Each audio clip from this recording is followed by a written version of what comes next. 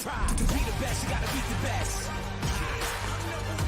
The story of a legend in the making. Defeat the best, to be the best. Yeah, of a legend in the making. Story. History in the making. It is the ultimatum for the teams in the blue set as they prepare for their last few matches. They'll have to set a target as high as they possibly can. And with that being said, welcome to iQOO BMPS 2024. My name is Salty, and joining alongside with me is going to be Necro. And Necro, of course, with the last day for blue set, the point of conversation is going to be, how high is that cutoff going to be?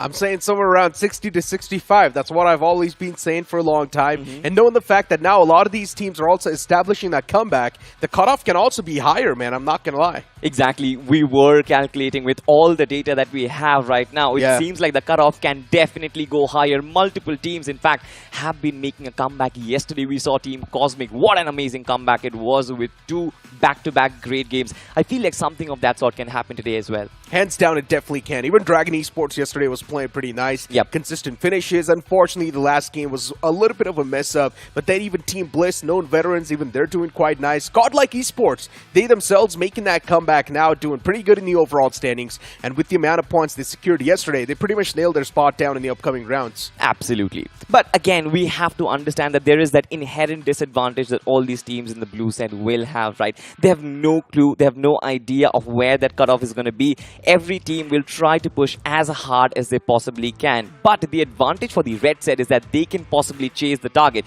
Do you think this Tom and Jerry chase is going to kind of favor the teams in the red set?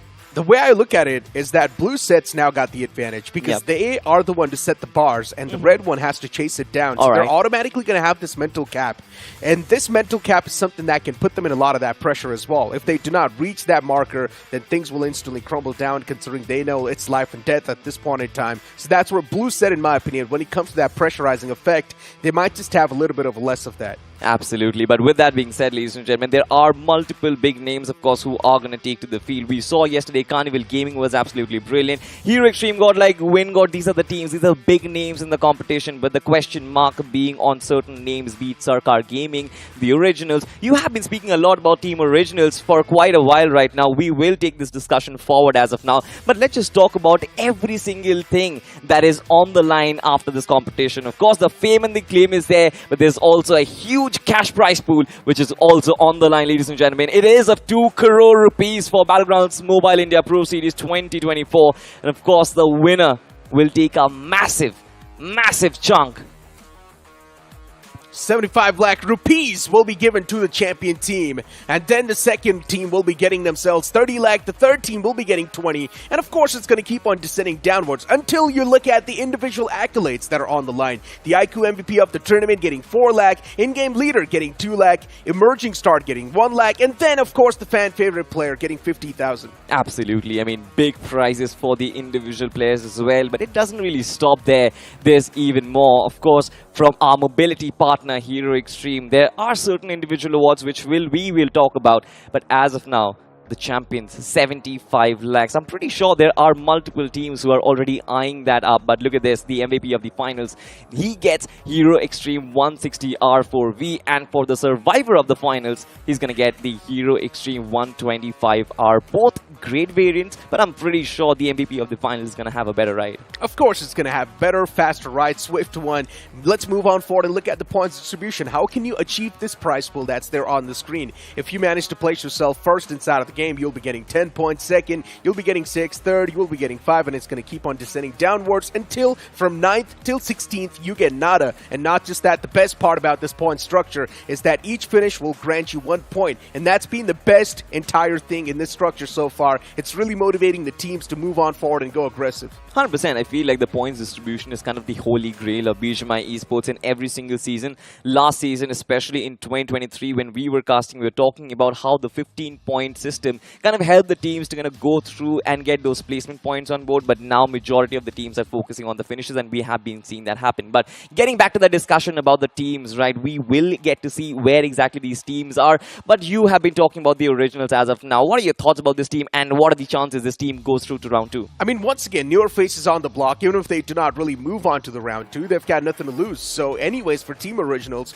in my opinion, they're playing with all the tension let loose, and that's possibly the best mindset to have at this point in time when the sword's right on top of your necks. Especially as we know today's going to be the last day for the blue set too. Now for Team Originals, all they need is maybe 20 more points to solidify themselves in the upcoming rounds, and if that's established, I'm pretty sure Team Original, they are one of those teams that will be forced to be reckoned with. Point standings on the screen, or maybe if you'd like to say the overall standings, you've got WSB at the top, of course, and contested HRZ right underneath them with 69 points, GT with 57, and then you see OG on the 8th spot. Yesterday, OG, this team was causing a lot of ruckus. Exactly, right. With 3 games left to go, I think this is gonna be one team who can potentially take down WSB. As we flip pages, we do see the likes of Godlike and Revenant Esports as well at 38 and 34 points respectively. With 3 more games to go, I feel like these are teams who can also make a mark, but the point is you're not going to get extra brownie points for trying to get as many points on board as you can. You just have to be in that top 64,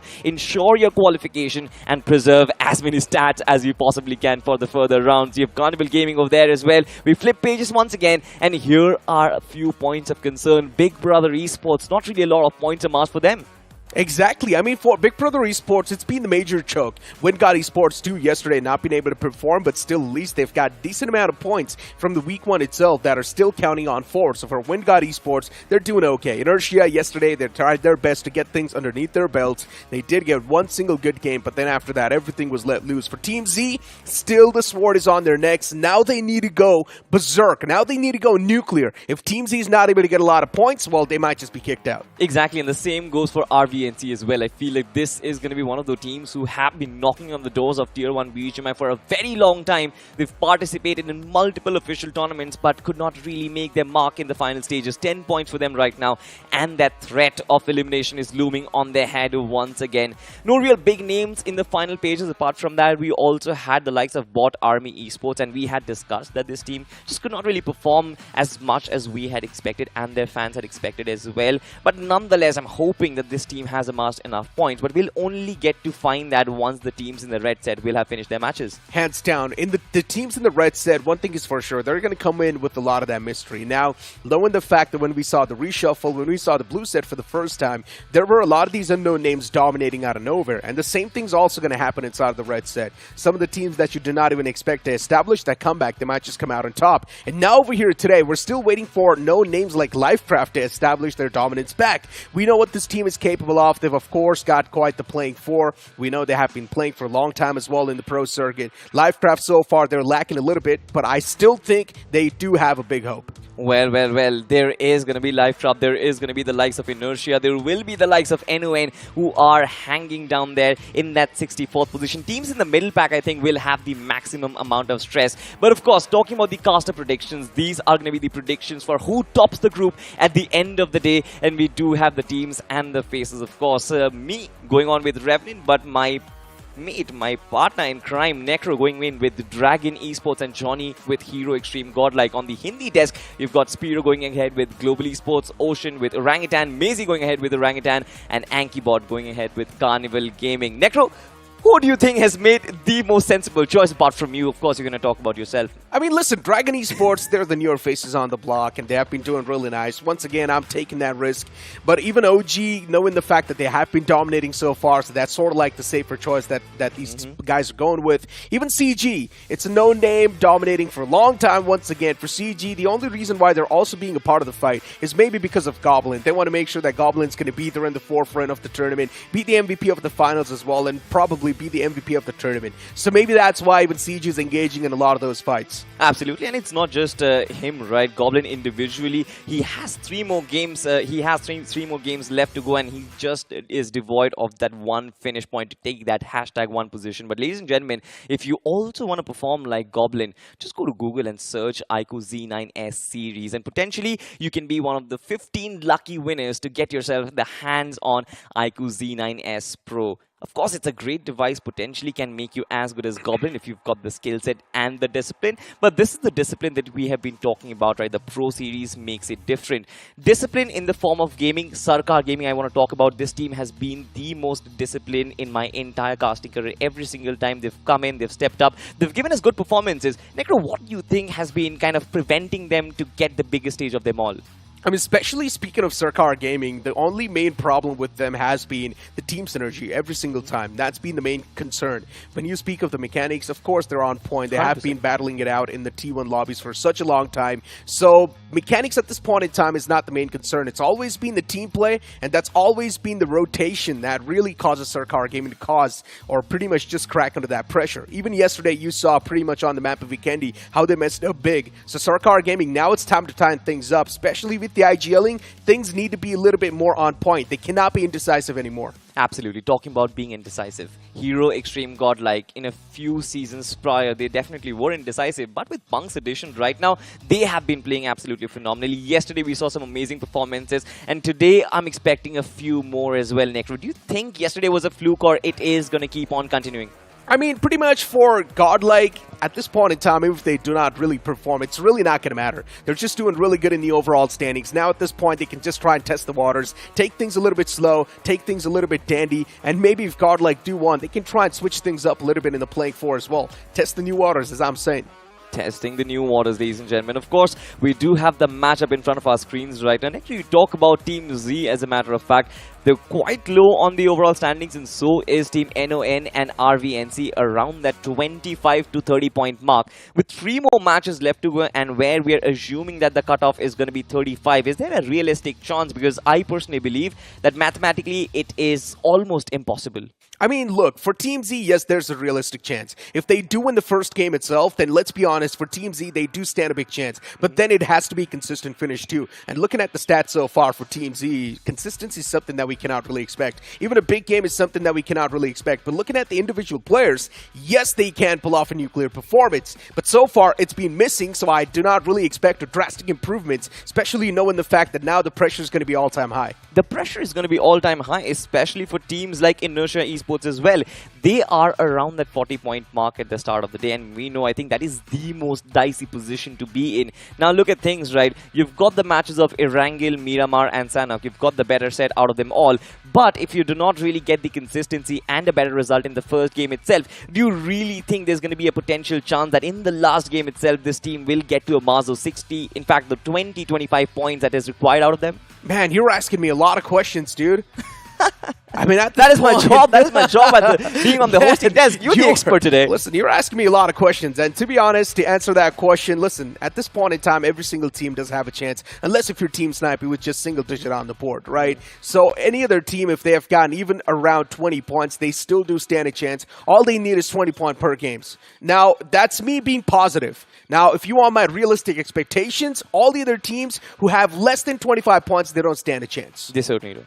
Absolutely. I feel like every single team in that 40-point to 50-point region, they're the only ones who might potentially have a chance, and Erangle will be very, very important. Expecting some drop collisions today as well. We've seen in the ending stages of groups 1 and 2 that the last games were extremely chaotic, and I'm expecting something similar today as well.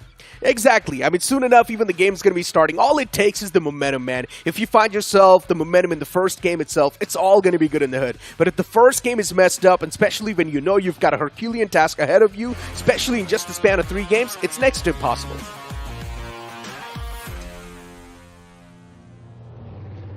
And here we go, ladies and gentlemen. The big bird is back in the skies, and once again, we are flying on the top of Erangle. The flight path is going to be in front of our screens right about now, and it starts off from the left-hand side of military base and moves towards Severny.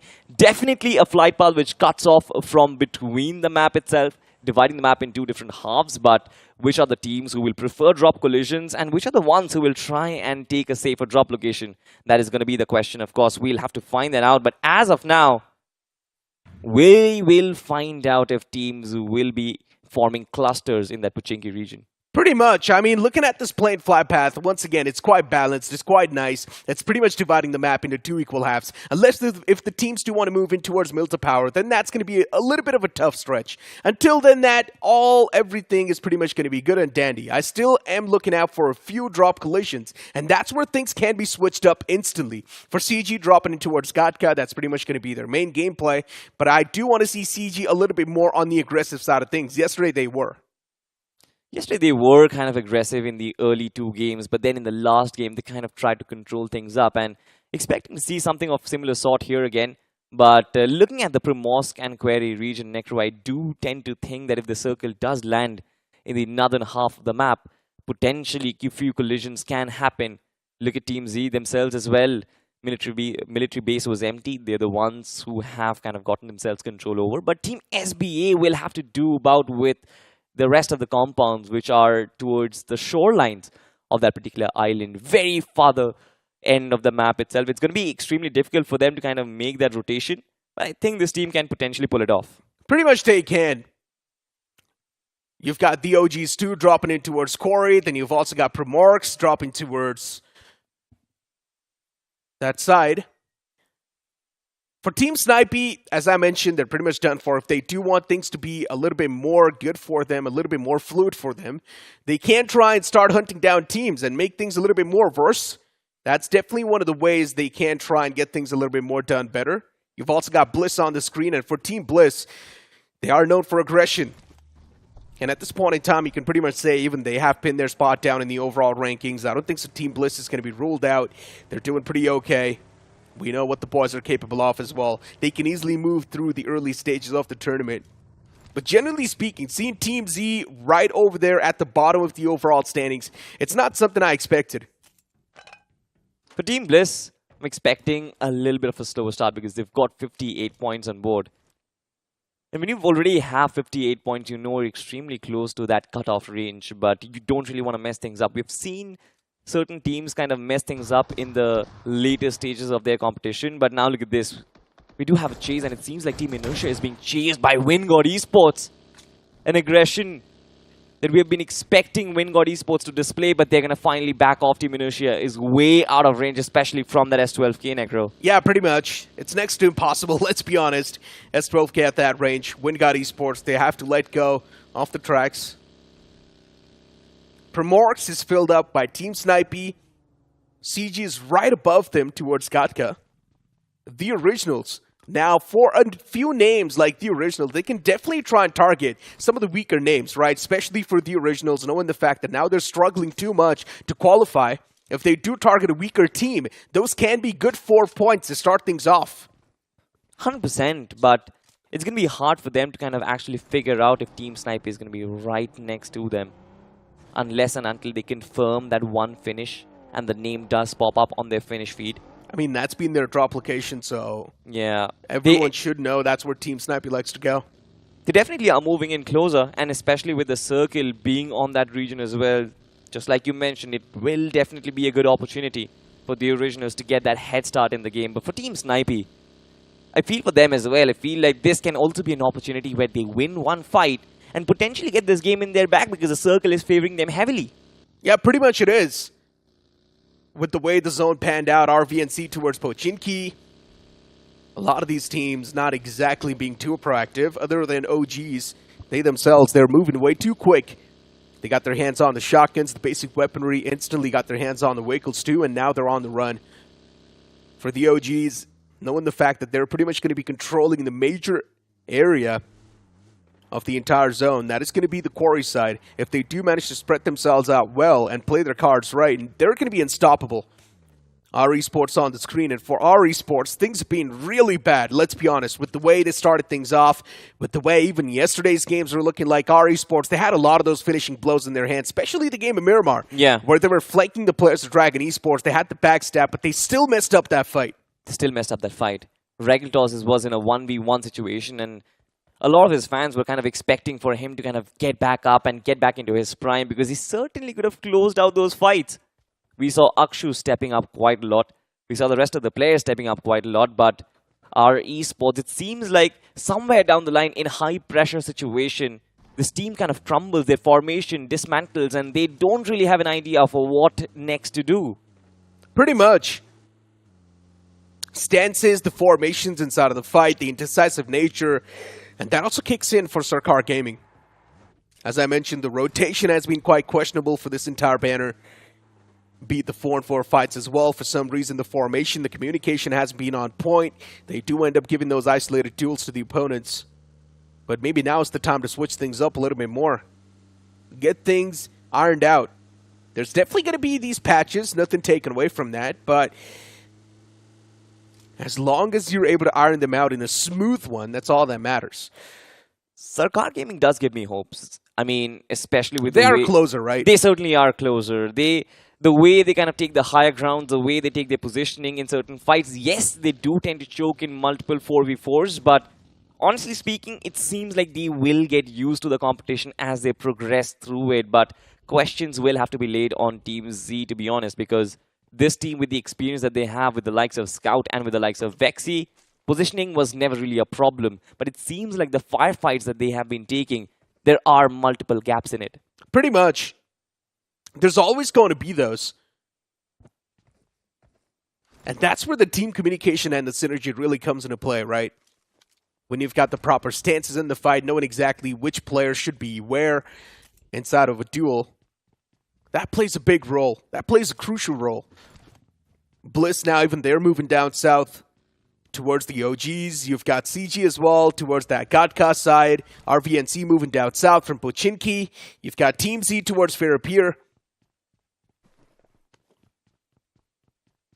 Only a few teams still prioritizing that rotation quicker inside of the zone. At CG this time around, they do want to play things a little bit serious, I guess. They've gotten their hands on quite a solid compound this time around. And for CG, there's a team right above them. Do they have any clue of RVNC? And now they definitely do. The entirety of RVNC right there at the top, and they're just looking for it to collapse against him. There's one man from the side of CG, maybe looking to create that off angle. But no, it's going to be the answer. Shogun spotted. There's still one man towards the right side, and even his position's compromised. I love what Shogun and Neo are doing, trying to distract the likes of Team RVNC, and look at what that has done. Collisions in amongst teammates. RVNC, they don't really have any clue of where they want to go, but Carnival Gaming, they already have the high ground and the hard cover for themselves.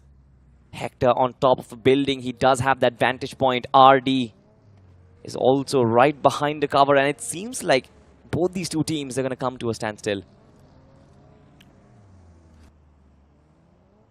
RVNC, at this point in time, just want to play things a little bit on the back step. Especially looking at how CG were. CG2 just moving around the fray. All the four players, they do want to engage inside of this fight too, but they're just not able to find that sweet instance to open things up. The players are out in the open, and maybe CG now would want to go for some drastic moves. But CG just setting in a bit of that panic against the opponents. And now Goblin's ejected out. Goblin definitely does want to go for that fight. And what a spray that was. Straight up opens the scope on the skull of the opponent as he finds the knockout. And now is pretty much going to try to back away. That was a finish in an instant. Goblin just being too good. And with that finish, in fact, I think he becomes the highest fragging player inside of iQOO BMPS 2024 so far, but it seems like Team Carnival Gaming, they aren't really going to overextend. RVNC will be given the opportunity to kind of fall back. I feel it's a mistake on RVNC and their part, because that was the team that was out in the open, and if Carnival Gaming had spotted them, what were you doing with the vehicles even? That's my exact point. Only if RVNC were staying behind the trees, they could not have been ran over. And they could have easily taken the shots against the buggies that are trying to approach them.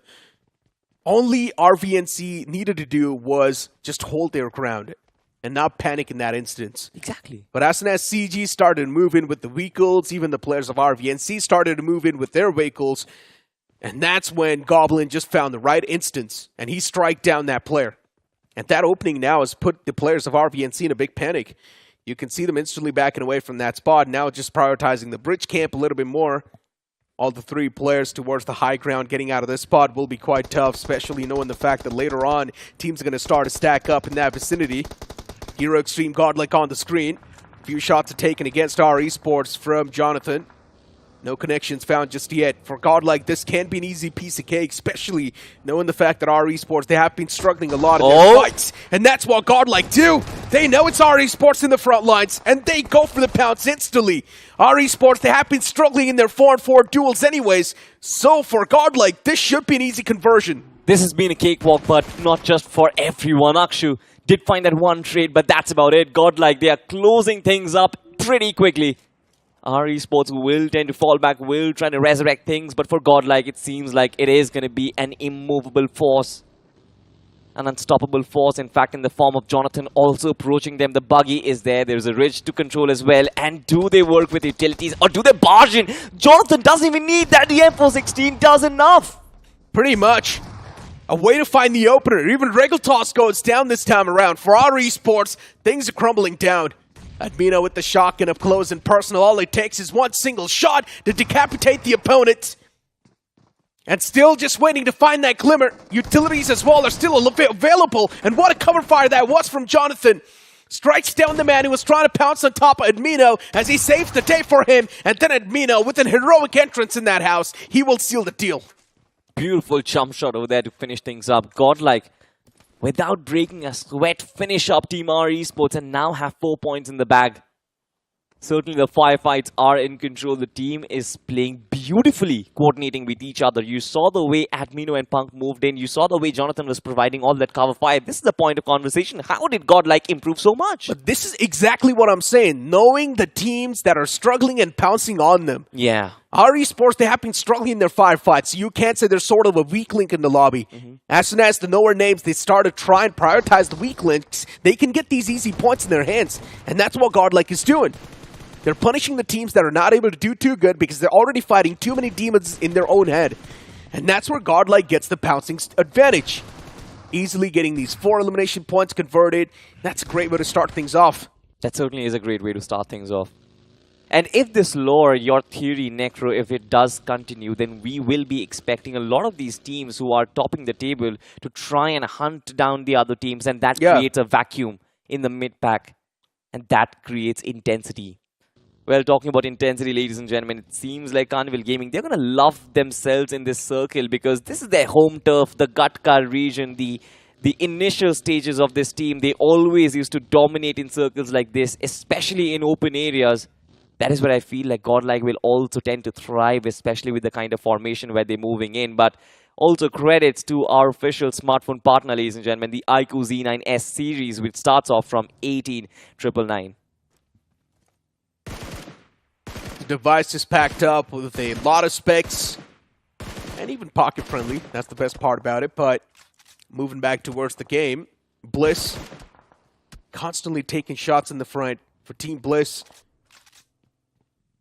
Yes, you can say qualification still on the line, but they can easily move on forward. It's not a big deal. All it takes is one decent game, maybe 10 points in this game, and they can easily pin that spot down just to be on the safer side of things and have that cushion. And we're having a conversation about the weak links in the lobby, right? Yeah. Our Esports, the team that's struggling. You've also got RVNC with CG capitalized. Then you've also got Psy Official still alive inside of the lobby. And Team Snipy. These 4 teams can be easily capitalized. But as soon as I speak about capitalizing things, it's TZ. They take an advantage against the players of SGS. They find the first strike. And now that's going to give them the major advantage, and that will be the man advantage. Now, this is anticlimactic to what we were predicting. Sarkar Gaming, they certainly were dominating in the overall standings as compared to TZ. But now TZ getting this fight, getting this finish, it seems like they've got themselves a very early opening. They need a lot more, of course, but the rest of Sarkar Gaming, it seems like they've fled the situation. That was just one off-peg that Team Z could actually find, but this is a good place to actually hold because not just they have the access to RVNC and Carnival Gaming, but also multiple other teams. The logs are a region of this area. That is exactly where the circle is, Necro. Exactly. The zone forms right on top of the players, Team Bliss and Team Snipy. Let's hope for Team Snipy this can be the exact game they were rooting out for.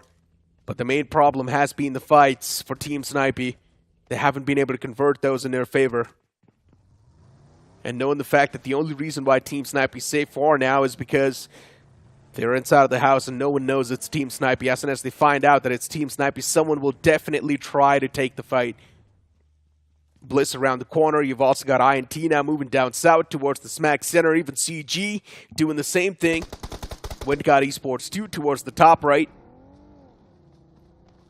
Looking on towards Potato Hill, it's NON Esports going up against PSY. And for NON, Turban's been the main playmaker, especially in the week one. Now the fact that Turban hasn't been able to perform, NON has been struggling too. Exactly. Turban is the one who actually gets all those openings for the rest of the teammates to actually move in. But so far it seems like NON, they haven't really been in the best of shoes. Talking the best of shoes, it seems like the OGs, the team that we were talking about for so long, they are currently under fire, especially with Smiles. He did get the first knockout almost, but it seems like his floor has been turned to lava with a Molotov. Yeah. Brilliantly placed, but it seems like the pressure from INT is not going to stop Necro. He needs to drop and roll. That's what he needs to do. Tan is taking so much damage across the board. He's taken down half HP. Tosses out a few smokes, making sure that the opposition won't be able to capitalize just yet. This fight from the side of INT isn't looking too nice. Isn't looking too fluid indeed. Inertia Esports might just be in a big world of trouble. Utilities being tossed even from the opponents as the OGs. They're taking a lot of damage upon themselves. They're making sure that the opponents won't be hurting, that's for sure. This won't be an easy piece of cake for the players of Inertia. But unfortunately, Miles falls down and gets confirmed too. And that's where the man advantage is now going to swing in the hands of Inertia. Inertia, they always had the advantage, Necro, it seems like. From the backlines, the two players, they can also start to flank in, and that is exactly when the pressure is going to be doubled. Majority of the stress has been put by over FTW and Tan. You see the utility that is being flooded in as well. The choke points have been smoked down, and the OGs, they have no clue. They are trying to nade down to create that opening, to create those casualties, but none of those nades are giving them results so far. Another leap of faith for the OGs, but this fight, it's dragging on for long, and I hope that these two teams can kind of finish it before any third party arrives. Pretty much. The OGs. The only problem for OGs is that now they are just vacuumed towards that one spot of the compound. They do not really have a lot of that breathing space. They need to spread themselves out a bit more.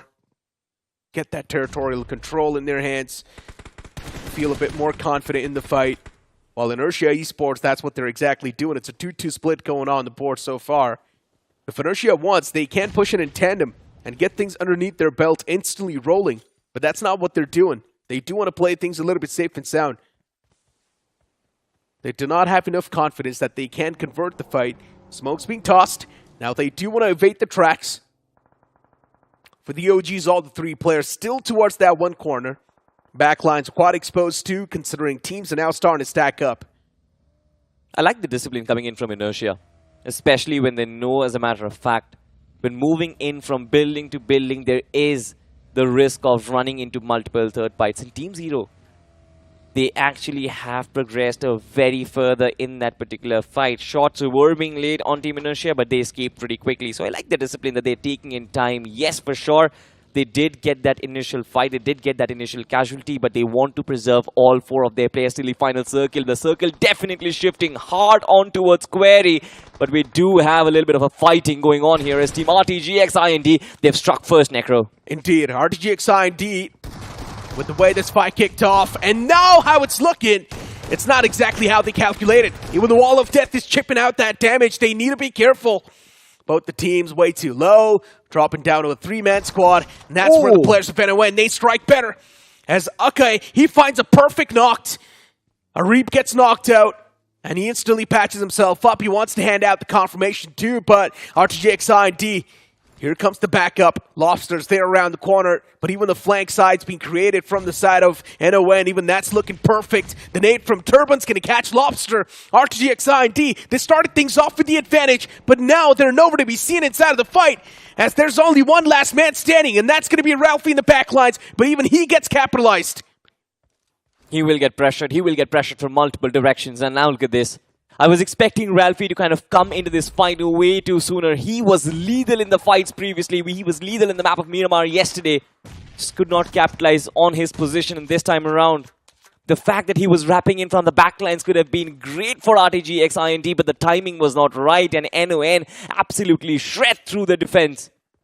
What a beautiful performance, of course, coming in from Turban. Once again, 3 eliminations on this man. But look at this, on the other side, we have another fight that is brewing up. Team Carnival Gaming up against Team SBA. SBA, newer faces on the block, and so far they have been doing quite nicely in the overall standings too. But unfortunately for them, they collide against the formidable force of CG.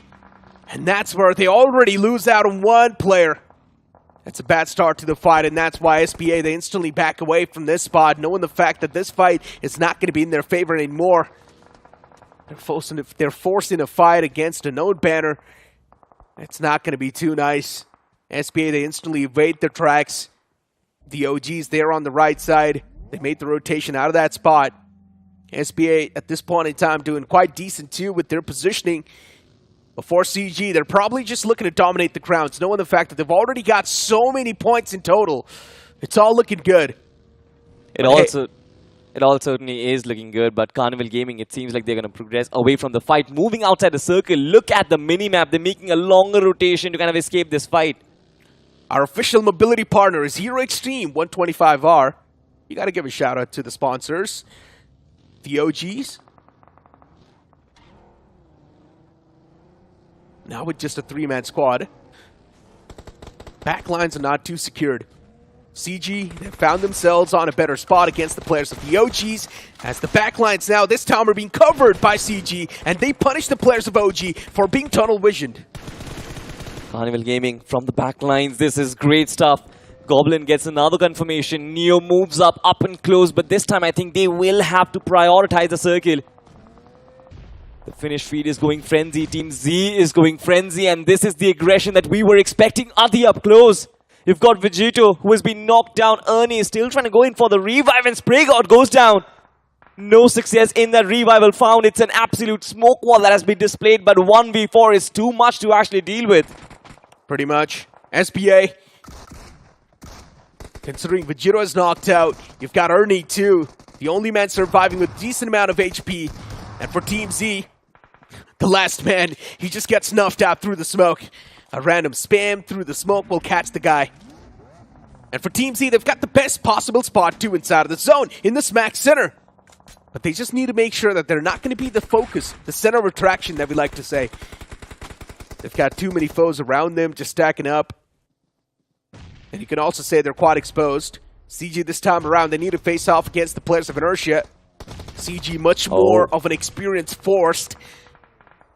And for Inertia Esports, all it takes is the first knockout. Before CG, they're also being troubled by the players of Team Snipy. Where is the momentum coming to Inertia from this time around? The overdrive coming in through, the nades coming in through as well. Carnival Gaming have been pushed back. They've been pushed back to the edge of the blue circle. In fact, the revives are being going through. Hector and Goblin, 2 very important players in this setup, were taken down, but Carnival Gaming, they will find themselves that pocket of space to revive and resurrect back into this game once again. Talking about Team Inertia, it seems like their movements, they're so fluid. They certainly are feeling themselves, but right up ahead is going to be the likes of Team Snipy. They will have to take this team through if they want to enter the circle, but then there will come another foe in the name of WindGod. So multiple instances, multiple hurdles in their path to glory, Necro. Bliss on the opposite side as Simp is knocked out. Admino and the entirety of Godlike now in quite a cozy spot. There's only one man moving freely. And Bliss, they're constantly pinning down the players too. For Team Bliss, they found themselves a decent bit of spot to play with. A team that's right next to them are the players of CG and even Dragon Esports. And Dragon Esports, they have been playing it quite passive and slow. They aren't really revealing their position just yet. The zone shifts in the smack center once again as Team Z, they find themselves on the southern side. Sarkar Gaming, this game is quite important. If the start's not going to be great, then for SG, we might as well just count them out from the upcoming stages. Inertia Esports, they've got their own problems to deal with up against the players of Team Snipy. And for Team Snipy, they've got their own problems against the players of WindGod Esports. In fact, their problems are going to be completely vanished forever. They are out of the lobby. WindGod Esports with their nades themselves. But look at this, Dragon Esports, the team that you were talking about. Goblin has been taken down up ahead, Superboy. extremely close to the players of Carnival Gaming. Neo inside the smoke, just being safe for a while, but Dragon Esports, they fall back and hesitate to take this fight up ahead. But that is a good decision because Team Bliss is just waiting around the corner to pounce as soon as this fight gets taken down. Exactly. Godlike, oh, too much to try and handle this time around for the players of Dragon Esports. They just don't really have the man number to try and face off against a good force like Godlike. And Godlike, they already push up close and personal. It's Admino this time around, just driving his vehicle. Dragon Esports is right underneath, and Admino's got no clue. As he pulls out the gun, he's already taken too much damage. DBS up close and personal, pulls out the S12K, but this time it will be the opponents to prevail. Dragon Esports' Superboy is the only glimmer of hope left alive, and even he's being pushed back, but a util pace to perfection from Jonathan will catch the last man. Team Godlike, the aggression coming in from them, it's ecstatic, but look at this, WindGod once again surviving another onslaught. Inertia is going to bow out of this competition, which just basically means that hampers the dreams of qualifying to round 2 as of now. WindGod's avatar will have a lot of job in his hands. He does have a couple of crates around him, so first hit kit should not be a problem, but on the other side, Team PSY, they've moved in close and Team Z will look to gatekeep Necro. Oh, PSY, they need a face-off against the players of Team Z, and that's where they might just crack under that pressure. Sayedi's got too much to try and deal with, but still this man does not crack. He single-handedly shuts down 2 players, but Team Z, now they've only got 2 players left standing. For PSY, it's only down to Bajoy. This fight can easily be converted. Bajoy is just proning down right behind that tree, and as Scout OP will get his line of sight onto that player, he will be decapitated and devoured. Team Z is on a roll right now. 9 eliminations on this team, and they still preserve 3 players. But the biggest hurdle to that chicken dinner, it's going to be Team Godlike. Godlike, of course, in position. All 4 players still standing as of now. Vexy does have that little bit of the vantage point, the high ground advantage for Team Z. They can get all the information that they want from this high ground, but the disadvantage is they will have to leave this turf. The smoke walls will have to be displayed and they will have to come down to the lower grounds. But look at Game Godlike, the way they are progressing forward. 3 players surviving. Punk and Simp up close and personal will try to use a couple of nades left and right and center. Try and get those initial conversions. CG, I mean, looking at the replay and how they were eliminated from the game. One last man at the top. All it took was a 1 single nade to put that nail in the coffin. And now moving towards the final 4. The top 4 teams live in this game. And Team Z, they have been doing a phenomenal job keeping themselves alive in the game so far. Only if this Team Z was visible in the past couple of stages, then things would have been much better and easier. In the previous games, Team Z should have played with this determination, with this consistency. Things would have been so better. Now the team synergy and the communication seems like it's on point. But look at Team Z, they've already formed a nice flank angle against the players of Godlike. And Godlike do not feel too secure after that one. They're quite exposed, and Scout OP's constantly taking shots against them. But even the utilities from Godlike, they will be on point. As Scout gets knocked out and dusted instantly. Now it's all down to Vexy, the last man standing from this side of Team Z. And that might just be too much to ask for. The smoke blooms in the front as he wants to shroud himself in it. It's a 1-on-2 up in the front. And Team Godlike with an, of course, advantage. I don't think so Vexy can stand a chance. Even the flames, they spread, and Vexy will hit the deck. That's going to be it from the side of Team Z. And Godlike, they are the one to kick things off in a fiery note. What a monumental performance it was from Team Godlike. I mean, 16 eliminations to actually go ahead with 5 eliminations on Punk, 4 on Jonathan. This is absolutely crazy, but look at the utility usage up against Team Z at the end. It's not just firefights, Necro. This team, they have reformed once again. It seems like every single aspect of their play, they've improved quite a lot. Exactly. For Team Z, this is exactly what we wanted to see, right?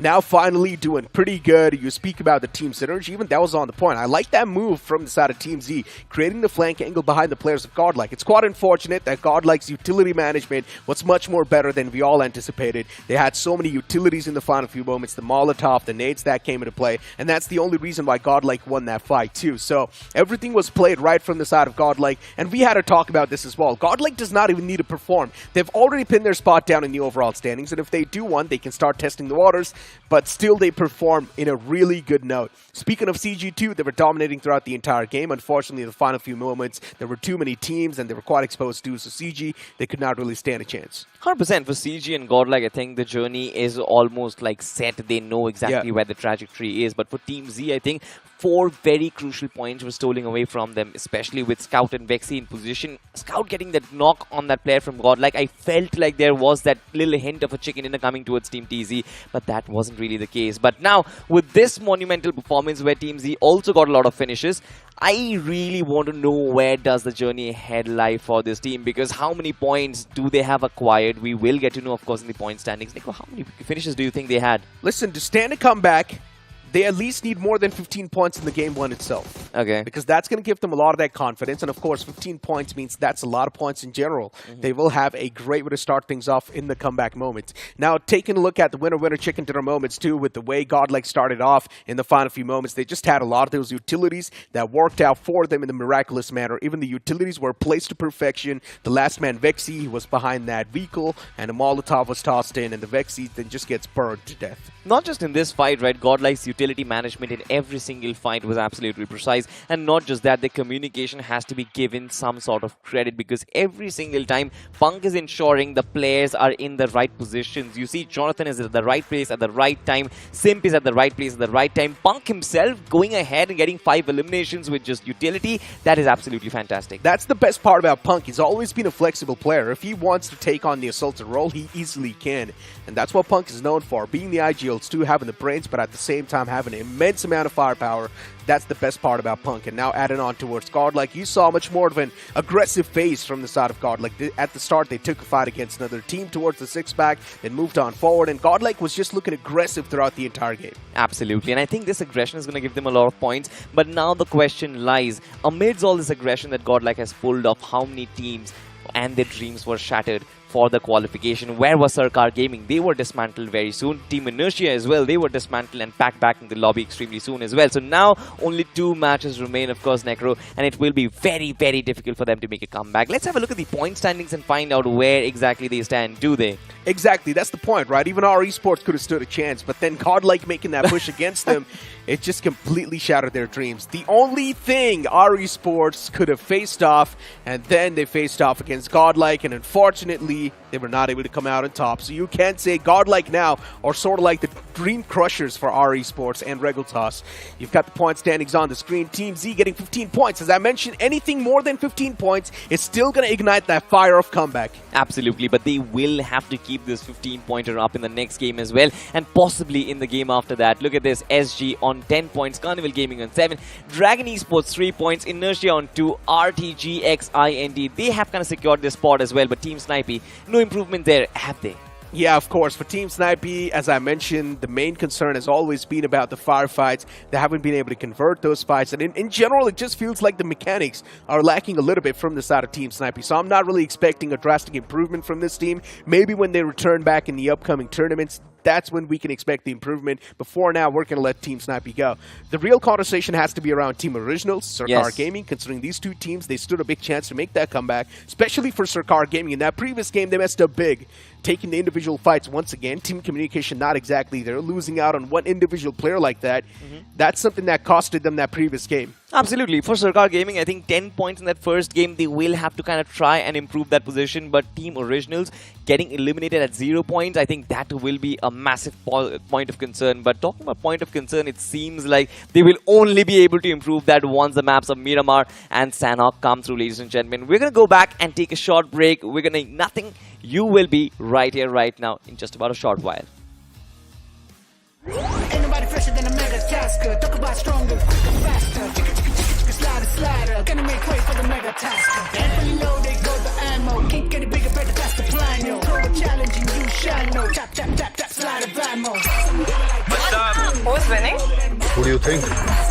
Mega Taskers win the game at every level. iQOO Z9S Pro with Snapdragon 7 Gen 3. Fully loaded for Mega Taskers. Search iQOO Z9S on Amazon. Move out with my baby on the side. I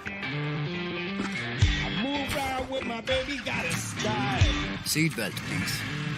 And we go right, baby, it's a long way home.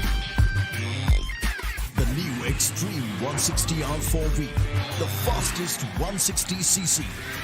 Challenge the Xtreme.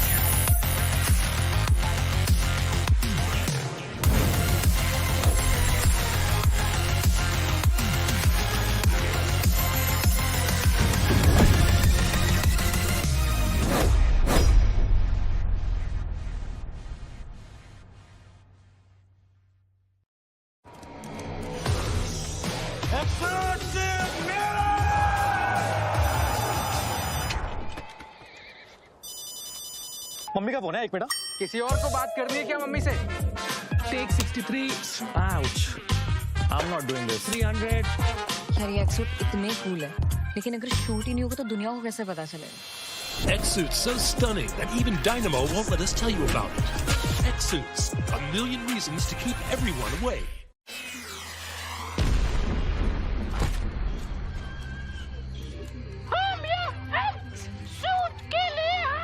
भाई इसको कोई acting सिखाओ यार क्या हो रहा है cut shoot cancel आना प्योर बस अबे बंद करो बे आंख में छुप रहा है कट शूट कैंसिल हार पूरी रात निकल गई अगर शूट ऐसे ही चलता रहेगा खत्म ही नहीं होगा तो ये लोगों को कैसे पता चलेगा X-Suits, a million reasons to keep everyone away. Welcome back after that short commercial break. And now it's Johnny with me on the panel. Johnny, you were sitting in the backlands looking at the game. Godlike, once again, a nuclear performance, if you'd like to say. But now the real point of conversation here is going to be Sarkar Gaming and a few more known names that are still struggling underneath the banner. What are your thoughts about them? I think Sarkar Gaming still stuck in the middle of the pack. Next two match remain. But maybe, considering they don't have to go through that brutal journey of Vikendi today, and it's Miramar up next, there's still a possibility, right? It's the pro circuit. Majority of the pro teams do practice Erangle and Miramar the most. So even in the next game, if they have a big win, they're still in the fight. But if they drop the ball on Miramar, then I'm going to have my doubts as to what is going to happen on that last game of Sanhok. I'm not going to lie, I was also rooting for Team Bliss there, man. It's quite a formidable force, known banner, but still Team Bliss struggling. And knowing the fact that Team Bliss don't even need a lot of points. They just need a few more points to top it off, and they can easily move on forward in the upcoming stage. But you know what? Before we move on with that conversation, a huge thanks to our official smartphone partner, iQOO Z9S series, starting from 18,999 rupees. Exactly. It's an amazing device. We were having our practice sessions in the other room with the boys on the Hindi desk, and of course we won without even breaking a sweat, right?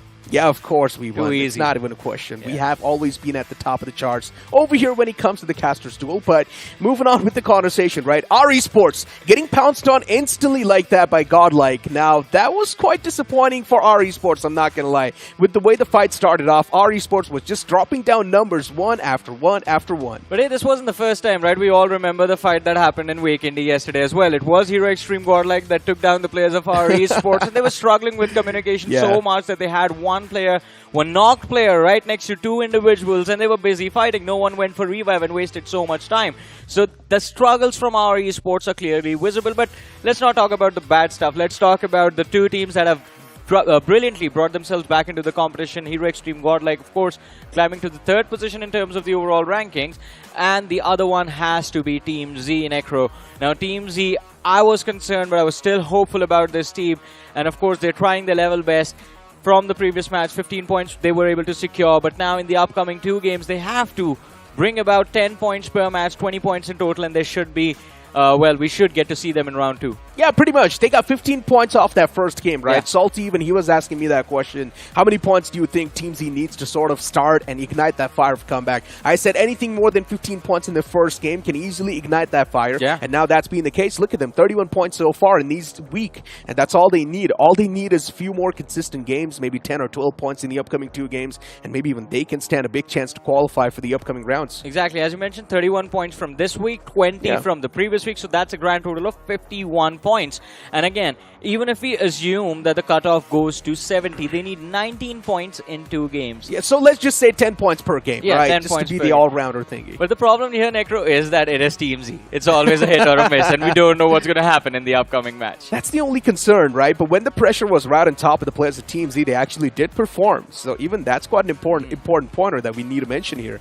Now, even for Team Originals, we all had so many expectations, right? Team Originals is one of the newer faces on the block, and knowing the fact that they were just slipping under the radar slowly and steadily, before Team Originals, this start wasn't really great. Yeah, that early fight, it was so extended. Yeah. I mean, they should have wrapped things up quite easily in the early stage. They gave the players of Inertia a lot of breathing space in that early fiasco, that collision that happened between the two sides.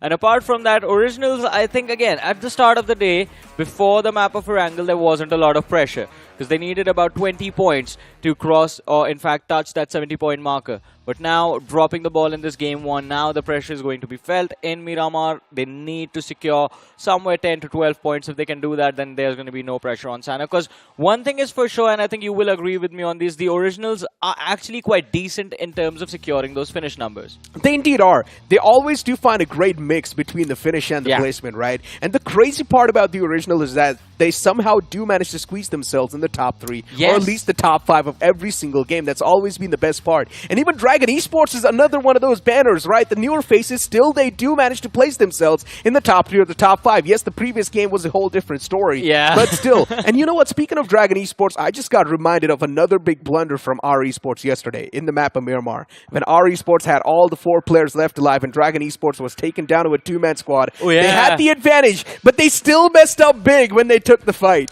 Our esports, again, it's communication, I think, where they are lacking. Individually, the players, the fights we have seen them take at an individual level, all of that seem good. But as far as the team play goes, it seems like that is completely missing. And that is the main reason for the downfall of our esports. But hey, looking into the map of Miramar now, what do you think? Another win for Hero Xtreme Godlike, or is Carnival Gaming finally going to start standing up? Man, you just stole the words out of my mouth. I think so. It is going to be CG just dominating the grounds of Miramar once again. Because the previous game of Erangle, they were trying to take things serious. But then you know that itch of knowing that you're doing really good in the overall standing, so you might as well just go for that extra bit of risk. And that's what CG was pretty much doing. They were taking those fights that were pretty much unnecessary. And then they just found themselves in a big sandwich between 3 teams. But hey, Necro, we forgot about one team that was doing exceptionally well during week 1. But in week 2, yesterday wasn't really there. I'm talking about RTGxIND.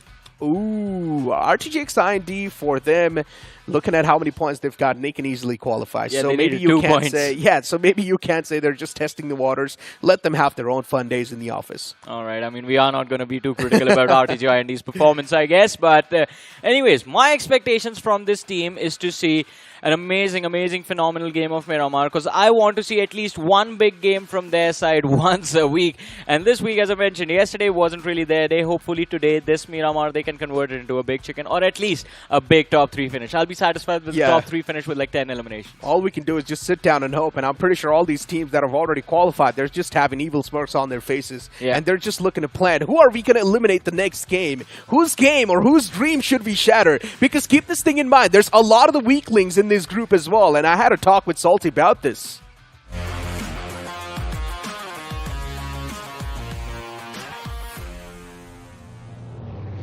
The game boots up on the screen as the plane fly path starts all the way from El Pozo towards El Azhar. And Johnny, this plane fly path is tilted a little bit too much on the northern side. If the teams want to move in towards Las Leonas, Puerto Paraiso, that's going to be a hell of a stretch. Exactly. Even Chumacera is going to be off limits along with Valle del Mar. We know Chumacera, Valle del Mar, Minas del Valle are drop locations commonly utilized by the teams that are looking for a safer approach inside of the matches. But Necro, you were mentioning about a conversation you had with Salty about the weaker teams. Yeah. And I'm speaking of our Esports, RVNC, PSY officials, and Team Snipy. Look, there's a lot of people that are going to be in the chat saying that I'm super mean for saying this, but I got to be realistic as an analyst and as a commentator. And that's pretty much the case. Even the players of Godlike, the only way they opened up the fray was by prioritizing a fight against our Esports. As soon as they took down the first man, they knew it's our Esports they're facing off against. And you saw Godlike just straight up bum rushing in that compound that our Esports was positioned in. That is true. And again, I mean, we see these teams that have already secured enough points for qualification, have done their job in week 1, turn into bullies and menaces into the second week. This always happens. It's not isolated to this particular group. It happens in every single group. But now the question is, that gives the opportunity of the teams that haven't really been able to run into those fights, looking for those points. If they set up a trap, then they can be the ones coming out victors into that 4v4. But look at that next row. We have a big cluster heading towards that large Riella position. We have the players of RVNC, there's the OGs, NON, and then there's Sarkar Gaming as well added into the mix. So there's definitely going to be an early fight over here.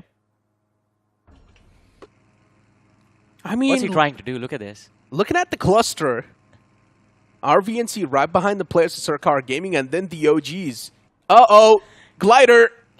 It crashes. Come on, once again, Zymox. I know you've got this.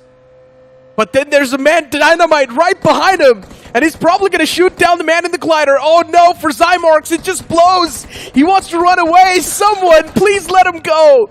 But no, the wings this time, they get clipped.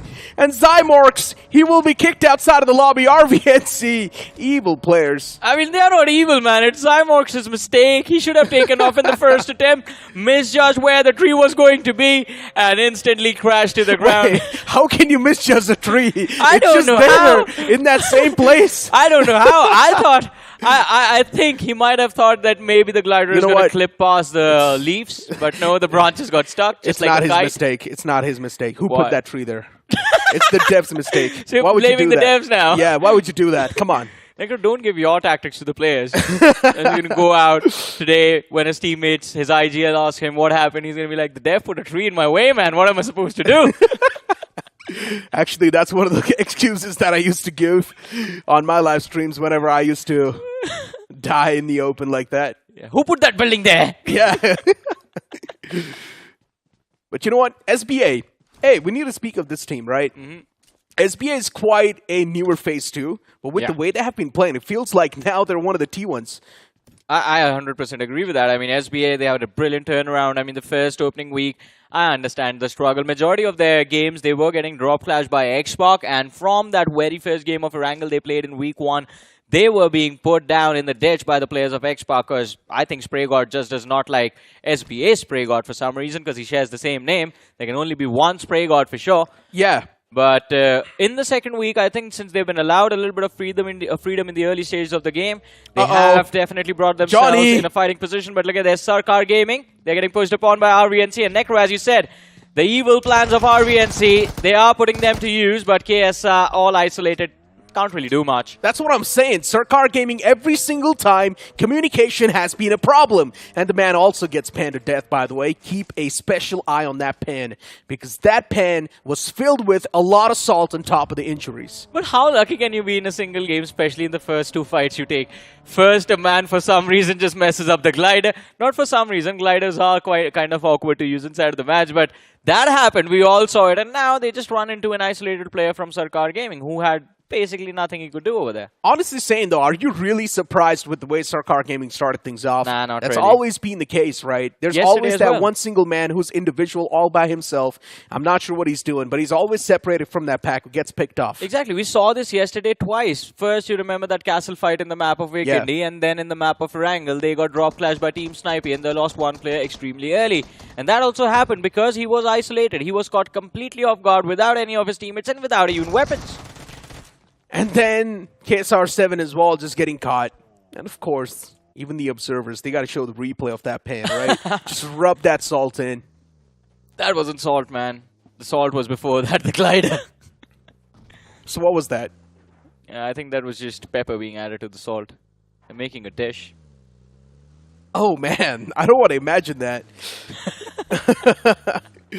SBA, though, as the map feed pops up on the screen, still on towards that right side of the map. You've got Team Z right in the front, Wexy, Scout OP right next to each other. Team Z's there around the fray too. And I guess the only reason why Team Z closed on up is because maybe they want to take an advantage of the fight between these two teams, as SBA and Team Snipy drop right next to each other. And keep this thing in mind, I spoke about the weaklings, and Team Snipy's one of those. Maybe Team Z wants to prioritize a fight against Team Snipy. I mean, it can be. For the last few days, what we've noticed is there are a lot of early fights happening towards Impala. in almost every single lobby, and this time as well, maybe Team Z wanted to pick off any loose stragglers that want to rotate up north, but that's not the case. And Scout OP, he needs to be extremely careful, quite close to the players of SBA, and he's isolated over there. There's not going to be a follow-up from his teammates if he gets knocked out, and there it is. He's getting a little too close towards his factory, and Aryan and Vegito, they're waiting for him to reveal himself, but he moves to the other direction. He's going to be safe for a while. SBA, the two men, with how they've been positioning themselves. Now just playing on the edge, playing on the ridge. I like the fact that SBA, they're playing with a 2-2 split, right? Yeah. It's not like they're just letting loose of that one individual man and be like, yeah, you can do whatever you want. And this is where the team play and the maturity really comes into play. And that's something that can differentiate between a good team and a professional team. Oh, but look at this, Necro. SBA, they've spotted out the players of Team Z down below. And it seems like they do want to take this fight, but Team Z a little quick to rotate out of this position. Just completely avoiding going into a 4v4. But now I think seeing those vehicles in the back lines, they stop and a trap is laid out. For Team Z, Vexy getting knocked out like that. Oh no, it's not a great start to the fight at all, but unfortunately for Team Z, they're also facing off against the players of SBA. Ernie gets knocked out in the open. That's going to be a free confirmation for Team Z. Way to open up the fray. But SBA, are they really going to be backing away from the fight? If they want, they can still continue to take the fight against the players of Team Z. There's one single man from the side of SBA just isolated towards that compound, but even he's on the run. He's on the move. Does not want to be part of this fight anymore. SBA just want to play things on the safer ground. But even from Team Z, I'm loving this setup. Yeah. 3 players playing towards this one individual bridge, while there's one man all the way in the back lines. They wanted to block the entry into the circle at the same time and force SBA to stay in the back lines. Force them to move up north instead of directly pushing forward truck stop. Again, SBA, their intentions were clear. They just want to chase them down. But Team Z, that is not a team that's going to run away from a fight. They just turn around, instantly use those ridges as cover beautifully. And, of course, the punish onto Ernie. I don't know why he was riding that bus out into the open in the middle of the road. Felt like just gave away that point over there. Look at this. How exposed was that position? Ernie wanted to just move on the opposite side, I guess. And when he tried to do so, he forgot that he's got a bus. It's not too mobile. Yeah. Only if he would have gotten his hands on a Murado or maybe even a pickup truck, things could have been different. But a bus is way too slow, and especially on the slopes, on the climb. Yeah. It's going to be even slower, and that's when you can easily get countered, and that's what happened with that man, Ernie. Yeah, it's kind of slow. It's one of the slowest moving vehicles inside of the game, but the only advantage with the bus is how much coverage you have. Yeah, you can fit in more people. Fit in more people. More than that, it's about the cover that it provides you. Because the buggy is the fastest vehicle, but it leaves you the most exposed as well. Yeah. In the bus, you can put in 6 people. You don't have 6 people. Yeah, that's the exact point that I was trying to make. Maybe 2 Your more. team, and you pick up 2 loose stragglers from somewhere. Just take them somewhere and then finish them off. Ooh, now that's an evil plan that you just gave me. Evil plans with Necro and John. You knock an isolated player just like KSR7 from Sarkar Gaming. You put him in Why the bus. are you targeting KSR7 today, I mean, man? he was the only individual player so far getting knocked out like that. What about Zyrox? Oh, even him, yeah. Eject him from the glider, put him in that bus, take him somewhere, maybe towards Oasis, execute him over there.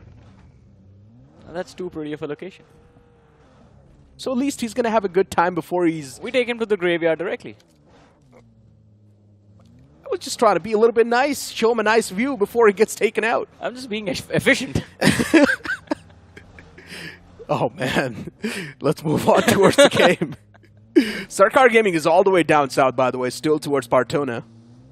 And if they do want to move out of that spot, it will be a bit of a tough stretch towards the safety lines, knowing the fact that they're not going to have any information on what's going on inside of the circle. So that's where Sarkar Gaming, even the man disadvantage, really comes into play. But look at this now.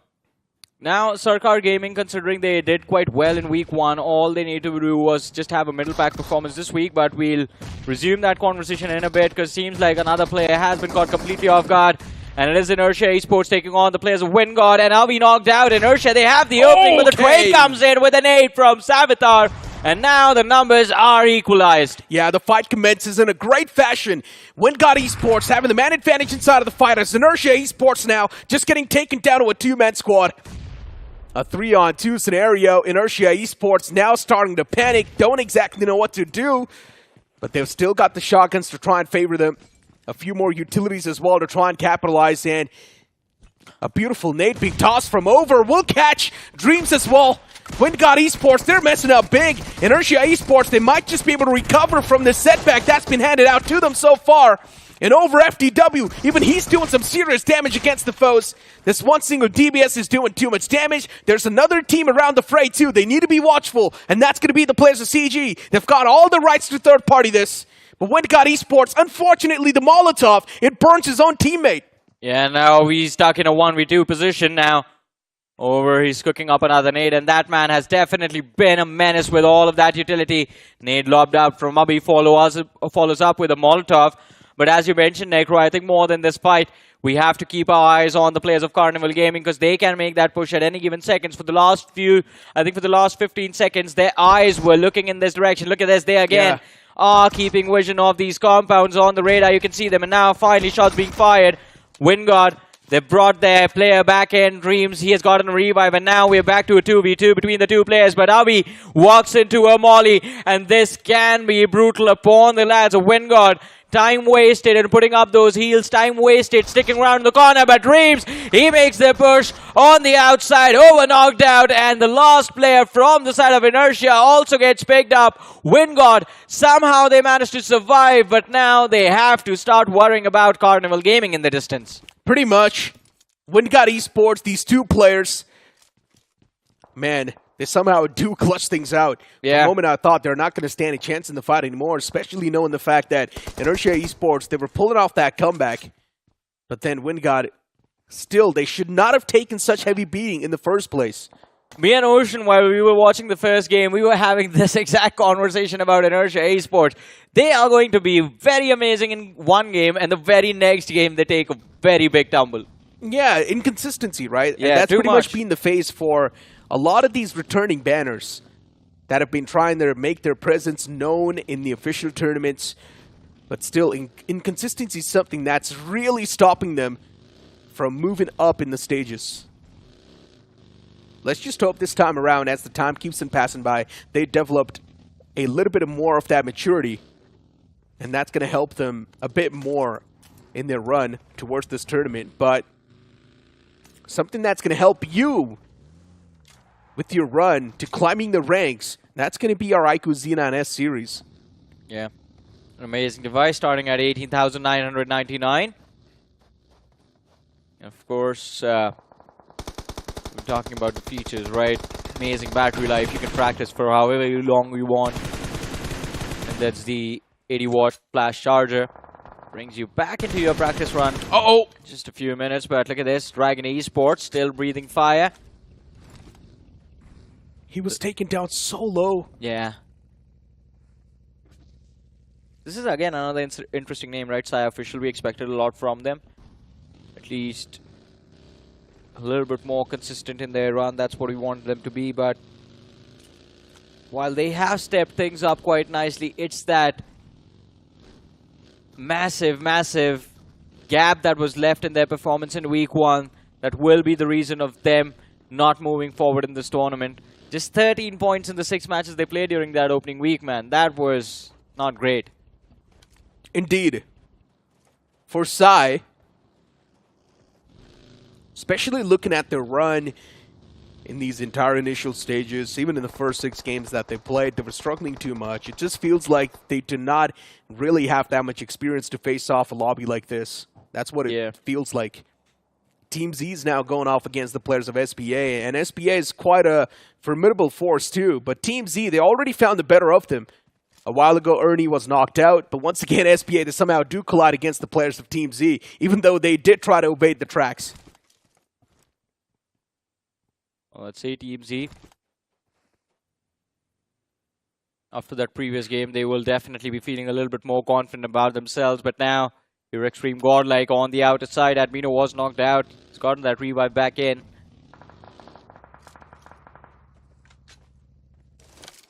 And the spray committed. Some damage dished out from Admino. It seems like he's upset with the players of Team Z.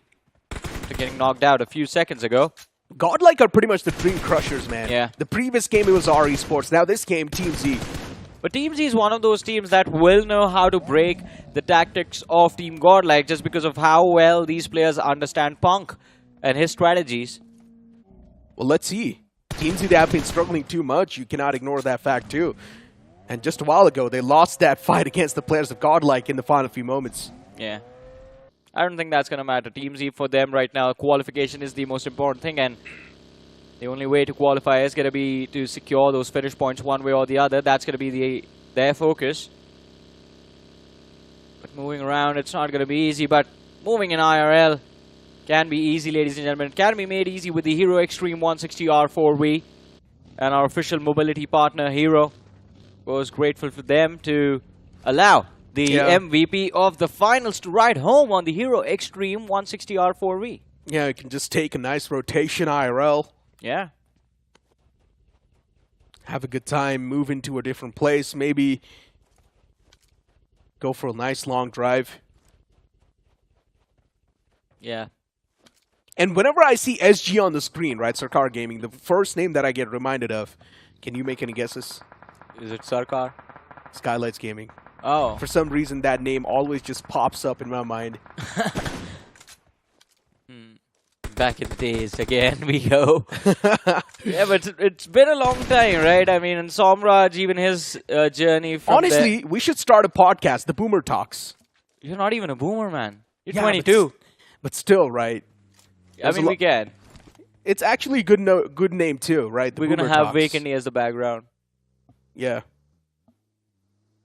But you know what? RVNC, a bad start to this game. For our esports, a good start, but at this point, it's really not going to matter. I just came up with a much better name, man. Monks of Mount Kresnik. Oh! Now, Salty will be interested in that, considering he used to meditate on top of Mount Kresnik for a long time. I thought that was your vacation plan. No, that's what he used to do, and then he recently retired. That's what he said to me. Oh. Where's he headed now? He just got the enlightenment of that. He's not really capable of doing that anymore. Meditating? Yeah, on top of Mount Kresnik. It's too cold. Oh, that's fine, though. Yeah. I mean, I think then Erangle suits him a little bit more. Maybe Miramar? It's too hot in Miramar, man. Everyone's always sweating. Look at this. RVNC. Dynamite sweated so much he got knocked out. That's not true. He stepped into the line of fire of Sarkar Gaming and got knocked out. I mean, thank God it didn't blow up. Oh, man. But, again, not a lot of action in this game as of now. One team got finished off early, Inertia Esports. And now, this is where things get intense, Necro. The circle takes us between Water Treatment and Hacienda del Patron. And look at who is in the smack center. It is Carnival Gaming. That is going to be such a difficult team to take down, especially when you have to worry about everyone else around you as well. Yeah. I mean, for CG, they've got nothing to lose. And this is pretty much a thing for life as well. You need to be scared of the people that have got nothing to lose. And they are Carnival Gaming and Team Snipy. These two teams. Yeah. You need to be scared. They've got nothing to lose at this point. Both for different reasons, though. Yeah, both for different reasons, pretty much. But still, these two teams can be someone that can really eliminate you and shatter your dreams to the maximum level. Did someone hurt you recently, man? You've been dissing everyone left, right, and center since yesterday. Who broke your heart, Necro? I'm not dissing. I'm just being on realistic side of things. That's it. Man, I miss the happy, cuddly Necro that we used to have. Hey, listen, we're still... This one's not nice. We're still having fun talks, right? But hey, hold on. Team Z in big world of trouble this time around. Shots are taken from Wajito, but unfortunately, return knockout. As Addy, he finds a beautiful spray in the connection. Team Z, that was a great retaliation. Yeah, it was a great retaliation, but a massive risk as well. They were in the bus too, just like Ernie. Luckily for them, Vegito did not. I think he got a little confused as to who the initial shots connected on, and he tried to jiggle between the two players, swap between the two players, the clip. Yeah. Because of that, none of them got knocked out, and Vegito just ran out of ammunition, tried to turn and run away, but he got knocked out instead. But look at this, Dragon Esports, they find themselves up against Sarkar Gaming, and Dash can't really do much over there. 1v2, he gets knocked out. Sarkar, he's one of the last few, in fact, the last player remaining from his side, tries to make a run for him life, and Dragon Esports, their intentions are clear. They're out on the hunt. Yeah, Dragon Esports just on the run at this point. And for some reason, it feels like Dragon Esports, they've pretty much just cracked the code. They know how to exactly survive in the later stages of the game.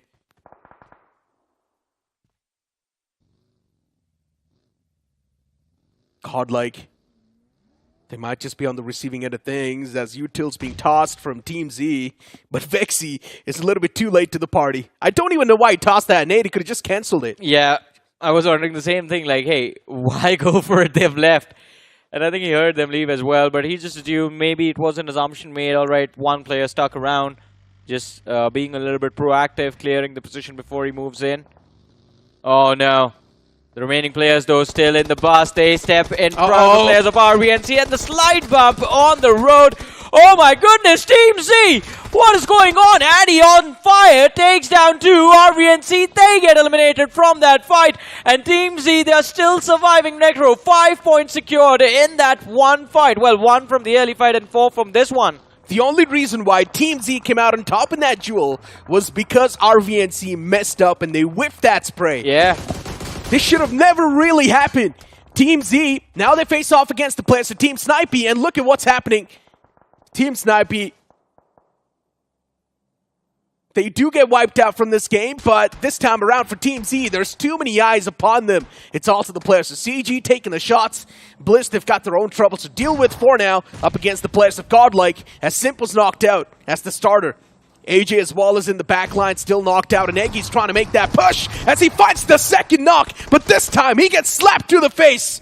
Admino is also taken down way too low. For Godlike, this fight will be tough to convert, but only if Jonathan finds this knock, then it can be easy. Yeah, it's down to Jonathan. He has to buy his teammates enough time, but Turbo with this nade, he's going to take down a few of them at least, and another piece of utility lobbed out.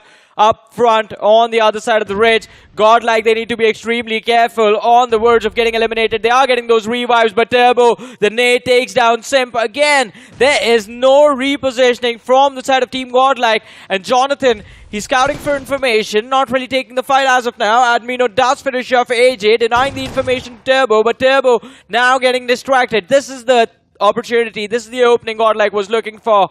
Just enough breathing room to go for those revives. Look at this now. I like this from the side of Hero Xtreme Godlike. Prioritizing player safety, prioritizing their numbers rather than just focusing on those finish points. They knew they were guaranteed those 3 points in front of them, and they did not want to take any unnecessary risk of running after Turbo and committing that 4th player in. Jonathan was just sent up front as a distraction. Keep circling that buggy, keep the threat of the push on him, and he won't move out, and Turbo just played into their hands. Yeah, but now this is a real sign of concern for Team Bliss. First 2 games passed by, Team Bliss is still not able to perform. They need at least 10 more points to put themselves in a safety cushion. Team Bliss, the games are running away from their hands, and Turbo is the only glimmer of hope alive inside of this game before even Godlike. As they look to make that rotation, they need to face off against 4 teams. CG, SPA, even WindGod Esports. And that's where Godlike, they just try to prime their vehicles against the players of CG. As Neo is now going to be the only man up close and personal. Even he's taken down low. Yeah, this is not looking good for the side of Hero Xtreme Godlike. Punk knocked out as well. Simp right next to him. The revive should be good. But WindGod with the 3rd party can be a pleasant distraction for Hero Xtreme Godlike. And something that Carnival Gaming might come to hate once they watch this WOD again. Neo is stuck on that 1st floor. And Admino is looking to lob a lot of utility or anything that he has to flush him out, but it's not going to be easy. Neo is hiding in inside that corner room. Hector and Goblin in the meanwhile. As I said, distraction is there. As Dreams, he has gotten quite close to them in that factory. Oh, but Goblin's movement, look at this. He lobs the nade, and along with the nade, just moves along the fence, so that Neo is not going to be the isolated player in that compound. Now there are 2 of them. And Hero Xtreme Godlike, they need to be on point in this fight. Otherwise, this happens. The Molotov from Goblin takes down one. Admiro spotted out behind the haystack as well, and he gets knocked out. It's down to Sim and Carnival Gaming. They are making quick work of Hero Xtreme Godlike in this fight. It's down to one last player from Hero Xtreme Godlike surviving, and he just ran up towards that first floor. Light work from CG. Even the last man Simp. I mean, the man just ejects out and just pumps one shotgun shell into his chest. And that's it. Sim literally dropped into the crosshair of Neo over there. And then CG, they just wipe out WindGod too at the same time. And this team is built different. They indeed are. Wiping out Team Hero Xtreme Godlike like that. Even WindGod Esports at the same time. For CG, they're making these fights look like they're a piece of cake. But RTGxIND, now this time they make the go call against the players of NON. Turban, he needs to strike hard. But how can he when he's knocked out? RTGxIND, they've already found the right string. But the back's against the wall, and this time around it's going to be doing too much damage. As RTGxIND, they just melt in the hot lands of Miramar. And what an incredible play coming in from these lads. And of course, Turban knocked out. He's the man who has been that key fragger for the side of NON Esports for the last few matches where we have seen them perform. But now Dragon Esports from the distance. Look at this. So much vision onto Starboy and Dura OP. He charges forward with a Molotov, but that is the mistake that Dragon Esports were hoping for. Well, NON were hoping for, in fact, that Dragon Esports would make. And of course, the third team in the mix, it is going to be the side of Carnival Gaming, but I don't think Carnival Gaming, they're focused on the win, because Goblin and Neo just pushed up into the open with that buggy and got knocked out. It's down to the last surviving player from Carnival, the IGL, Hector. And can he clutch out the win? I don't think he wants to as well. Dragon Esports, they messed up. I'm not sure what the call was, why they were taking two different fights on the opposite ends. They were taking a fight against the players that were right in the back, which was NON, and now they're also taking a fight against the players of CG. I'm not sure why Duoro OP just pushed up close and personal like that with just a Molotov in his hands. Yeah, that was so confusing. A lot of questionable moves being made from the side of Dragon Esports where all they could have done is just wait patiently for their time to strike. But instead, they wanted to be the opportunistic ones and ended up making the right decisions. Or the wrong decisions, I mean. But at the right time. Yeah, wrong decision at the right time. I think that is what happened over there. But, oh, Hector is looking for one more. Should be able to find the knock. Gets baited into a few unnecessary shots, but the knock has been secured. Now it's a 1v3. Too much damage from the blue. Either he denies his point, goes down fighting. Let's see Carnival Gaming. There's no way they win this game. NON, I think the chicken dinner is pretty much secured, Necro. But does this change a lot for the players of NON Esports? It can. It brings them into a fighting position going into the map of Sanhok. And if they secure another big win on Sanhok, then maybe we can see them move forward. They need 20 more points on the game of Sanhok, and it's too much to ask for. Because for NON, first game was messed up. Only if the first game was a good one, then maybe the last game could have been a bit loose. But now knowing the fact that they have picked up the pace on the second game, wiping out a team like CG in the end, now for NON, there's definitely a chance, but they need 12 or 20 points in that last game. I would say deliver your best. Anything over 15 points, go for it. And if you can secure beyond 15 points, then there's one more thing that they need to do when they're not playing their matches, is just to pray for everyone else behind them to fail. That's going to be step 2. But before that, at least Sanhok still leaves them in competition, still leaves them in a position from where will they, won't they scenario develops for the side of NON, right? And it all comes down to how the remaining other teams perform. But again, at least now a fighting chance is still there. Because before this, we just felt that, yeah, this team is already out. Yeah, but Johnny, the concerns, they keep on rising for Team Originals, man. They're still not able to perform. Another game goes, and Team Originals not able to play. Even Sarkar Gaming, they mess up big. You remember KSR7 all by himself off the rip like that, getting picked off. And then for Sarkar Gaming, even they went for quite a late game rotation all the way from Partona. And this was supposed to happen. Exactly. This was supposed to happen, but I think from the perspective of Sarkar Gaming, they expected things to go differently, right? Yeah. And it's quite surprising because Sarkar Gaming is so close, or at least were so close to qualification. Now we don't know. It all comes down to Sanhok. They get the chicken dinner on Sanhok, they make it through. They don't get the chicken dinner on Sanhok, I think Sarkar Gaming, we're going to say them bye-bye. The only reason why Dragon Esports lost out in that game is because Duoro OP made a commitment that he could not really live up to. Him getting knocked out like that off the rip was definitely something Dragon Esports did not expect, and Duoro OP just overextending in that fight was a little bit too much to ask for. Dragon Esports could have been the one to come out on top only if they would have showcased the patience properly, but they did not. Yeah, because Carnival Gaming also charged out into the open without anyone taking those shots. So Carnival Gaming was bound to lose 2 players. That was a move, that was a push that came out of desperation. And I agree with you. Dragon OP, this was their game to lose. And that one move of pushing towards that broken building with that Molotov in his hands, Duoro OP, 1 player down, and then 1 more player got knocked out in the backlines. I think it was Starboy who got taken out. Just left Dragon Esports in a position from where there was no coming back. But again, I think they also were looking for those early frags, right? They were not early frags, they were looking for those finish points. And of course, Dragon Esports, even with this top 2 finish, they're already on the other side. So do they really care? Of course they do not. Dragon Esports is doing way too good in the overall standings. But why the hell is CG playing so serious? They're actually playing for game-winning moments and stuff like that, maybe just handing out the records. I don't think CG is playing serious, to be honest.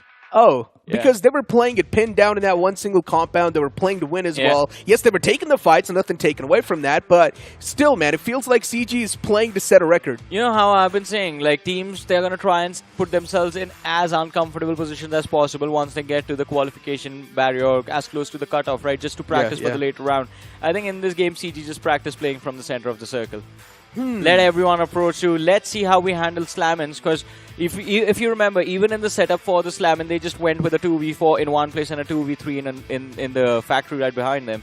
So Carnival Gaming, they are taking those fights split up in those duo formations, and I think that is what they have been practicing, how to fight with numbers disadvantage. Yeah, and I guess 2 players are fighting off against the players of Hero Xtreme Godlike, while 2 players are fighting off against the players of WindGod Esports, and that's where they easily wiped out both those teams without even breaking a sweat. I think WindGod just showed up with 1 player, so that was quite easy. Hero Xtreme Godlike, now that 2v4, in fact, it started off with a 1v4, that was intense, but point rankings on our screens. NON 18 points. We did see Carnival Gaming over there finishing in the top 2 as well. And Hero Xtreme Godlike, now their day was ruined considering they just got 5 points from this game. But talking about teams that we expected a lot more from, SBA, just 3 points. Inertia with 2 points. I feel extremely bad for Inertia, man. How they played in week 1, I was expecting a lot of improvement in week 2. That hasn't happened. And on the same note, the Originals, they are in the same boat as Inertia, it turns out. Yeah. Now, there's a high chance that we might just not see the Originals, Sarkar Gaming, Team Z in the upcoming stage. And Johnny, especially speaking of Team Z, with the way the day started off, I genuinely thought Team Z might just have a big chance to make the comeback. Me too. All they needed to do was end things on a consistent note, but then Miramar being messed up, man, it just stings us, right? Yeah, it does sting, but who knows? Maybe a big chicken dinner on Sanhok, a 30-point, not a 30-pointer, a 20-pointer gets them across, right? So maybe 25. Yeah, I would still say 25 to be on the safer side of things, because still we've got an entire red set who still needs to chime inside of the action. So anything can happen, man. With that being said, ladies and gentlemen, the second game of the day comes to an end. We got to toss to a short break. Don't go anywhere. We'll be right back. Have you seen my phone? Yes, I have. It's so gorgeous. Yeah, bro. Really? Hey, but have you all seen it? Mega Taskers win at every level. iQOO Z9S Pro with 3D curved AMOLED display. Fully loaded for Mega Taskers. Search iQOO Z9S on Amazon.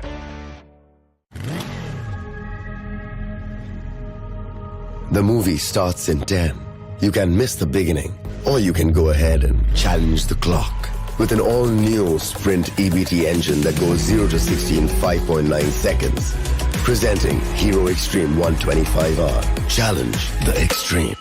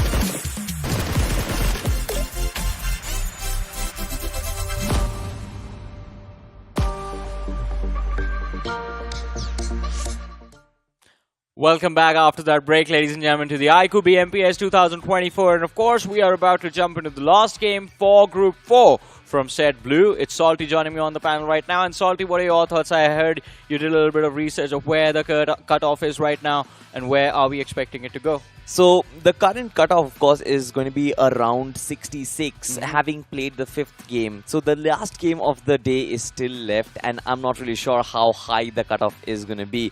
Talking about cutoff, I think let's just say it's safe points. You can be safe because we are still not sure where exactly the cutoff is going to be. The teams in the red set are still going to come in and play, Johnny. Exactly. Now it can just either be higher or a little bit lower, drop down a little bit, but let's see.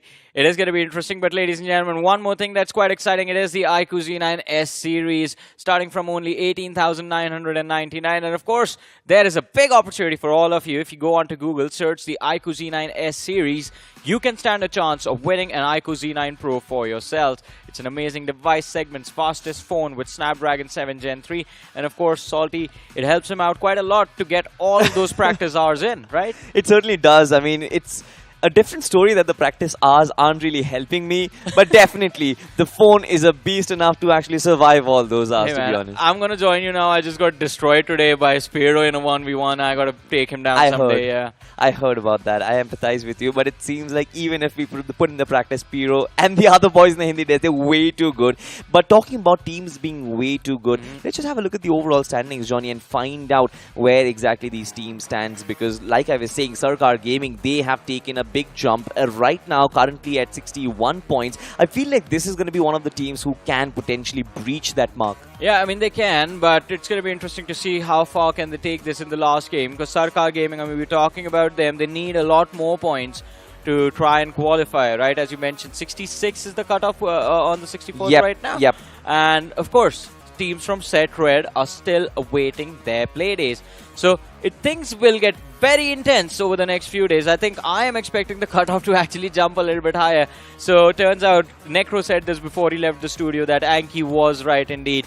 It can be over 70, and now we're expecting it to go over 75. The middle pack chaos, it is there inside of these lobbies. All of these teams like Sarkar Gaming, Bliss, Originals, Inertia, Esports, there's so much shifting happening. But look at this. In terms of shifts, SBA did a lot of hard work in the previous week. Today, heading into the last game, I'm a little bit concerned because they need that one big push to qualify. Same goes for Team Z, but Team Z, they need a big chicken dinner. Team Z definitely need a big chicken dinner. In fact, if not a big chicken dinner, anything around that 15-point mark with good number of eliminations, I think this team can progress through as well. You've got Team Inertia, and all of a sudden, it seems like they're not justifying their name because they do not have any inertia at this moment. They have been stopped. Yeah, exactly. The momentum they were moving with has completely been transferred to someone else, right? Yeah. But who is that team? That potentially is Team Z, because with the way they are moving in, with the finishes that they're getting, they're certainly doing a lot of damage on that overall leaderboard. Have a look at this over here. Not a lot of teams in great positions. You have Blind, of course. They did the heavy lifting in the first week. Nothing really taken away. This week, they just could manage 15 points. Team PSY at 14 points just destroys their chances of potentially moving in through. So there are going to be certain names, Johnny, who are kind of, you can consider them, they're not moving in towards round 2. Our Esports, who will be one of them. But the ones who are in the middle pack right now, they are going to be Sarkar Gaming, Team Originals, SBA Esports, and a lot of these other teams who are still fighting for it. Yeah, exactly. And they still have an opportunity on this upcoming game of Sanhok. So again, this match, the importance of Sanhok has just gone through the roof in a matter of seconds because of the chaos on Erangle and the map of Miramar. But as you said, you had to bring it up. Yeah, we have already said mentally in our minds, we have already said goodbye to a few of those names. RVNC, Esports, Team Snipy. I think Luckily, NON with this win have brought themselves in a fighting position. Yes. Otherwise, we would have said their name as well. Exactly right. This game was a banger for NON, especially with those 18 points. They were at 37 before, but with this game, they come back to 55. So potentially, they are also in contention, but Sanhok needs to be a banger. Yeah, a big win on Sanhok to qualify. And if they fail to do so, man, oh man, that's the toughest way to lose when you are the closest to victory. Toughest way to lose. You're talking about it, I feel like there are going to be certain teams, Sarkar Gaming as well, they are extremely close. Imagine the safe points being at 66 and Sarkar Gaming standing at 61 points right now. And we've seen this, Johnny, especially at the end of groups 1 and 2. You saw how chaotic the Sanhoks were, right? There was no control whatsoever, and it's extremely hard to kind of control the pace of the game when all the teams are playing their last games of this entire set. So to kind of come out of that and ensure that you get those very important 6 to 10 points, it is going to be difficult. You know what's the most evil strategy teams are going to utilize right now, especially teams that are there with 55 point onwards all the way to 60, 65 points, close to 70 as well. They're going to try and drop clash each other. Because you take out the competition in the middle pack in your own group early from that particular game. Teams at the top, if they perform, who cares? Teams at the bottom, if they perform, who cares again? They're not going to climb up as close to you, right? But you have to take out the competition. With the competition being taken out, at least from your group, it makes things easy. You can't really control what's going to happen in the other groups. All you can do is take out the teams that are close to you in that overall leaderboard while you have an opportunity. And that is something that I would like to see these teams employ into this game of Sanhok. But then again, I mean... It is going to get more chaotic than even I can imagine. I'm just going to say one word, Johnny, and that word is going to be risky. You have a habit of dealing with double-edged swords. What you are suggesting is a double-edged sword, right? Just getting eliminated by your competition, well, that is a risk of just awarding your points to someone who can potentially qualify. But Necro said a very important thing, the way you can identify the weaklings and going after them. That is a good one. Yeah, but what we are going to identify is the upcoming game, ladies and gentlemen. The map of Sanhok is going to be the last map for Group 4 from Set Blue. And well, it is time.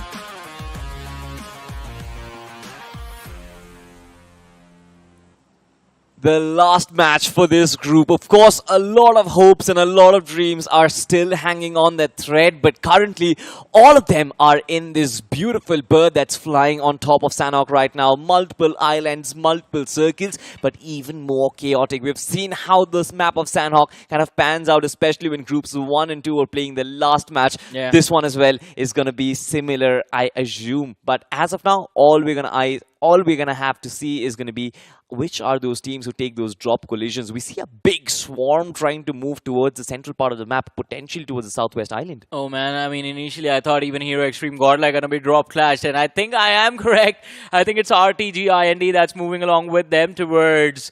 Where are these teams going? Are they heading towards Starthmok and Cow? No, they landed in the middle of nowhere and a fight breaks out. Lobster and Simp extremely low. Who takes down who? Simp with a pistol. And Vito gets knocked out. RTGxIND. Are they trying to ruin the day for Hero Xtreme Godlike? Or is Hero Xtreme Godlike out for blood today? Ralphie in the corner room with the shotgun. It's all wrapped up. Destroyed in a matter of seconds. 4 eliminations on the board for Hero Xtreme Godlike, but even in boot camp, well, this is quite normal, right? The 3 teams drop clashing each other in boot camp, and Team Snipy, WindGod, why are you doing this? Hold on to that thought as a second, because on the other side, Team Z, the team who's making a monumental climb, they have been stopped. They got 2 players from Team R Esports, but now it seems like their main player, Scout OP, has been taken down. He's been knocked out. He's still trying to move out and get to safety, but the player coming in from the backlines, Addy, does have that M249, but he's been shut down, Johnny. Yeah, he's been shut down now. R Esports, they have the upper hand in this fight. 2 players left. Regeltoss knocked out. But the remaining lads from the South Team Z, they are closing in. Vexy, he can't miss the spray, and he doesn't. The do knock is there, and Vexy is still standing. It's down to a 1v1 between the 2 sides. But Team Z, they have the advantage of these 2 players having a little bit of utility to work with. And R Esports, they are pinned in the corner. Vexy's going for the revive on Sayyad first. So there's a soft little reset happening, but here comes Dynamite, and he needs to explode. He certainly needs to explode. If it does explode on Team Z, Vexy spotted out. And dreams will be shattered. Vexy taking a lot of shots. Dynamite barely misses, but he's finally been knocked down by Root from another angle. RVNC, you're here to crush Team Z so far. Yeah, quite awkward. And Team Z, they have indeed been crushed because Syed is the last man left standing. Vexy's knocked out. Syed does have the DBS to work with, but his armor is completely gone. Oh no, damage dished out, one player down, but we can't forget about Dynamite. He can take those shots through the windows, and the player crawls out for the revive. Can't really get it, switches to the AKM. Sayed is still trying his level best. No time to go for the heal as well. And Dynamite, look at him. He's closing in from the rear. And now Sayed, a big decision, a big move. Either he clutches it out or the team gets eliminated in round one itself. Fighting for survival in the iQOO BMPS 2024 Team Z. This is so disastrous, Team Z. They had the upper hand against our esports, but RVNC with the devilish intentions. Now Syed, the man who can potentially make it happen. It's a 1v2 against RVNC, and RVNC are not really letting him breathe. As of now, the pressure is continuous. The nades are being lobbed in. The chip damage is massive. And they're just waiting for that moment to flood in. This is good work from RVNC. And it seems like the tough job has been done. Yeah, I mean, to be honest, they third-partied this fight. So it should have been much better. But RVNC, it's RVNC. So you can expect them to drop a ball every now and then. And they did. But no, Syed. Ouch. RD finds that frag. And I fear the worst now, Salty. It might be the end of the journey for the players of Team Z. All of that hard work they did today. 4 elimination points. Yeah. 4 elimination points is all that Team Z could get from this particular game. And we knew it was going to be chaotic. To ensure you get those 10 eliminations in the last game, it's way too much work. But look at this, no, they got third-partied. First it was our esports. They took on the players of our esports, somehow found those frags. 2 frags to be honest, and then RVNC pushed. And Vexy could not have predicted it, but man, I feel so bad about it. Nobody could have predicted it, right? But at the end of the day, in a battle royale, that is fair. You can't really say anything about it. You always will have to be prepared for those third-party situations. For Dragon Esports, of course, this team is well set, but inside of boot camp, this is going to be a good fight. WindGod versus Dragon Esports, one of the table toppers. Yeah, Team Snipy showed up, but that was a guest appearance. Got taken out in a matter of seconds. And WindGod, now they have the momentum, so they are going to push forward. Jim Jam knocked out. Superboy is trying to pull the players of WindGod Esports towards him so that Starboy can get a flank. But WindGod, they have a big numbers advantage to work with, so they are going to try and force the players of Dragon Esports into those 2v1s that favor the players of WindGod. But Starboy, position compromised, isolated, no cover as well. And WindGod find another knock. So the overall fight now turns into a 2v4, completely into the favor of WindGod Esports. This is the form that I was waiting to find from Savitar. Looking out in the back lines, he knew exactly that there can be a potential player coming in. And the way he checked that angle was also perfect. Not missing shots. WindGod finally, the wind hits their sails. But as of now, the fight is still yet to be complete. Jim Jam, barely on a sliver of HP, has been revived. So Dragon Esports, they still potentially can pull this off if they do get that time to reset and heal up. Yeah. Oh, or if WindGod makes a mistake, that can also be another opening they can look for. They almost did so. Yeah, Avi got too close to the window, and I think he forgot about where the players of Dragon Esports exactly are. Just, you know, sometimes you just get too much into the moment. With Team Z out of the equation, let's not say out of the equation, right? With Team Z around 60 points and the safe point being at 66, the door is now open for multiple other teams, one being NON. And they have momentum from the map of Miramar. So I want to see how does NON perform, because currently, have a look at the map. The circle is absolutely bonkers on the Camp Alpha Island. Carnival Gaming approaching NON right now, and NON almost trying to flood the situation. They know, as a matter of fact, that one of their main competitors has been taken down. So all that they've got to do is just play for those placement points. If they can manage 5 placement points, possibly a couple of finishes, it seems like NON can actually do the job. It's not just them, it's Inertia as well. It's the side of Sarkar Gaming as well. This is exactly what I was talking about. The competition in the middle pack has been taken out super early. And it's not just Team Z from the middle pack that has been shut down. Our Esports, They got eliminated in the early stages of this match as well. And then RTGxIND, RTGxIND, I don't think they're going to be too worried. They're still at the top. So RVNC, as a matter of fact, they lost two players, So Inertia is taking a lot of unnecessary damage from Dragon Esports, who for some reason were able to cross that river from bootcamp. How is this team here now? What is WindGod up to? They're a bunch of Olympians, swimmers, shooters, runners, absolute athletes, and Dragon Esports. The mentality with which they are approaching is crazy, but Hydra has found an opening. 2 shots, and both of them being taken down. That is brilliant. Yeah, man, that he made just feel like target practice over there. Both of them just stood there behind the ridge, unaware. And this is what we talk about on Sanhok, ladies and gentlemen. You have to watch out for the Sanhok snakes who are looking to strike. Inertia Esports, they are quite lucky. This is what we were talking about. We were hoping to see Inertia bounce back from that fight. And they have indeed lost 1 player. Hydra is going to get a revive in because Oppo was there for the rescue. So 3 eliminations have been secured, but they still need to finish in the top 3 with at least 6 to 7 more eliminations by the end of the game. They're extremely lucky to actually have survived unscathed from that fight, especially when Dragon Esports had spotted out Tan. It is very rare for a team to spot out a player, finish him, and then not look out for the other players. Exactly. I kind of felt like Dragon Esports would actually take to a search, but the search was never there. Instead, it was a surgical strike from Team INT, but on the other side, Sarkar Gaming, it seemed like even they have been taking down quite a lot. Wait, what? RVNC just walk into a target on his crosshair. KSR is always going to punish you. Just has a 1 first aid kit. He's going to apply that. Time has been provided. Heals himself up, but a shotgun at the doorstep. That is a big risk. It's a big risk indeed. The Molotov to flush him out, and KSR moves out of that corner room. Now Dynamite can be caught off guard, and he does. It's from the distance as well.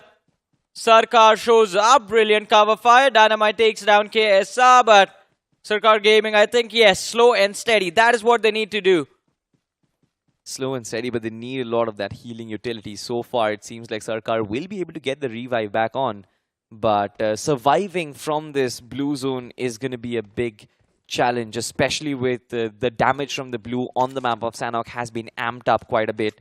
On the Camp Alpha Island, of course, we do have a massive cluster that is forming in that Delta region. Majority of the teams have escaped the boot camp. Let's just talk about the MVP from the last game. NoNx, Rush Boy OG. 5 finishes, 63% finish contribution. Needs somewhat of a similar performance in this game as well to try and make his team qualify. That dream Team Cosmic run is still yet to be found, the partner in crime. Yeah, that is true. Team Cosmic, I think they pulled off about 40 plus points in the 40 to 50 points in the last 3 games that they played and qualified. But my concern for Team Cosmic, or my beef with Team Cosmic, is why is it always day 2, man? Why can't you play good on day 1 itself? In fact, I feel like their day 2 in first week was not as good as their day 2 in the second week. No, I think it was exactly the same. They showed up in day 2 in a different form. Day 1, it was like, again, single-digit points at the end of the day. They learn from their mistakes, Johnny. I think so. I think that is the path to glory. That is the path to becoming a pro. Yeah, but another pathway that is something that you have to walk on is your journey in your devices. And of course, a good way to start off your journey is with the iQOO Z9S series, starting from 18,999, a phone with a brilliant performance, our official smartphone partner for the iQOO BMPS 2024. Coming back to the game, look at this. The zone once again is going to be closing in, and majority of the eyes is going to be on where does the zone shift. On the Camp Alpha Island, and in fact on the Camp Alpha Hills. Yeah. Carnival Gaming should consider this their home turf, but it seems like they have sort of been pushed out of that because Team PSY has captured the hills first. And now they've got a massive advantage because that high ground territory can provide them a lot. The Originals can be the only team who can climb on those hills, tiptoe their way back into Team PSY's defenses and potentially do a lot of damage on the overall standings. Man, look at how awkward things get when we don't have iQOO Seoul and Global Esports in the Camp Alpha circle. It's the next group that's supposed to play, man. And they don't have a Sanhok today. I'm pretty sure GE and iQOO Seoul, they're watching this match right now and wishing, like, why can't this be in our matches? We got pranked the last time they did so, Johnny. I mean, you can't even say anything. They didn't go at each other. Yeah, that is also true. That was a massive bummer, honestly. I felt like we were going to witness that massive clash once again, but no.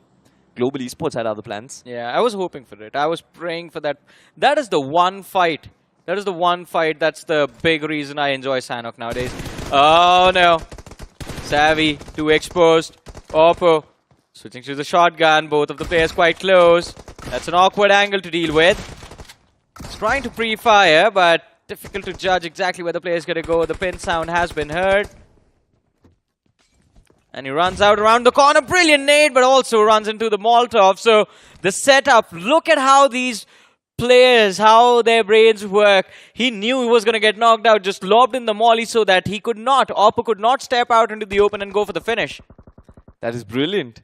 And also the fact that Savitar knew that cover fire is coming in from the back lines, but the problem now is... he's going to get finished off. Did not calculate the presence of over FTW and Hydra in those positions as well. It almost felt like Savitar was blindsided to take down Oppo in that close-range combat, but as of now, WindGod Esports. For this team, I think they've done the heavy lifting in the first day that they've played, but now the point of concern is going to be Godlike and their entry. Look at the way they're swarming. Yeah, they are looking for blood, man. Godlike has just turned into hunters in this game. And they're looking for their prey. Sim. Jonathan is I'm pretty sure he scoured the information. Sims moves up. But while they know of the player on the flank, they weren't really aware of the player up front. And Jonathan, some damage on him. Simp needs to back off, but he's going to need a good cover fire in order to get to a safer position. Rex, this is the man who's going to be the danger man in this fight. Has complete vision of the car. Simp, lot of damage taken. There's a big boulder there that can be utilized for some cover at least, but Simp still gets knocked out inside of that smoke. There's no escape from this position now. Godlike, they are going to have to adjust or readjust in this game. But who cares? I think they've crossed the 100-point marker, right? I'm pretty sure a lot of audience waiting in the chat, they do care about every single performance. Man, in one win a day. You have to be satisfied with what you get. 1 win a day is good. 100%. 1 win a day is good, but Godlike is also inching closer to taking down Carnival Gaming at the top. They're at the 2nd position right now. So maybe the fans will be wanting Godlike to put on another mammoth performance. A little bit of a misjudgment over there. Jonathan was very quick to judge in the fact that this place is quite out in the open. Taking a fight from this position is not possible. He fled from that situation immediately, but Simp was completely caught on. So there's nothing that he could have potentially done. For Godlike, I think few players in the backlines, especially Punk or Admino, could have provided some sort of cover fire, but that was not there as well. But with 3 players remaining, I'm pretty sure this team can definitely do some heavy lifting. But now look at this. This is the high ground advantage that I was talking about. The Originals. And they have so much vantage point. If they can rack up finishes, Johnny, potentially a comeback is on the cards. But look at this. Team Godlike, they're scrambling for position, scrambling for some cover. But because of their late entry inside of the circle, they are left with absolutely nothing, just running around the map. And they are going to run into the players of Carnival Gaming, it seemed like, but no. Mistaking or making a safe haven completely out into the open from the top of the hill. There's a big threat upon their heads. But as we were talking about the Originals, yes, brilliant positioning by the Originals, Psy official, both the sides controlling that Temple Hill. And along with them, SBA. They're trying to climb that hill from that eastern slope, but it's not going to be easy. Sarkar Gaming still on the southern edge of the circle. 25 meters to go, and there's no one blocking their way. So their movement, their mobility is not going to be compromised. And ladies and gentlemen, if you want your mobility to be uncompromised, check out our official mobility partner, Hero Xtreme. Hero Xtreme 125 are being given to the player who walks away with the title of Survivor in the grand finale. That is going to be a great prize, honestly. But speaking of, another great prize is going to be finishes for Team Originals. They will have to identify how Team PSY is kind of split up. And I like this split already, Johnny. From the higher ground, of course, you've got 10 who holds that information, who holds that vantage point. But AimGod, the moment he kind of shows himself, makes himself visible, I feel like that is when majority of the players will get flustered on which direction to peek out from. The nades do come flying in. GOD way off track with their utility, but at least he's starting to grab attention of those players. Yeah. Official not really from the back lines looking to make the push. Finally, the utility gets lobbed, damage dished out, and the OGs, it feels like they're starting to panic. Frozen needs to connect something, and he does. Froten finding the opening for his team. This allows GOD to move out and be the menace he wants to be in the lives of the OGs. The Originals, well, the fighting position has been found. They found the trade. Shandan OP in the backline is knocked out. This nade should connect, helps him secure the knock, or at least dish out an extra bit of damage. The knock almost coming, and GOD just the last shot missed out on, but his teammate capitalizes on that damage. Miles knocked out, hits the floor, and Froten, he's out of nades. He doesn't have any utility upon him. So this fight, Salty, there's a big chance this swings in the favor of the OGs, because it seems like Official, they just panicked. And they've completely thrown this 4v4. Team Originals, they broke that chokehold coming in from Team PSY. Absolutely brilliant. GOD IGL, all isolated by himself, and now the Originals, they're not going to stop. For a second, it felt like the angles were absolutely perfect. They were held on by these players. The directions were precise, but they just could not really convert the fights. Yeah, man. Official, I'm going to be honest, Official choked over there. They had the opening. There was no reason for Chandan OP to get overeager and move out in the flank when his teammates were lining up those nades. And we'll come back to that conversation in the meanwhile. Carnival Gaming, it seems like they finally realized, like, alright, we're going to go down that slope. Come across the players of Team Godlike. Jonathan knocked out. Punk can't really do much. It's a 2v4. Plus there's teams in the back lines as well on the low ground that will have the line of fire. So I think Godlike, their journey in this map of Sanhok at least will come to an end unless Punk pulls off a miracle, and the 3 nades in his hands just completely annihilate the players of Carnival Gaming. We're talking about the OGs and Official, right? Yeah. Official, first mistake. Chandan coming out into the flank.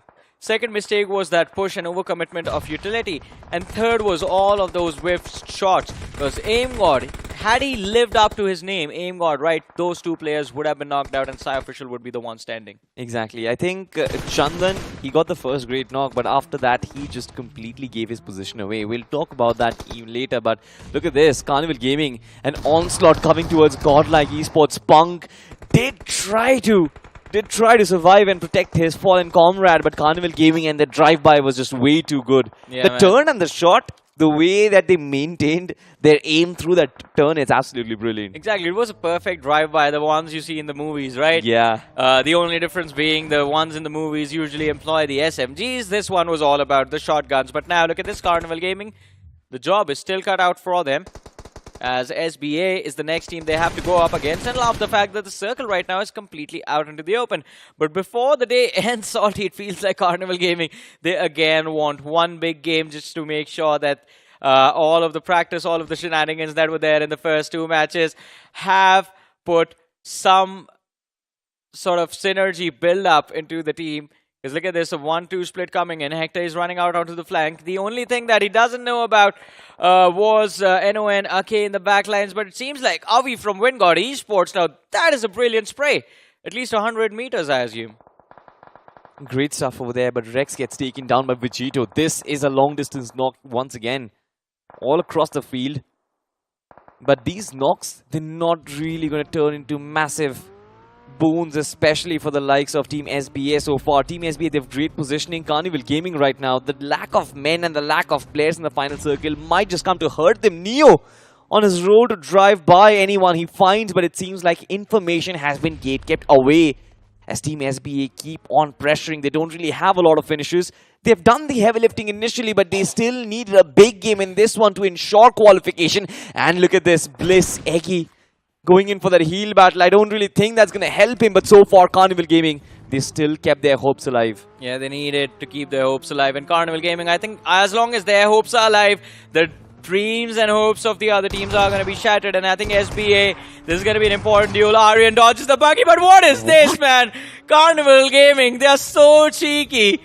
Neo just slams the car as a distraction, and Shogun with a shotgun just shows up in the rear. Nothing you can do about it. 13 eliminations secured on the board by the players of Carnival Gaming.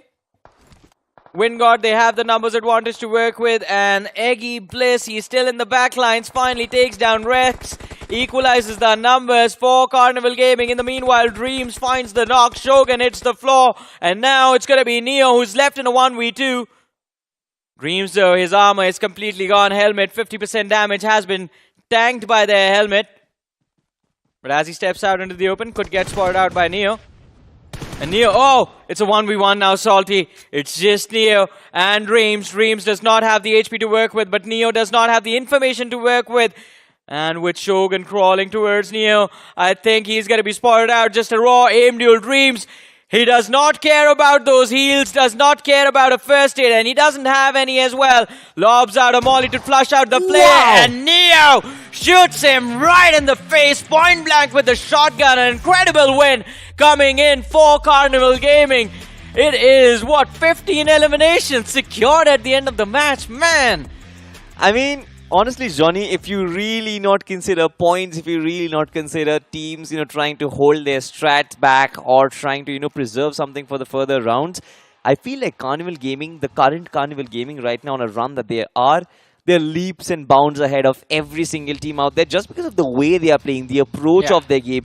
Look at that confidence on Neo and Shogun, the duo partnership, right? First of all, the confidence on Neo to run over in the final circle with the vehicle itself. Shogun following him up to close on up, and then, of course, that final shot. It was just a single burst that was fired from the DBS, and that connected. That DBS in that final 1v1 fired once, and that was the last time it fired. It was the end of Dreams as well.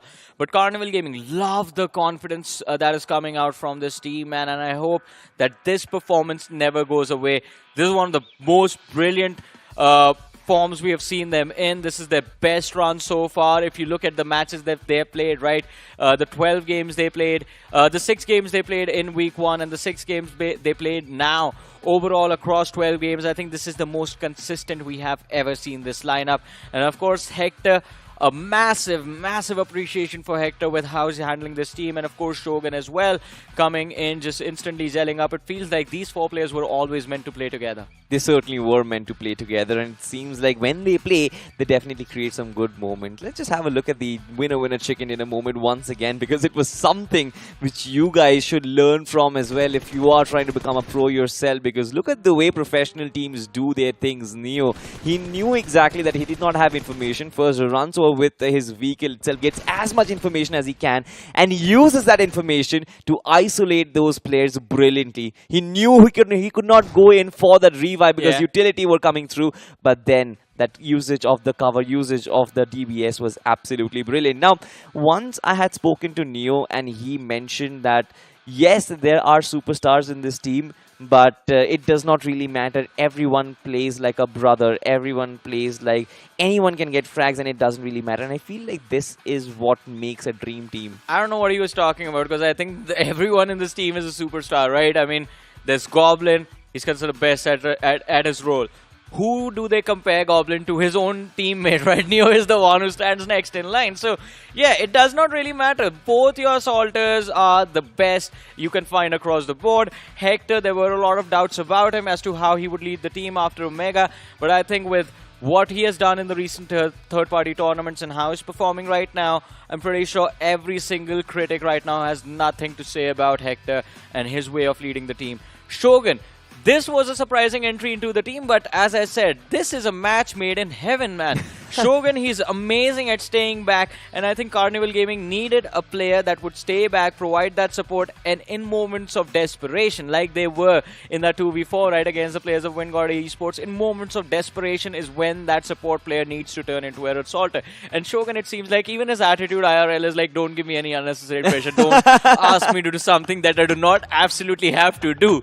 So I think, yeah, it's just perfect. Carnival Gaming, in my personal opinion, is one of the most perfect teams in this tournament right now. They almost have perfected something which I was talking about, the balance of both positioning and getting finishes on board. We'll talk about that, but after this point standings, 15 eliminations on Carnival Gaming, 25 total points, a crazy performance, but then WindGod can't be shut down. 17 points coming in from them. I think this team has improved, and then Sarkar Gaming with those crucial 8 points, Johnny. It seems like Sarkar Gaming will be one of those teams who potentially have moved through, I mean, potentially being in quotes. I hope so, because the previous 2 games were horrible. But hey, Salty, I feel bad. You know who I feel bad for? I know who you're talking about. Team Z, man. That is not what they were hoping for. First, it was our Esports that drop clashed them. They dealt with our Esports, and they dealt with them quite nicely, right? 2 players were still left standing. Yep. Vexy was going for revive. Out of nowhere, I don't know what happened. RVNC show up, and then they were forced to deal with the players of RVNC as well, and RVNC ended up taking them out super early inside of this game. And I think that is the one thing that Team Z did not account for. A third party within the first 2.5 minutes of the match starting of their feet hitting the ground. Exactly, and especially when they did not actually drop into any of the hot drops that we consider, right? They just dropped in those isolated compounds. The max what you're supposed to encounter is maximum of a team or 4 players, but a third party in that situation was absolutely crazy. Yeah. But with that being said, I still feel Team Z, they might have a chance, Johnny. They might have a chance, but now it's time for the other group to come in and play their last 3 games. We're going to come back after a very short break, ladies and gentlemen. Don't go anywhere. Than a mega tasker. Talk about stronger, quicker, faster. Slider. Gonna make way for the mega tasker. Fully loaded, go the ammo. Can't get it bigger, better, faster, plan, yo. Throw a challenge and you shall know. Tap, tap, tap, tap, slide of ammo. Who's winning? Who do you think? Mega Taskers win the game at every level. iQOO Z9S Pro with Snapdragon 7 Gen 3. Fully loaded for Mega Taskers. Search iQOO Z9S on Amazon. Move out with my baby on the side. I move out with my baby, got a style. Seatbelt, please. And we go right, baby, it's a long way home. The new Xtreme 160R4V, the fastest 160cc. Challenge the Xtreme.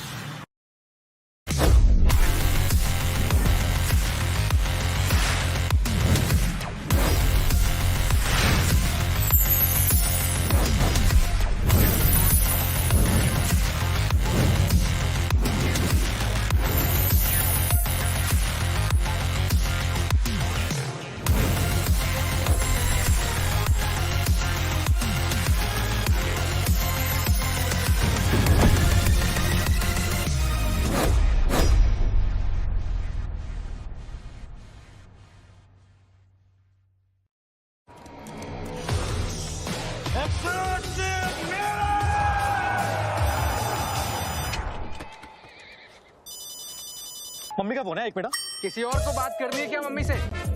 Take 63. Ouch. I'm not doing this. 300.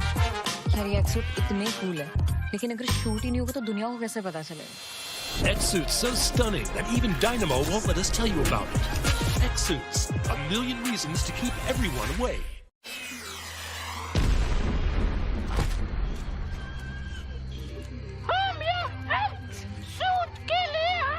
भाई इसको कोई acting सिखाओ यार। क्या हो रहा है? Cut, shoot cancel. आना प्योर। अबे बंद करो बे, आँख में छुप रहा है। Cut, shoot cancel. यार पूरी रात निकल गई, अगर शूट ऐसे ही चलता रहेगा, खत्म ही नहीं होगा तो ये लोगों को कैसे पता चलेगा? X-Suits, a million reasons to keep everyone away. Welcome back, ladies and gentlemen. After a short break, of course, the matches of Group 4 are over, but now we are here. Necro has joined me for the matches of Group 3 to begin, and there are storylines here as well. Man. Necro, first of all, I'm going to ask you this. Team Z, in that final moment, it felt like a heartbreak.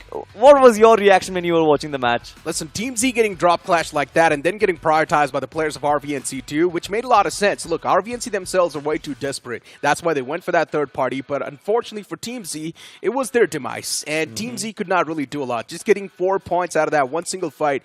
Somewhere down the line, we all know the journey's done for Team Z, but still, let's just wait for the final results, right? That's when things will be shattered. Let's just wait for the final results. Yeah. I'm hoping that groups from this team and groups from the red team as well, they also kind of suffer a little bit as well. Maybe Team Z can possibly push through. But ladies and gentlemen, if you also want to push through your professional career, you need to get yourself a gaming device which is capable of those Rs. And that is going to be our official smartphone partner, iQOO Z9S series, starting from from 18999. You can check them out. Of course, you can search on Google. There's a giveaway that is happening. One of 15 lucky winners is going to get themselves their hands on a brand new iQOO Z9S Pro that is even better. But coming back in the conversation once again, Necro, this group definitely is going to be interesting. Orangutan, they set a record yesterday. 3 matches played, 45 points. They're the only team who can potentially beat WSB right now.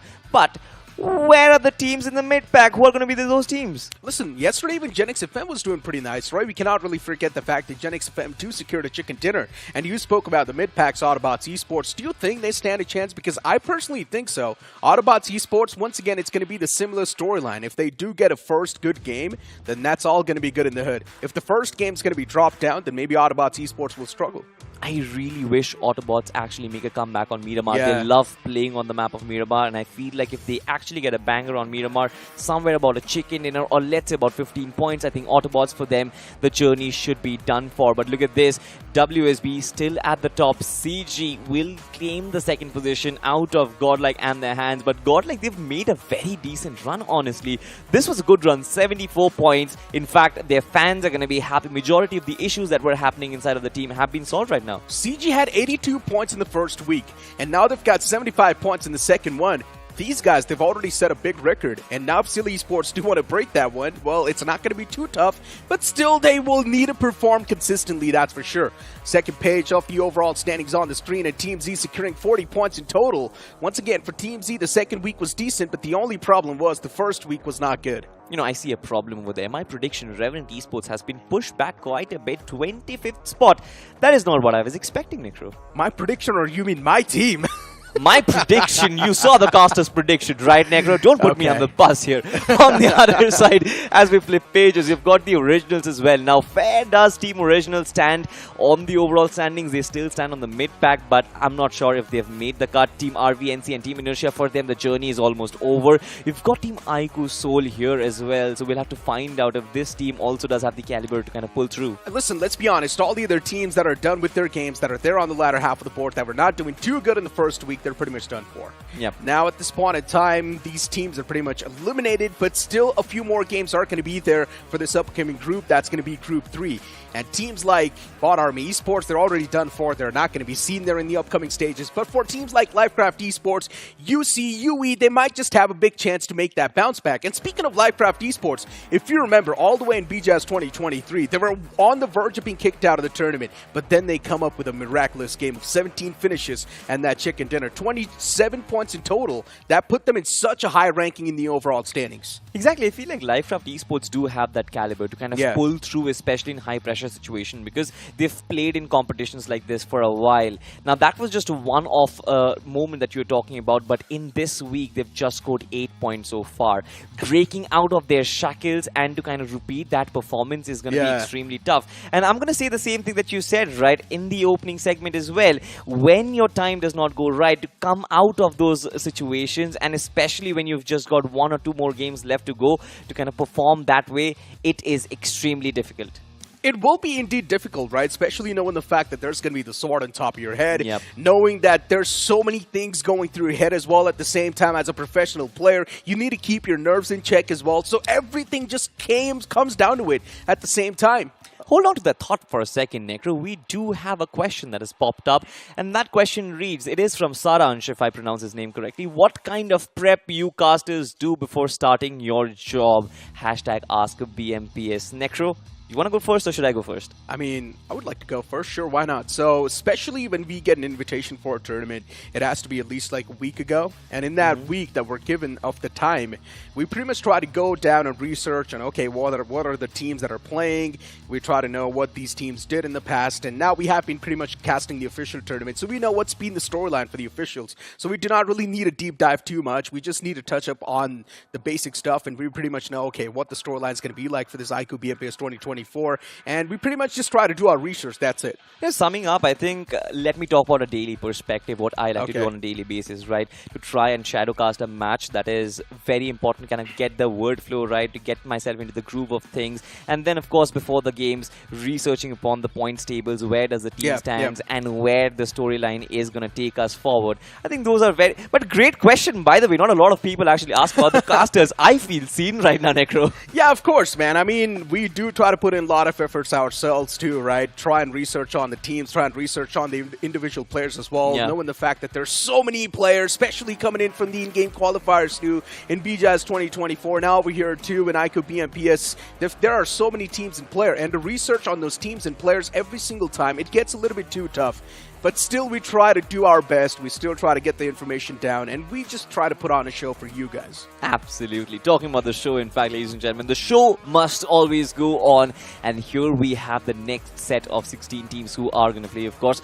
Few names on which question marks will be there. Inspiration Esports, LIVECRAFT Esports, both of these teams in that mid-pack as well. You mentioned about Autobotz Gaming as well. I feel like this is going to be another team in that mid-pack trying to break through, especially with this set where Vikendi, Miramar and Erangle is going to be played. I don't really think they can control the pace of the game. And especially knowing the fact that there's also going to be a few more known names. You might just call them the spoiled brats, right? Yeah. They know they're easily going to make it to the grand finals. Corporate squad. They are definitely going to try to make sure that your game will be shattered. And for teams like Genesis Esports that are there all the way in the latter half of the board, that are still like the known faces, they might just be on the targeting side of things. They can be targeted by teams like iQOO Seoul. And you know what iQOO Seoul is capable of? Especially when they do get complacent inside of the lobby, when they do get comfortable, they might as well just drop on 4 different corners of the map and start taking fights. This is a very big conversation point, honestly, because for these teams like iQOO Seoul, Global Esports as well, and even for Orangutan, they have nothing to fear. And there's that very big phrase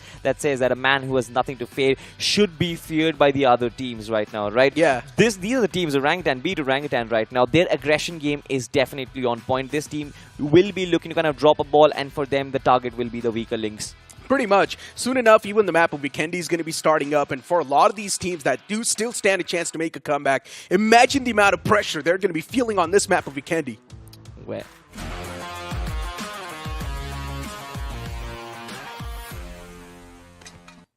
The pressure is gonna rise up way too much as we look at the peak, but ladies and gentlemen, the Big Bird is back up in the skies, and currently we are flying over the icy lands of Vikendi, and this is a map where we know things are gonna start off slow, but as soon as it ends, there is utter chaos. The flight path, of course, it starts off from Krichas and moves over towards Vinery, a flight path which kind of favors the western part of the map a little bit. But Necro, we all know, right? As a matter of fact, the circle is gonna drop around Mount Kresnik and Castle.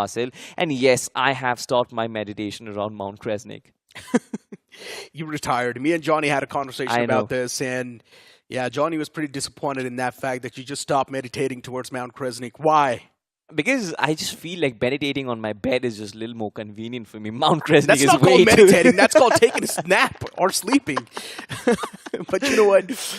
Jokes apart, focusing on this game so far. Teams like TMG too. Now, keep this thing in mind. TMG much more of a newer face on the block. And even TMG can stand a solid chance to make that comeback. But once again, they just need to be consistent. And this is the conversation that you and me had too. Yeah. Teams that do not have anything to lose can be the biggest spoiled sport. For example, teams like OG, iQOO Seoul, GENxFM maybe as well. And for GENxFM, yesterday's day was quite decent. They got one chicken dinner. What else do you need? Absolutely. I think GENxFM have become an extremely aggressive lineup right now, and they just are looking for finishes. All their players are functioning beautifully. But the team that was in contention, LIVECRAFT Esports, this is an extremely crucial fight for them up against Team UC. As of now, Drigger is the only man who is still standing. Not a lot of root on the entirety of LIVECRAFT as of now. No helmet on Drigger. Just a Thompson to kind of work with. He does have the nade equipped, but he needs that opening. Villa's been sort of like the favorite spot for these teams to duke it out in the early phase of the game now. It's not the first time we're seeing a fight inside of Villa. It's been happening for a long time. And keep this thing in mind, LIVECRAFT, they do need this fight to be converted in their own favor. If they do lose out in this fight, that's going to be a bit problematic. Let's discuss possibilities, right? What if LIVECRAFT lose this fight, right? They will still need about 30 to 35 points from the next 2 games. And I feel like on the map of Erangle and Miramar, it will be very difficult. Yeah, you said it right. They need 35 more points just to be on the safer side of things, right? If they get 35 more points, they're going to have 70 points in total. That's going to put them in a really comfortable spot in the overall standings, pretty much assuring the spot in the future stages of the tournament. Before now, you see, a few shots were exchanged from both the sides, but nothing found. Keep this thing in mind, LIVECRAFT is quite a known banner. If they do not make it in the upcoming stages, that's going to be a big disappointment for the fans. Honestly, UC Gaming is not too shabby to scoff at as well. They have had their success in the first week. Second week, yes, of course, not the best of results, just accumulated 7 points. But this is where LIVECRAFT Esports come into the picture as well. They themselves have had a disastrous week too so far. Just 8 points acquired. But so far, it seems like UC Gaming, they're waiting for LIVECRAFT to make a mistake, pop in through those choke points, and then pull on their trigger. I like the formation. I like the crossfire that has been set up, but the ball is in the court of LIVECRAFT right now. When do they lose their patience, Necro? Oh, Util's being tossed. Wow! And it actually blows up right on the face of Zyphrix. It's not a great way to start things off for the players of LIVECRAFT, that's for sure. Considering now they're taken down to a 3-man squad, and for UC, that's the exact opener they were looking for. Can UC stand a chance to make the comeback? Because so far, they've only managed to accumulate 30 points. They at least need 40 points in the span of 4 games, or in the span of 3 games, my bad. So getting 40 points in 3 games sounds a little bit too much, but it has to be a consistent spree. And for now, LIVECRAFT, they're definitely dropping dead. It's not looking too good. 2 players already down and dusted. Now it's down to the last 2 remaining players, Trigger and Roger. What can these 2 guys do? Might just be too much to ask for. LIVECRAFT, there's a lot of that pressure. The boys are crumbling under. And Roger and Trigger, they do want to push in tandem. But for UC, they've already converted this fight almost in a flawless manner. Only 2 more players to go, and that's 2 of 4 on 2. It's too much to ask for the players of LIVECRAFT, but they still do retaliate with 1 more knockout in return. As Trigger finds the second one too. Now it's taken down to a 1-on-1. Somehow the players of LIVECRAFT, they have managed to pull things back. Roger was taken down to barely a sliver of HP, but as he patches himself up, LIVECRAFT, they might just swing themselves back in the advantage. Yush, he should go for the revival. Right now is the right time. It certainly is the right time, right? 3 players knocked down. Why is he not pushing up? Why is he not going for the revives? It's definitely going to be the question. Roger was healed himself up, given himself considerable amount of time to try and get back into this game. Now he's looking for those finish points. UC Gaming, this is disastrous. Indeed it is. Roger's taken down way too low, but he's also done a significant amount of damage against Yush. Wiz wants to pour out a few more bullets upon himself. He wants to use himself as a distraction. But Roger repositioning himself inside of the fight, making sure that the opponent, even he's going to be overthinking a lot of that stuff. LIVECRAFT Esports, they do manage to pull things back in this fight. As Roger, he hands out a death blow to another man too. And now the fight's taken down to a proper 1-on-1. You see the game's fumbled up for them too. It's such a big mess up from the side of UC. It was taken down to a 2-on-4, but still they mess up. I have no clue what I just witnessed in front of my eyes, because UC Gaming, this is a massive, massive choke. From that point on, from that advantage, you never should have let Roger walk away with those 2 finishes. This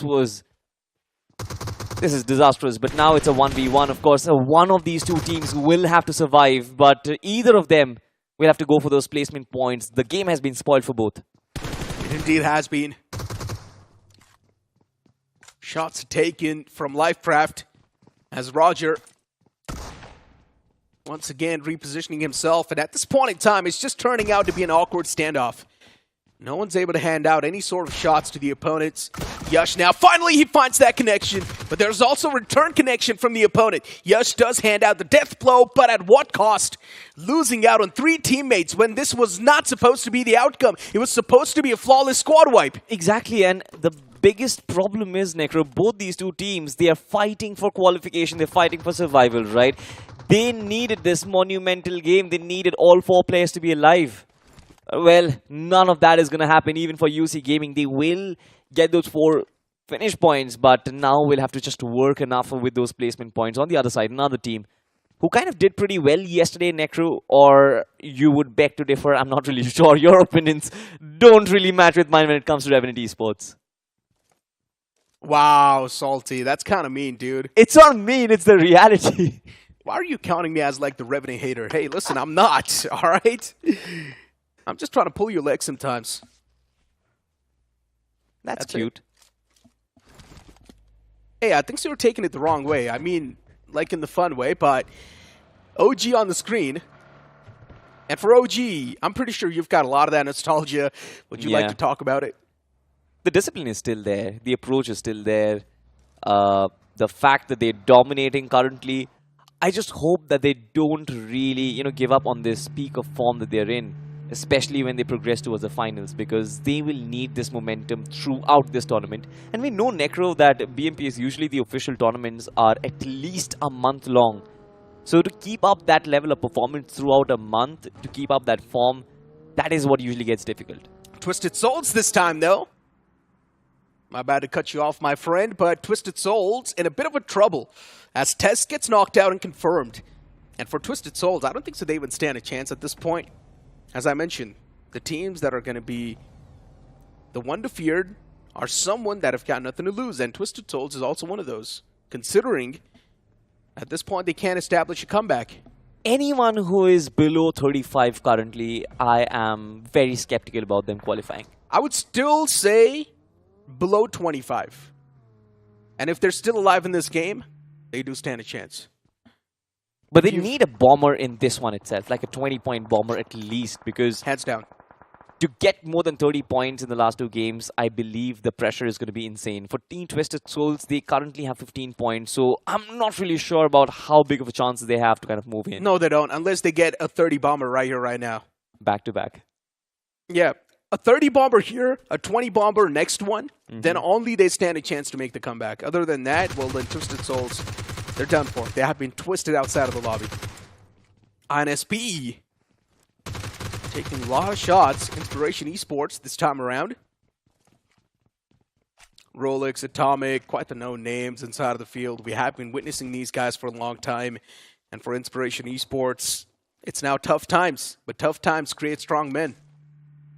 Talking about strong men, I think good times create weaker men, and TMG, they are kind of a replication of that. They had a fantastic week 1 where they amassed almost 41 points, and then in week 2 they only could get 15, but hands down it seems like this team is going to make it, provided they get the consistent performance today. 3 game, 15 points, I think so they can easily establish that, right? Yeah. It's not even that big of a benchmark to achieve. So for TMG, it should be good in the hood. You've got TWOB on the screen, and for TWOB to face off against Remorseless, there's also GENxFM in the back lines. It's now a big trifecta of death. And also a big standoff. TWOB, they've got themselves quite a nice position to play with. I'm loving the stances from the players. Once again, the experienced bunches, showcasing why they are the experienced ones. And I love this spot from the side of Cyrax. It's going to give them so much more information, and maybe a possible striking advantage too. Gives me ninja vibes. The way he's holding his position on the terraces, crouching down. You mean Assassin's Creed? Potentially. But 3 teams in the same locality, and none of them taking any shots at each other. This is the Cold War that we're talking about. This is Vikendi, ladies and gentlemen. I mean, it's pretty much relatable too, right?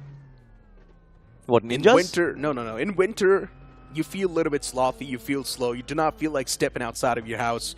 You just want to turn on the heater, sit That is inside. just an excuse, Necro.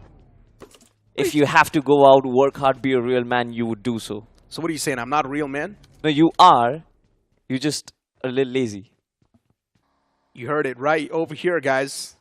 Now he's saying I'm not a real man. I'm just saying you're lazy. You know what? Let's move on with the conversation. iQOO MVP of that previous game is going to be Neo from CG with 6 finishes and 40% finish contribution. For Carnival Gaming, they do not even need big bangers like these, but still they are playing it quite nice, tactical, sticking to their own main original playstyle.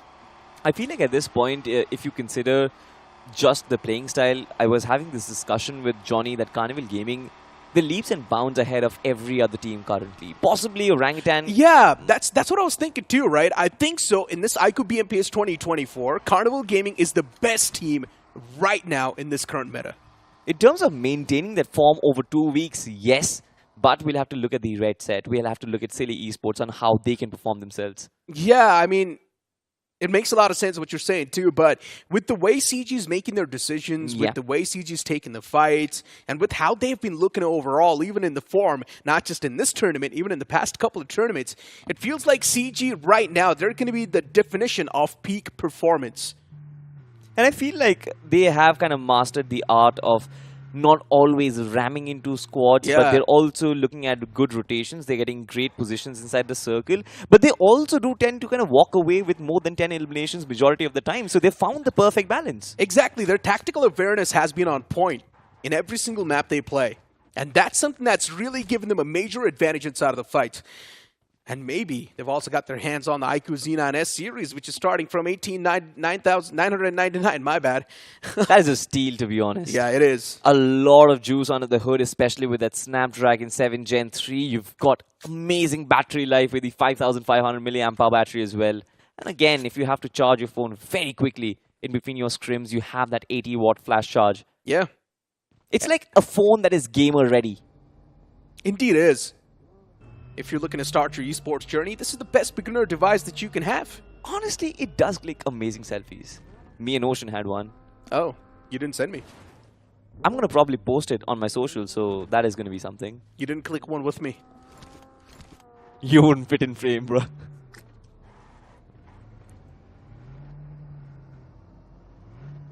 Autobotz, qualification still on the line. There's a lot going through their heads. And for Autobotz, with how they are in the overall standings, one single game left out, it's not going to be that good of an outing for these guys, man. And it's quite a known banner too, especially in BGS 2024. These guys were playing so nice, and now the transition towards the iQOO BMPS 2024, it hasn't been too fluid. They still need a few more points. They are quite closer to that qualification bracket, nothing taken away from that, but still, I expected Autobotz to be much more in a comfortable spot up till now. But that's not the case. But hold on, Autobotz looking to face off against the players of TMG. As TMG, I'm pretty sure, considering they've got the man disadvantage inside of the fight, they're not really going to try to ignite this one. Even Autobotz, as a matter of fact, I feel like they're just here looking for their respective compounds, and once they get their hands on that, there is no real compulsion for them to actually push up. The only team to have been eliminated from this competition so far is LIVECRAFT, the team that we were watching out for. TMG, I think for them, the job is going to be simple, just to maintain that consistent run of 5 to 7 points. For Autobotz, I feel like, I don't know, Necro, I have a slight hunch that this team might actually choke in the places that they're supposed to be performing. They have 53 points right now. To qualify, currently the safe bet is somewhere about 68 to 67. But getting those 15 points should not be difficult, but I feel Autobotz, they'll have to work a little bit more. And talking about working a little bit more, you don't really have to work much, especially when you're rotating on our official mobility partner, Hero Xtreme 160R4V. It looks amazing. That is the best feature. I'm not really a guy who actually loves a lot of power on my bike. I'm more like a comfortable city rider, and I want the aesthetics. This one does. Good looks, good performance, good features on the bike too. What else do you need? Go ahead and check it out. But moving back towards this game, the only fight we've seen so far is towards Villa. That's the only confirmed squad wipe we've seen. After that, it's been quite a slow and steady game. Twisted Souls losing out on one, TMG losing out on one. These individual frags being left out. Those are the only things we've seen. Remorseless is one of those teams. Even they probably don't stand a chance to qualify. So once again, they can be the spoil sport that these known names will be scared of. UC Gaming, Teenager Esports, Unify, Genesis, Twisted Souls, these are the teams who kind of not really have a lot of chances. Yeah, the bottom 4 or 5 in this group. The bottom 4 or 5, exactly. For GENxFM, of course, This is possibly the first time I see the fearless Marahatas actually not step into a fight, especially when there are 8 players right in front of them. They have so many teams, but on the other side, look at this. Team iQOO Soul just rotating right next to Unify. They will move fast, but they will stop definitely. And the first knock is there, Necro. Wait, Shy knocks himself out. That's not a great way to start things off inside of the fight, but then iQOO Soul, hold on. They're still facing a bit of that reality check. That knockout upon yourself is not the way you're supposed to kick off the fight, and it just gives the early head start to the players of iQOO Soul. What just happened to Shy? She knocked herself out. Nervousness, Necro. Seems like the nerves are getting to her, especially when a team like iQOO Soul charge in. We've seen this happen yesterday as well. They come in like flash and they finish off their squad in a flash as well. Technically, Mania over here getting 3 eliminations. Quite quick succession over there, but for the other team, yes, there definitely were moments where we felt like maybe there is a chance, especially when iQOO Soul had stopped their vehicle. That was the chance where they should have actually capitalized, but no, the opening was kind of given away. Unify Esports, way to kick things off. Getting kicked out of the first game itself. iQOO Soul's now pretty much going to try to rotate away from that spot, considering it's not looking too safe after all. Revenant Esports 2, they move in all the way through Cement Factory. Autobotz is also filled up with a couple of teams. Autobotz, REMORSELESS, TWOB, GENxFM, even TMG is a part of that, and now even Revenant Esports wants to be a part of that engagement. There's way too many teams in that one single small city. Maybe Salty should tell Revenant Esports to move away from that spot. Potentially, you know. But I'm kind of dicey on where the circle is going to go to, because I still have that feeling that the circle will get drawn towards Mount Kresnik once again. But as of now, Revenant Esports, the way they are huddling up, Seth extremely close towards that one player, skillful. Nade will get lobbed in, but Seth survives unscathed. No real damage taken, and GENxFM will fall back. Revenant Esports did get themselves some sort of space, but will they be able to make quick work of this space is going to be the question. Pretty much.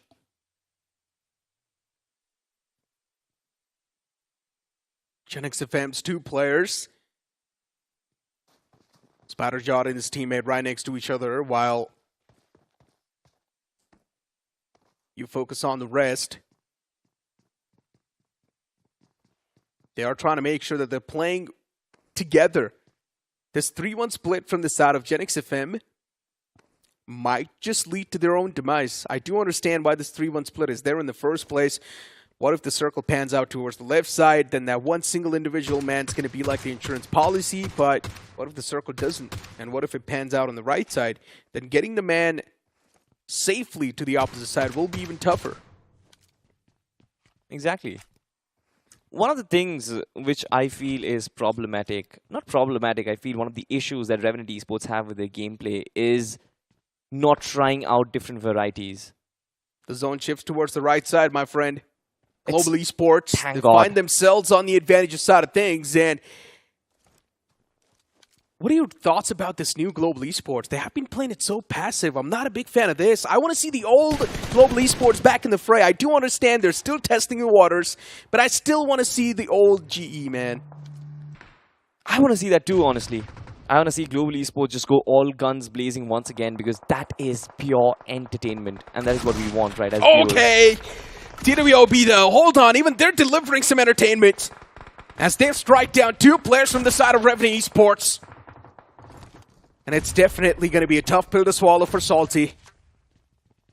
Oh yeah. It's TWOB with a few easy strikes, and Revenant Esports already cut half. And now even Seth is getting charged on by the players of Genesis. It's not looking too nice. And GENxFM, they easily managed to wipe out the entirety of Revenant Esports. Now, this is my problem, right? With Global Esports, this team, we know they can play aggressive. They're testing out the waters. They're trying out different things on how they can control each and every assaulter's movement. Being a little passive, but that's okay, because their aggressive side is done. It's sorted. They almost were about to win BGIs. With Revenant Esports, right? They never go aggressive. They never try and take a fight. I understand they will kind of get those finishes on the as a byproduct of their position. No, wait, hold on to my second. Listen, hear me out, all right? We know as a matter of fact that Revenant Esports, they will get their positioning, but it does not work every single time. My man, I've never respected you so much, my friend, but today, you just earned a lot of respect. This is what I've been saying for such a long time. Remember when we started the conversation about Revenant Esports? They play too passive. They just don't take the fights in the early game phase, and that's costing them. Some fights you need to take because you just do not really have the option. Because later on, the snakes will come from the back and they will bite you. And talking about coming from the snakes from the back, there are so many teams just duking it out. In fact, 3 teams to be exact. Remorseless, throwing in that nade. No damage really dealt over there, but GENxFM have been broke in half. Oh no, Remorseless. Even they're just adding the salt on top of the wounds at this point for TWOB. The last man standing, that's going to be Prince. And for GENxFM too, it's Skillful. These 2 individual players in that same building, while Remorseless, they just want to be the advantageous one. And they want to take the constant advantage of what's happening on the screen. Skillful could have been knocked out. That could have been it for the side of GENxFM. But luckily enough, Skillful backs away from that Molotov and will survive to see another day. There's a few more shots taken against him from somewhere else. Skillful's not safe no matter where he moves. He's taking shots from all the different directions. He's got no smokes as well to back him up. But he eventually lobs one. And now it's time for the players of Remorseless to make it push. Remorseless, there's one man in the outskirts too, as Limo is trying to wrap up, and even he takes the fight, but this time, he gets strike down in return. As TWOB, they reply back in a strong fashion, and Cyrax, he just strikes down 2 players at the same time, also wiping out the entirety of GENxFM with it. And Cyrax will be snuffed out in the end by the players of Remorseless, considering they've got the man advantage, and they clear out this entire vicinity. Finally, Remorseless coming out on top in this fight. It was extremely dicey, extremely sweaty, but now they've got themselves a corner of the circle which they can cherish. This is a great position to play from, but apart from that, we do have 6 more squads left inside of this competition. Just 1 player for Orangutan, WindGod, who is still surviving, finally making his entry inside the circle. But on the other side, there are teams like GENxFM and iQOO who are completely unhurt. Of course, it's Autobotz currently who are on the crosshairs of Team TMG, and TMG need a lot of points, Necro. They indeed do. For TMG, with a 3-man squad, survival's looking a little bit tough, but knowing the fact that they've also got a really nice spot inside of the safety lines, that's going to be the cherry on top of the cake. iQOO Soul, too, playing from the edges. They've got a few more teams to worry about. That's going to be in the name of Genesis Esports. And Genesis, they've spread themselves out quite wide apart. I'm not a big fan of the split. Manya himself has gotten 4 eliminations so far. He's the one to lead the pack this time around, being the IGL, still striking down a few more foes, getting the advantage for his team in his hands. Another man gets knocked out from Genesis Esports, as iQOO Soul slowly and steadily clenching their own fists. And even Knuckle, he hands out a death blow to the man who was knocked out in the front. And now for Genesis Esports, he's just one last man standing. He wants to keep his position anonymous, but for how long? Definitely a good question, but another good question is going to be, when did Mania get 6 eliminations, and how is Team iQOO Soul getting finishes without sweating? It seems like they're just making such easy work around this lobby. They're maneuvering, they're taking down teams in a flash, and they're just getting space without really working that hard. This team, they certainly have perfected the art of playing aggressive, something that we were talking about moments ago, but as of now, Team Autobotz, will they be able to hold on to the aggressive nature of Team TMG? Explosions do happen left, right, and center. Yeah, TMG down south towards the zone. You've also got Autobotz now moving in. iQOO Soul on the northern side, OG on the left. Remorseless too, still wanting to step their foot inside of the safety lines. TMG so far, though, in this one single compound, looking okay. There's so many smokes being tossed out from Autobotz. It's crazy. The entire land is covered with smokes, and Autobotz will have a smooth sailing towards this compound. But TMG is ready with the shotguns trained, just waiting for at least one man to step in that vicinity. And as soon as they do, probably the shotguns are going to make sure this time its presence stings. The smokes are also going to fade away soon enough. Autobotz, they need to come up with a game plan as soon as possible. The problem is the presence of Remorseless in this position. They're also waiting in the backlines for this fight to begin, and as soon as it does possibly come to an end, they will start to try and reap the benefits of this fight. Autobotz in fact make a longer rotation, get themselves the northeastern part of the circle, a higher ground, a much better territory, but just without the hard covers, and now they are going to be exploited to Team iQOO Soul. Mania once again. Oh my god. Quick work. This Easy. lad is brilliant. Yeah, he's easily just collecting the souls of the opponents. It's not Mania this time, it's Grim Reaper himself. He's collecting these eliminations with ease. No one's able to stop Mania. And he's the only player who's got so many eliminations for iQOO Soul. 7 eliminations so far. Just handing out executions after executions. And Mania is looking unstoppable. 4 so far. The entirety of iQOO Soul, the freaks of natures. As Remorseless is one man just prones out in the open. But for how long can he stay alive? That's my question. Second man as well, closing on up towards that same vicinity. And the entirety of Remorseless, they just come crashing down as iQOO Soul now. It's the final 3 teams alive. TMG, iQOO Soul themselves. And you've got Autobotz too in contention. Well, Team iQOO Soul with 4 players still alive, it seems like they are going to be dominating. But it's going to be an open circle. It is anybody's circle as of now. Team TMG coming in from the backlines. They will try to take and play a support role. But the nade coming in from Team iQOO Soul takes down 2 players. And of course, they're going to run over without even having a flinch. Yeah, Aura gets ran over. The confirmation instantly follows up. Even Orlo gets ran over. How is iQOO Soul able to run through the fights like that? It's a hot knife through butter at this point. An unstoppable force of nature. We were having to talk about CG being the pinnacle of what the esports scene is supposed to be right now. But then iQOO Soul just come in with much more of a smoother entry in this map of Vikendi. And they say that we are the peak performers in the Indian circuit. Wow. And just like that, even the last man gets collected, not even breaking a sweat. That's what you call a hot knife through butter. That is flawless, right? Team iQOO Soul, there's no errors in their gameplay. There is no flaws in their gameplay. There are no breaking points in their gameplay. And it seems like every single game, one or the other player steps up. And it can be anyone. It can be the IGL as well, who can back 7 eliminations himself. That was one of those plays where we all were just mesmerized.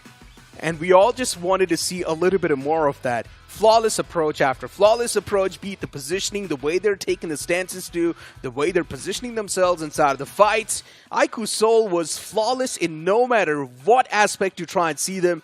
That's a peak performance so far we've witnessed. Every single word that you're saying is hitting here right now, Necro, because I'm extremely frustrated. Revenant Esports, what was that? They wanted to be a part of that kerfuffle. They straight up ran their vehicles towards that compound. They found themselves a bit of that empty building to play with, and Revenant Esports thought that, yes, we might just sit down over here for a long time and wait for the upcoming zone to pan out. But then they get pushed by 2 different teams. It's also TWOB from one side, and even GENxFM, if I'm not wrong, from one of the sides. So Revenant Esports, they just got demolished. The point is, right, Revenant Esports, since they take so less fights, especially in the early stages, their 4-4 fights has a lot of gaps. Multiple times you would see one of their assaulters fall, and the rest of the assaulters from the other team, they will usually flood in through that location, right? The only way you can fix it by taking more fights. Exactly my point. That's always been the main sign of concern for Revenant Esports in this new banner. And that's why I've been saying Sensei needs to drive his team a little bit more aggressive. He needs to be pissed, man. Sensei's way too calm. Talking about calmness, it seems like LIVECRAFT Esports themselves will also have to be pissed right now. Both LIVECRAFT and UC, to be honest, because that fight in Villa, I'm not really sure what was going on through the heads of these players, because Roger shouldn't have been allowed to get 3 finishes in that situation. Yeah, I mean, with the way the previous game just went for the players of LIVECRAFT Esports, getting taken down way too early like that, and knowing the fact that LIVECRAFT Esports, they just bombed that entire fight. The opponents had the big advantage, but even the opponents bombed it later on, so both the teams end up missing their own timestamps, and later on, it was LIVECRAFT to come out on top from that entire moment, yes, but not for long, considering they just did not really have the man advantage to play with. And let's just see this hypnotizing gameplay from iQOO Soul. I was mesmerized. I was way too impressed with this one, and I just want to see a little bit more of this in the upcoming maps too. potentially on the map of Miramar. But on the map of Miramar, I think my pick is going to be Autobotz because they play the map of Miramar beautifully. One more question, of course, where was Global Esports in this game? That's what I'm saying. Global Esports are playing way too passive. They know they can qualify. So at this point, they just really do not care about anything. But I was expecting them at least to take one or the other fight, right? Yeah. We did not really get to see, especially with the amount of space they had in another part of the circle. You still remember, right?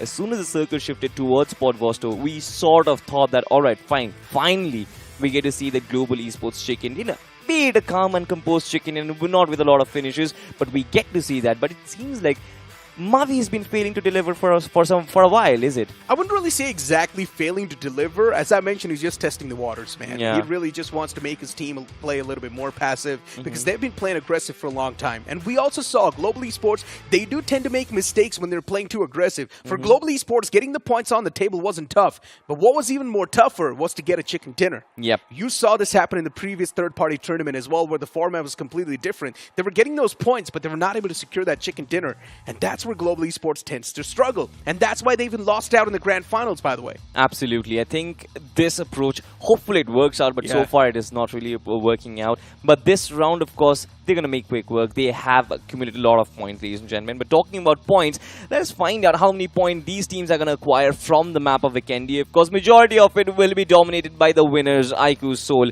A fantastic display, a lot of finishes on Mania. For total of 15 finish points and 25 total points. TMG, in fact, did a very good job. They started off around the 55 mark, but with 8 more points, they are well set. TWOB, great team, great attacking prowess, 7 finishes, 1 position point, 8 points in total. Remorseless with 7 points and Orangutan with 7 points. Things have been sorted, but then there is that big drop. Autobotz on 5 points. Not really enough, Necro. Yeah, for Autobotz, just those 5 points are not going to be enough. They need a big game, at least one single big game with 20 to 25 points, and that's going to put them in a comfortable spot in the overall standings. For LIVECRAFT Esports, the same thing can be said. For UC, they need a nuclear performance, that's for sure. Revenant Esports getting 0 points, but they've already done the climb, so it's all good in the hood. You've also got UE with 0 points, even Twisted Souls with just 0 points. But for iQOO Soul, the previous game, all you need to do is just put on the song of Smooth Operator and let the montage of iQOO Soul play. Absolutely. Well, I'm pretty sure the songs are going to be playing, but I think a team like iQOO Soul and as competitive as Mania is, he's going to push for more because I feel like the performance that Carnival Gaming has put forward, he's going to take that personally. He's going to be like, all right, I'm going to try and prove myself that I'm better. Yeah, but here's the problem though, right? iQOO Soul wasn't really playing too seriously in the first week itself. They did not really secure a lot of points. If they do want to take things seriously against the players of CG, now they need nuclear performance after nuclear performance to try and match up the level that CG has put up so far in the competition. But, you know, is that going to happen or not? Even the map of Miramar can tell. But for now, it's time for us to toss to a short break. Don't go anywhere. We'll be right back.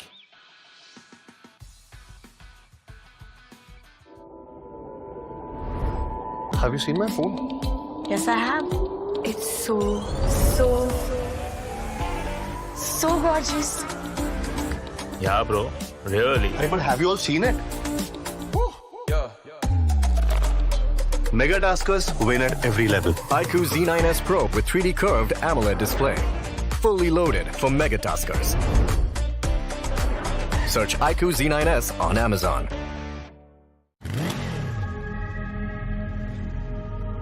The movie starts in 10. You can miss the beginning, or you can go ahead and challenge the clock. With an all-new Sprint EBT engine that goes 0 to 60 in 5.9 seconds. Presenting Hero Xtreme 125R. Challenge the Extreme.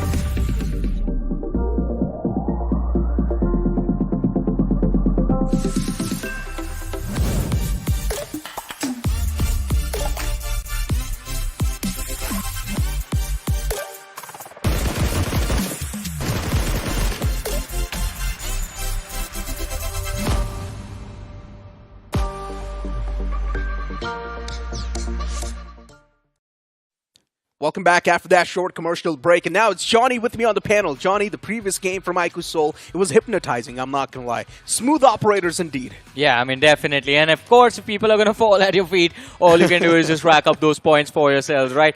And this was a conversation we were having for the last few days. The first week, iQOO Seoul, we expected them to be at the top within that first week, but we were never concerned, right? Even though they were able to secure just 48 points in that opening week, we still felt comfortable because everyone knew this was going to happen. It wasn't a question of if it will happen. It was a question of when. They made the lobby look like a classic lobby while there's still so many teams struggling. Yeah. Even Revenant Esports in that previous game struggled way too much.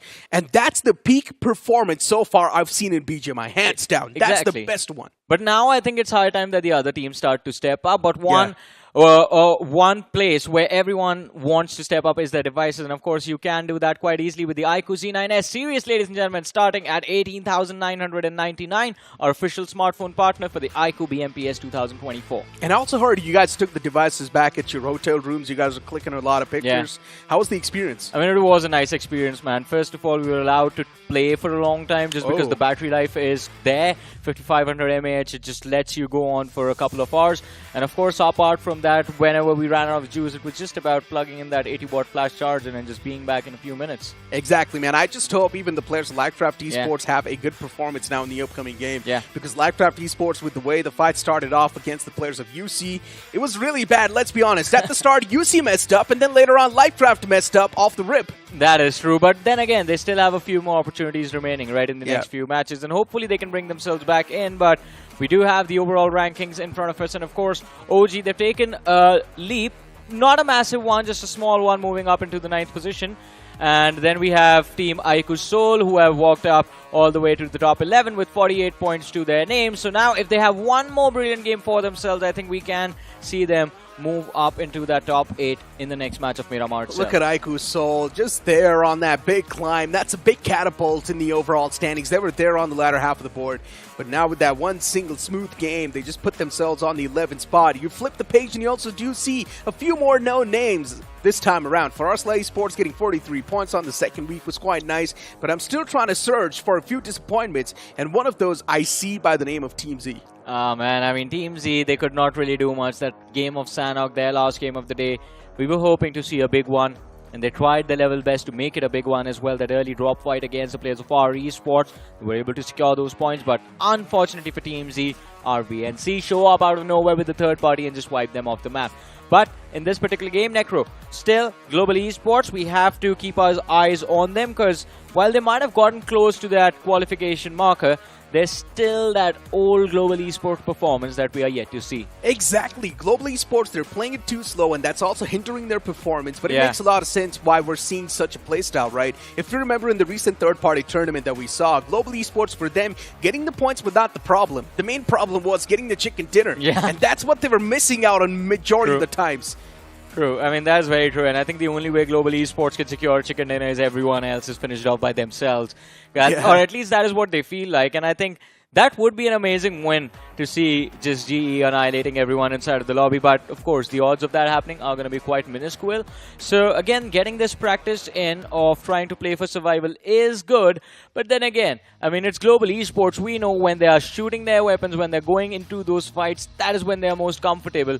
And I think with how they are playing right now, and considering what happened in BGI's 2024, I think even they are prepping up for the trophy lifting. And I just hope with testing the waters, they do not really forget their main gameplay, man, because it does tend to happen to a lot of these teams. Yes. When they try something new out inside of the lobbies, they pretty much try to forget how they were playing before. And I just hope it's not going to be affecting their main gameplay. I agree with you 100% on this. When you're trying out new things, you get so focused and you practice it so much that you've forgotten what you were used to. And then it takes you like a couple of games to get that aggression back in. But again, for a team like GE, I think it's their second nature, just going into those 4v4s and dominating them every single time. So I don't think that's going to be a massive issue. But we would like to see those performances at least once a day. I want them to go aggressive.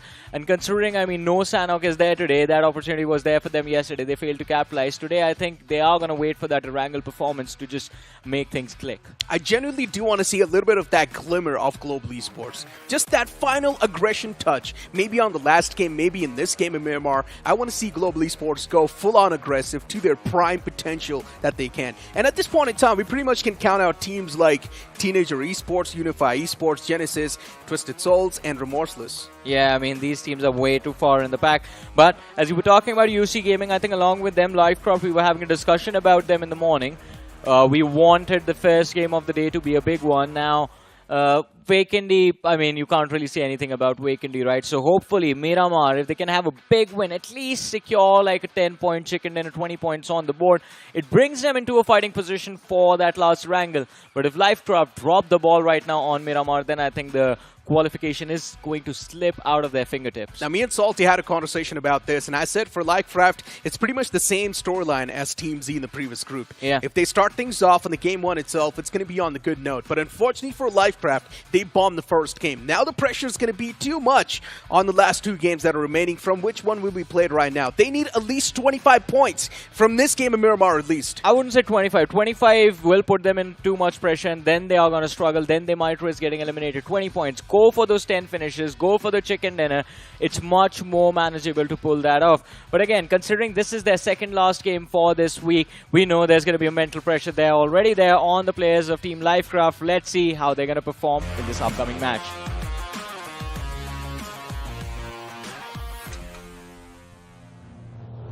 As the plane's going to hit the skies once again in the deserty lands, starting all the way from Campo Militar towards down south of Los Leones. The plane flight path is tilted heavily to the right side of the map. If you do want to move in towards El Pozo, La Triliera, even Monte Nuevo, even Chumacera, that's going to be a tough stretch. You would need to go for a pit stop location, get your hands on the basic weaponry, vehicles, and then move in towards the main drop location. Well, let's see though. I mean, the entire western side completely denied for a lot of these teams. And that makes me a little happy because, I mean, we didn't expect a few early drop clashes to happen. But it seems like from the northern side, at least, there aren't going to be any teenagers allowed that isolated drop towards Campo Militar. Genesis, they're going to cruise or glide towards Water Treatment, Cruisedale Valley, pick up a few vehicles from there, and then play the rest of the match. We have iQOO Soul taking an exit, heading towards Hacienda del Patron, at least to kick off the early stages of the match. But look at this. I believe it is Genesis, quite close to TS. Are we looking for an early fight over there? Maybe not. Genesis, they've got their own merry ways towards truck stop. Oh, GE, I guess. Yeah, and for Global Esports, they are up against the players of Twisted Souls and Remorseless.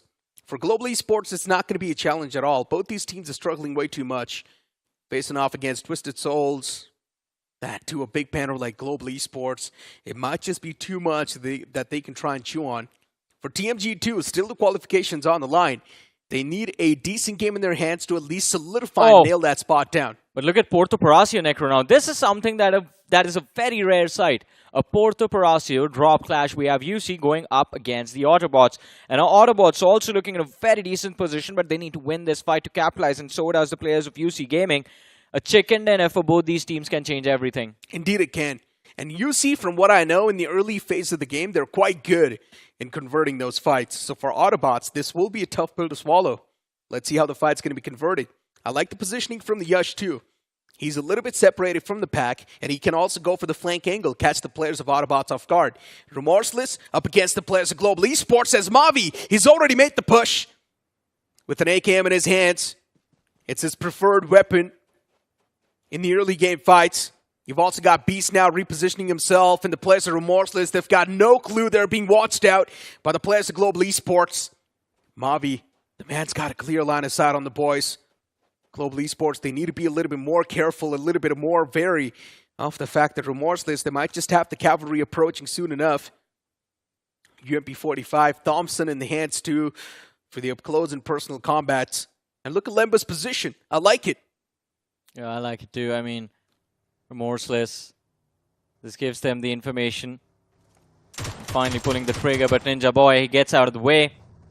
And now Global Esports, they've closed in on these compounds. Mikami is going to be the first line of attraction. The first player under fire. Spots out Beast in the back lines and instantly goes for the knock. Global Esports, not the start that they were hoping for. And he also finishes the man too. Global Esports, a bad start to this fight. The confirmation on that player is definitely going to put them in a big state of discomfort, as now another push is being made against this man. But eventually, he gets strike down. Global Esports, they do get the even Steven trade in their hands. And finally, we're seeing the aggressive phase of Global Esports. This is what they're known for. Really do want to take the fight against the boys, but unfortunately, the Molotov that was placed from the side of Remorseless, it was flawless. As Slug gets knocked out, and maybe confirmed too, still demands in flames. And Ninja Boy tossing another util as he catches two more players right in the front. And Ninja Boy will be the unstoppable force in this fight. He still needs to go through one more wall by the name of Divine.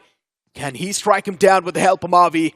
Ninja Boy, the only man left to try and play it off with Mavi himself. As Mavi, he wants to create that off angle, but both these guys do end up reuniting. And now it's time to make the push happen. Ninja Boy's out in the open, S12K up against TBS, who will be the one to prevail as the TBS finds the first connection, and it will be Mavi to put the nail in the coffin. But without any delay, Necro, here comes the third party. We have the players from Twisted Soul closing in onto these compounds. Look at the radar. They've made it all the way towards the ridge. And Ninja Boy needs to heal up, needs to reset, be prepared for the assault that is headed in their direction. It's going to be a 2v4 situation against the players of Global Esports. Did not have the numbers to go for this fight, but it's a moment of desperation. In Global Esports, they're already doing quite decent in the overall leaderboard, so they do not really need a lot of points to qualify. All they need to do is win this fight, and their job will be done. Indeed. Twisted Souls now repositioning themselves in a decent fashion as WAMP is on the screen, especially with Global Esports on the receiving end of things. And I'm loving the stance from Twisted Souls too. They've surrounded them from all the different angles. So now Global Esports, they're suffocating to death in that one single compound. Every single player from Twisted Souls, they know their role as they've surrounded the entirety of this compound. And now Global Esports, they cannot find the escape opportunity. But Twisted Soul is just waiting for at least one man to make that mistake, but that's never going to happen. They need to make the push. Well, let's see. They have left Rome in the back lines. And Tesk as well. They're just marking the exits. They know Global Esports, they can't really go anywhere from here.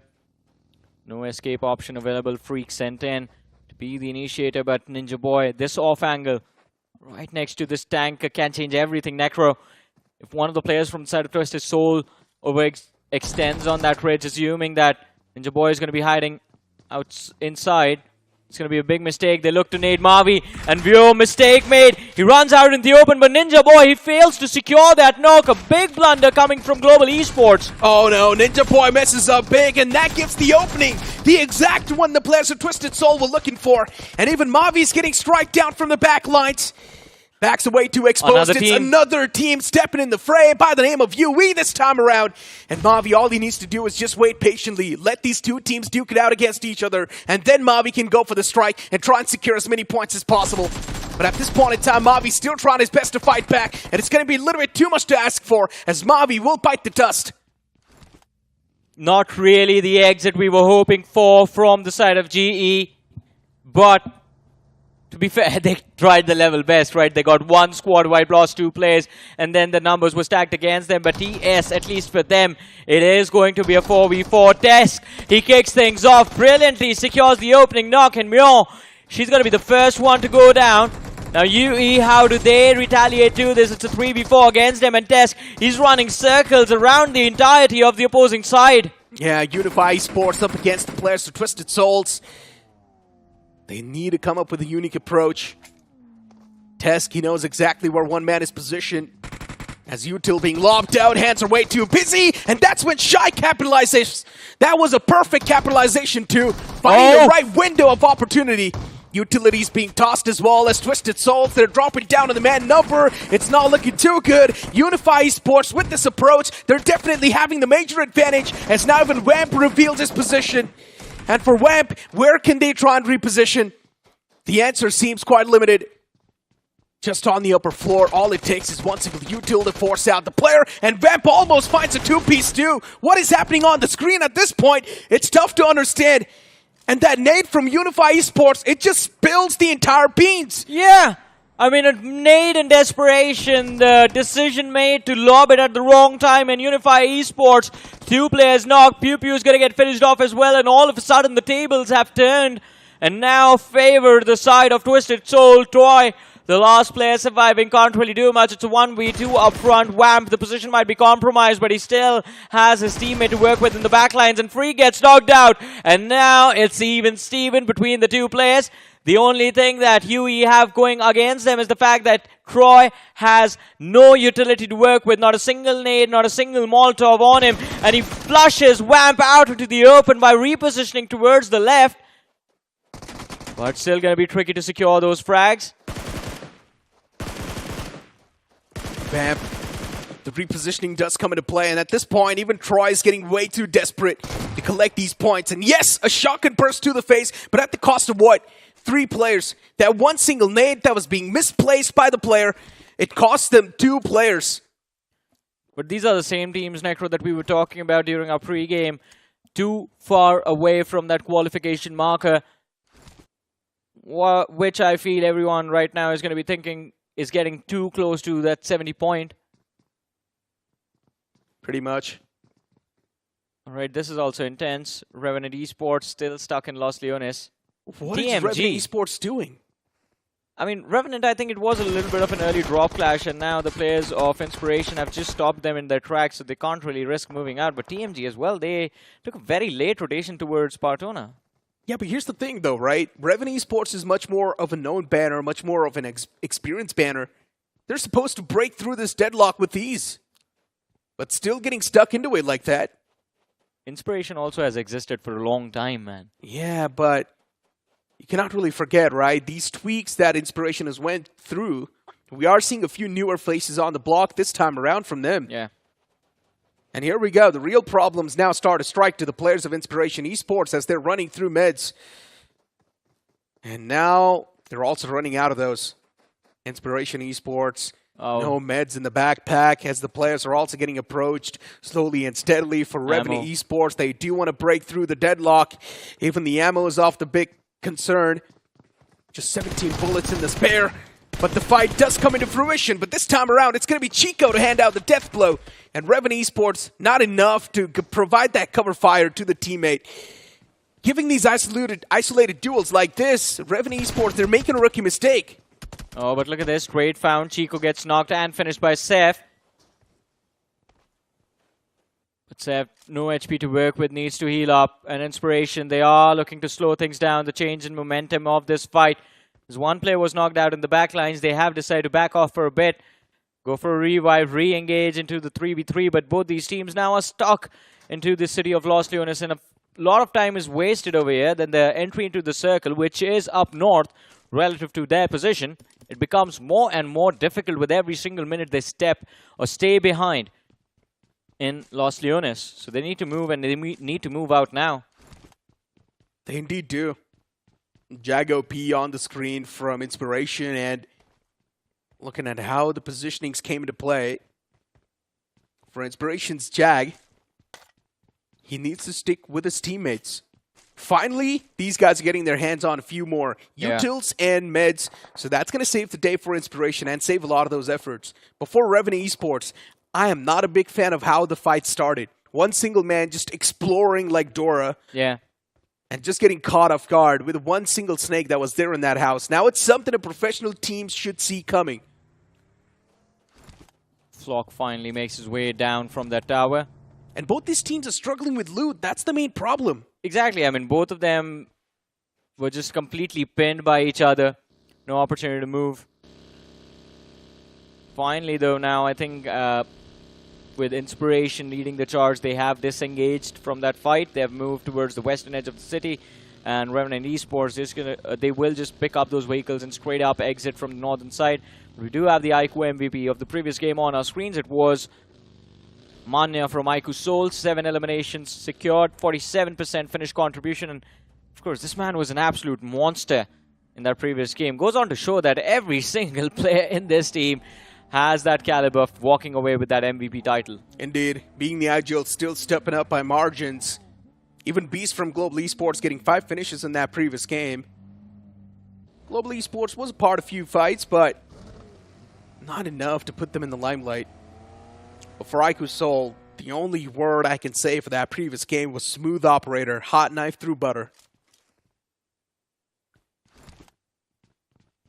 They made the lobby look like a classic one. Yeah, from their perspective, not ours. Yeah. But LIVECRAFT, a big game required for LIVECRAFT. Still struggling. Although the position in the circles this time, it seems like, is something that can help them secure a big win on this map of Miramar. Close to the smack center. The only problem is there's a massive cluster building up north, but we do have the airdrop over there with the MK. Of course, everyone likes the armor and the helmet combo, especially in any given situation of a competitive lobby. Yeah. You take so much damage, even if you take a step out into the open. Armor is never healthy, but ladies and gentlemen, the iQOO Z9S series starting at 18,999. Our official smartphone partner for the iQOO BMPS 2024. An amazing device. Necro, haven't you gotten any time to practice on this one? Not yet, but I've heard tomorrow I'll get a chance to take this device home. Oh, wow. Are you excited for that? Of course I am, man. And I'm never going to return it. Don't tell it on live broadcast. Evil plans. Oh, man. God damn it. We got to trust so many people with all of this sensitive information. I know. I'll just keep it secret next time around, all right? Yeah. Just keep it to myself. But you know what? TMG on the screen. We discuss this on Vikendi every time. Yeah. Podcast stars. And right now, this time, it's in the hot lands of Miramar. And TMG, they might just be trailed down by the players of Autobotz. They're right behind him. Or maybe you can't say pretty close to them. They are spotting out the players too, but no one's going for any sort of shots. I would love to see TMG engage in this fight because these are free points in my opinion. Me too, man, but finally shots fired. Rico, and he has been knocked out. The first man from the side of Autobotz to hit the floor.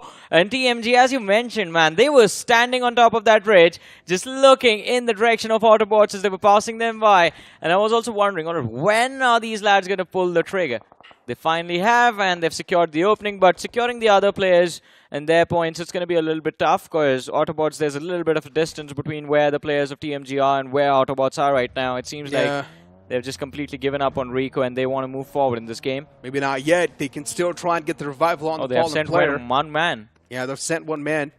And there's also a few in the back lines providing the cover. Random shots taken by Orva, making sure that he's letting his presence be known to the opponents so that they cannot take any rough steps. The man needs to patch himself up, get back to safety. Yes, the knockout was there, but unfortunately, no confirmation, and that's something I wanted to see. Good rescue operation in action from the side of Autobotz, to be honest. Lucky, though. Yeah, quite lucky. And as you mentioned, I think Orva, intentions were clear. He wanted to draw the attention of the players of TMG towards himself so that they would not really be focused on Beard Baba, who had moved in for that revive. Back again with 4 players, and TMG just left confused and dazed as to what happened. But here they come, the players of iQOO Seoul. They find themselves quite close to this compound where the players of TWOB have been waiting with the trap laid out to catch prey. It all comes down to who finds the first opening. And with how Ronnie has positioned himself, I think iQOO Seoul, they have some information to work with about the players of TWOB. Yeah, iQOO Seoul's positioning gameplay has been looking so nice. Yeah. I mean, at this point, you might as well just call it flawless. But this time, they're facing off against a formidable force, TWOB, a known banner inside of the community. You need to be a little bit careful going off against a team like TWOB. It's not going to be too easy. Sarvit, Legit, Prince, Cyrax, all the 4 players been playing for a while with each other. Cyrax, a recent addition. While you try and speak of iQOO Seoul, every single piece in this puzzle has been there for a long time, other than Ninja. But even this guy, he's quite experienced. TWOB getting eyed out. And behind the players of iQOO Seoul comes the players of Genesis Esports. Or GENxFM, my bad. And GENxFM can definitely have the striking advantage too, and that's what they're exactly trying to do as well. I guess Kern, he's trying to wrap up. Yeah, and if the sandwich is complete, then iQOO Seoul, they will have no escape from that entire situation. Because look at that. It's a massive spread between where Mania is and where Knuckle is. Between them are the remaining players from the side of iQOO Seoul and GENxFM. That gatekeeping setup of theirs with JD Gaming, Spider Jordan, Skillful, just marking that northwestern edge of the play zone. It looks brilliant. But the main point of concern first for the side of iQOO Seoul is to be able to deal with the players of TWOB at point blank range. We switch focus to the players of Inspiration. Inside the zone towards the southwestern quadrant. But on the radar, you see that shots coming in from the players of Orangutan. Yeah. Inspiration, a team that struggles with rotations. The only reason why they got a good rotation this time around is because of the Hero Xtreme 125R. Smooth, swift. That's why they were able to rotate so quick inside of the safety lines. But focusing on the game once again, that situation between the players of iQOO Seoul, TWOB was getting a little bit too intense. And that's why iQOO Seoul may be making the call to back away this time around. TWOB, they have been trapped for a long time, but look at the amount of shots that are being taken against that one man of iQOO Seoul. But as soon as the shots were taken, even Legit gets knocked out in return. But even iQOO Seoul, they lose out on Mania. They're trying their best to get the grip back inside of the fight before iQOO Seoul. It might just be too much to ask for. The Wall of Death as well is doing the damage as TWOB. They're constantly peppering the shots against them. Mania gets confirmed this time around. An early death handed out. Well, let's see though. Prince OG is stuck out into the open. And Knuckle with this nade can definitely secure the opening. That haystack does not provide a lot of cover. The nade lands close and Prince OG, he steps out into the open trying to negate the damage. But that is exactly what Knuckle wanted from him. The opening knock secured by the side of iQOO Seoul, but TWOB, they just abandon Prince and move to rotate inside of the circle. And now iQOO Seoul, all they want to do is take that fight, but a hardship from the circle is definitely going to force them to think about rotating for the next zone as well. There it is. Before you move out, you got to secure that finish. iQOO Seoul with ease, handing out the death blow. And now as iQOO Seoul look to move up a bit more. With just a 3-man squad, they've got no one to put that leash on top of them.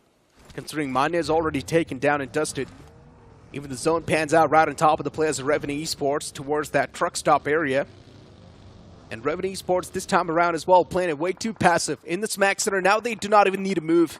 GENxFM, they take a fight against Teenager Esports. And speaking of teenagers, they indeed have been struggling way too much. Yeah, and GENxFM, they can definitely capitalize on this, but they need to be careful pushing up the ridge. Teenagers on the other side, they've stopped as soon as they entered the circle, so maybe a trap being laid out, especially with TMG on the flank. GENxFM, they need to be extremely careful with how they initiate this conflict. Because no matter what happens, the moment you pull the trigger against the players of Teenager Esports, you have to be prepared for a third party from here on out. Yeah, pretty much. There's way too many teams in this nearby vicinity. There's another team in the left lines too, by the name of TMG, so you need to be aware of that as well. And keep this thing in mind, so far OG, they have been silent. Yeah. They haven't been a part of a lot of the fights. But look, speaking of the fights themselves, LIVECRAFT this time getting pounced on by the players of iQOO Seoul. And it's not a great fight at all for LIVECRAFT. They're way too desperate for the points, but this time around, it's Ryzen who strikes down the man, and even Billion hands out a death blow to another player of iQOO Seoul. Exactly what the players of LIVECRAFT wanted, but at the cost of one player in return. For LIVECRAFT, this can be a good fight to be converted, but only if it was flawless, it could have been better. But Ronnie, he finds out another knockout, and even the confirmation. He misses the second shot. Ronnie really wants to get the confirmation, and he actually does as well. Before LIVECRAFT, things have been really bad. Ronnie failed to get the confirmation over there. He just went down to the play zone. And I think the play zone shutting down, or in fact picking off the players of LIVECRAFT, does give them 1 point. But iQOO Seoul, after that big win on the map of Miramar, it seems like they just burned in the heat of Miramar. on Vikendi before this, but my apologies, that is where iQOO had that win, but Miramar did not work out. I think they were just too aggressive, looking for too many fights. First, we saw them try and take on the players of TWOB. Time wasted over there, and now just running into the players of LIVECRAFT, but LIVECRAFT do welcome that fight with open arms. And we were talking about this again before the match, Necro. LIVECRAFT, they need a big game. They are looking for it and hoping for it. But now you see they have their turn and their chance to take on the players of Genesis. Nox found looking for those frags and blink it and you miss it. Genesis wiped out from the map. What just happened? Yeah. Choking a fight like that, I just never saw this coming. For UC, what a way to convert that one. Genesis Esports, that was a major choke. But as I mentioned, keep this thing in mind. OG, they have been silent for a while, and maybe now OG wants to make some noise. The Apes, they're definitely there around the fray. Eyeing out the praise. They haven't went for any sort of shots just yet. They're keeping their silence. I think he steps outside of the vehicle, and now one intention is clear. OG, all they want is blood on their hands. Shots are taken from Atanki. What a spray that is, too. A few connections were found, but he heavily injures that man. As Maverick as well is looking to move out. For OG, they do spot the entirety of that team making that rotation. But getting a knockout on that range is tough. Brilliant spray tracing, though. Brilliant attempt, but you see they're desperate to survive, and they run into a cluster. Look at this edge, Necro. There's so many teams towards the northwestern edge of the circle. GENxFM, they walk smack center, still quite close to the players of Teenagers. And you see they've just joined them. A little bit on the inside of the edge of the circle, though. That's the only sign of relief for them. But GENxFM on the other side taking the fight against the players of Teenagers. They found the opening. In the meanwhile, TMG, third party, coming in, and UC lose out a man. TMG, they get stabbed in the back by the Autobotz, and Revenant Esports on the southern edge of the play zone. They are engaged in the fight of their own. But a huge cluster of sides. JD Gaming sees the opposing player with the shotgun, wraps things up, and GENxFM 4 points secured at least in this game, but it's not done and dusted. There are still more teams around them.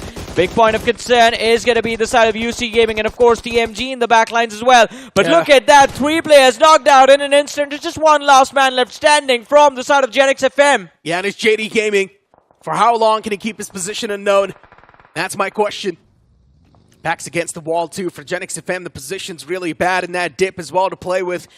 As the high ground's in the hands of TMG. And JD Gaming, he catches the last man of UC. And he hands out a finishing blow. GENxFM, 3 players can still be revived. But TMG from the top is a big and a constant threat. A few more smokes, they start to bloom. As JD Gaming, he's really got a big mission on the back. He wants to save the day to his fallen comrade. But can that be possible? Skillful is knocked out. Revival's there from JD Gaming. And maybe he will save the day to his fallen comrades. Skillful's back upon his feet. Now it's time to patch yourself up and move away from this spot.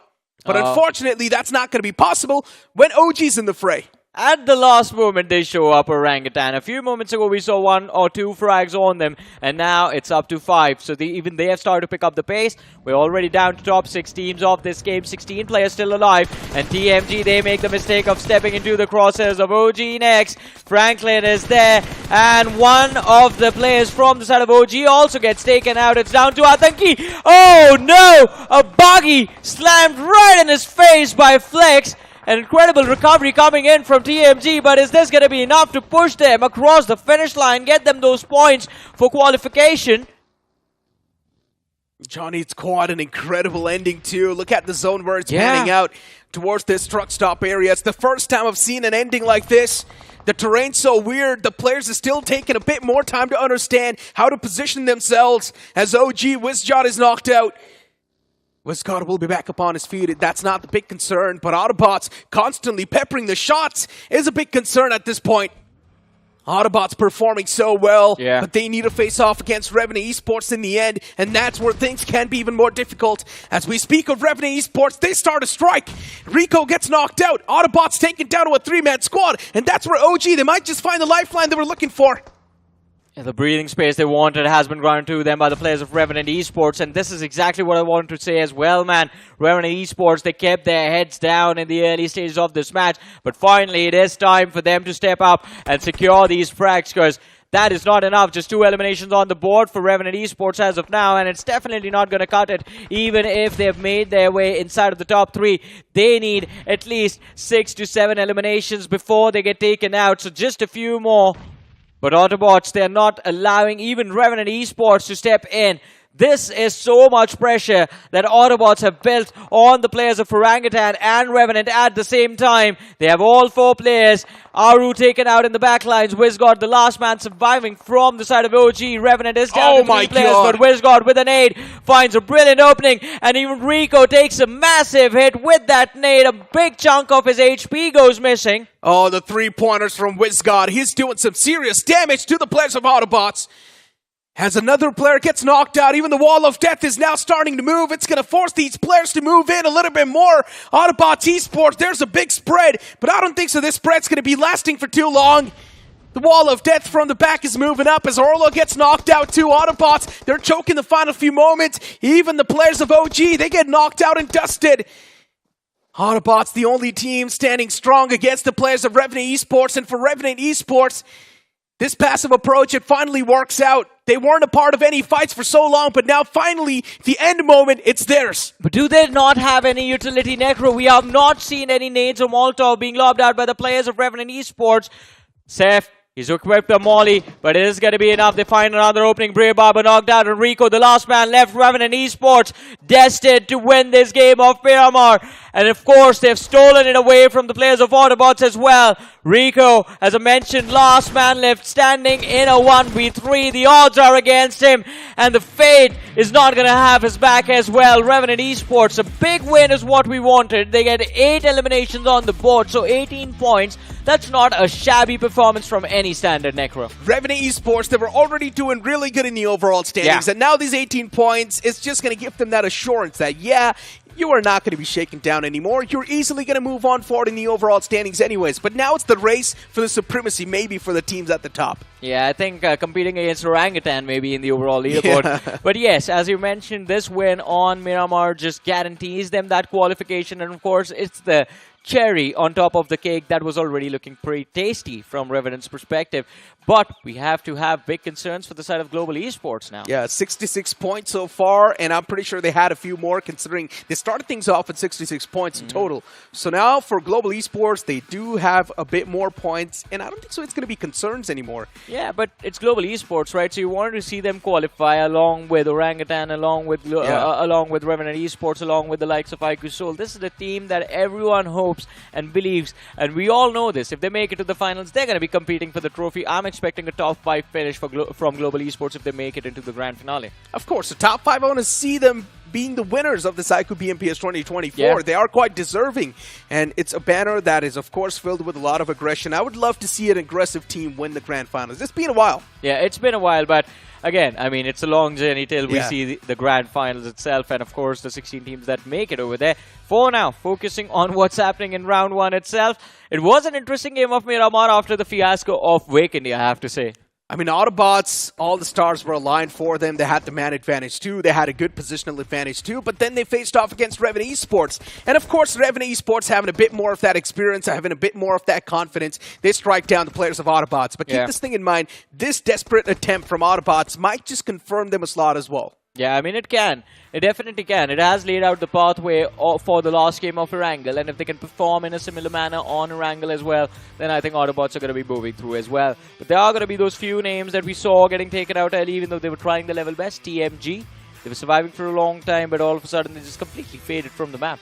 Yeah, even TMG, as you mentioned, just completely fading away from the map like that. And I genuinely thought TMG might just be able to perform a bit better, knowing the fact that the previous game was a big letdown. And TMG, they desperately do need to perform, just like Autobotz. Yeah. And at least Autobotz, they performed in this game, so maybe you can't say the last game with a consistent 10 points on the board, you can easily secure them the slot. Before TMG, they need at least 15 points. But see now, the level of competition has definitely stepped up. You have to agree with me on that. And all of these middle pack teams, with how they are playing, Necro, I think the cutoff is going to rise higher. I mean, no, that's not the case. You want to hear a heartbreak? All right. LIVECRAFT Esports, they're not going to make it. Oh, no. One last game, LIVECRAFT Esports, they messed up Vikendi, they messed up Miramar. Now they've got one last game to play. Only if they get 30 points in this one single game, they would still have 65 points in total. Or and maybe a bit more. A bit more than 65. I think they had a few extra eliminations. But that's the problem, right? That the cutoff is not going to be 65. It's going to be beyond 70. It's going to be north of 70 now. Yeah, yeah.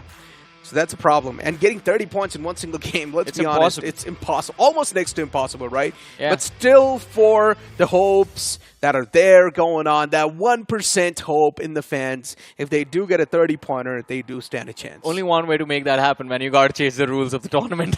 Pretty much. Bring back the old point structure, right? That's the only way you can make that happen. But yeah, the point standings on the screen. Revenant Esports with 18 points being the winner. You've got Autobotz Esports with 11 points. That's nice. And then you've also got OG with 11. TMG with 8 points. Hold on. TMG did decent. Yeah, TMG did decent, but is that enough, right? 8 points. They had 56 when they started the day. Then the map of Vikendi was also, I mean, a middle of the pack finish. So I think it gets them close to that qualification marker. But just to be safe, go for a top 3 finish on Erangle, and it's all going to be good. I think so. TMG has pretty much made the cut. As long as you're going to have more than 70 points, you will still be good in the hood. And I think so. TMG has easily made more than 70 points. Necro, the whole red set is left, man. There's like 64 teams that are remaining to play their matches. I mean, it's crazy, right? We thought 70 will be tough to reach, but then these guys made sure that 70 will pretty much be the cutoff, and now you still got an entire set to come into the action as well, so maybe it can also rise up to 75. I think it definitely will. Maybe. Yeah. I mean, big... Anki was right, though, man. You got to give it to him. Yeah, I mean, my apologies, Necro. You were agreeing with him from Exactly. day one. Exactly. Sorry and you were saying it's impossible. But you know what? Look at the brighter side of things. We're going to have a party from Anki. Oh, yeah. That is true. I mean, we forgot about it. You and I dropped our cutoff whenever we decided for the party, Yeah, right? we said 45. Yeah. You said 50. So, yeah, the cutoff, we pretty much lost it, so we do not have to give the treat. But you know what? Still a few more games to go, as we know. Not exactly a few more. One last chance for this entire group. And if they do not tend to perform, then we pretty much know the teams that are not doing too hot in the overall standings, they will be eliminated from this tournament. And this time, it will be a bigger chunk being eliminated too. For now, let's move on to a short break, because on the other side of this break will be the last game. Tasker, talk about stronger, quicker, faster. Slider, slider, gonna make way for the mega tasker. Fully loaded, go the ammo. Can't get it bigger, better, that's the plan, yo. Crore challenging, you shall know. Tap, tap, tap, tap, slide of ammo. Who's winning? Who do you think? Mega Taskers win the game at every level. iQOO Z9S Pro with Snapdragon 7 Gen 3. Fully loaded for Mega Taskers. Search iQOO Z9S on Amazon. Move out with my baby on the side. I move out with my baby, got a style. Seatbelt, please. And we go right, baby, it's a long way home. The new Xtreme 160R4V, the fastest 160cc. Challenge the Xtreme.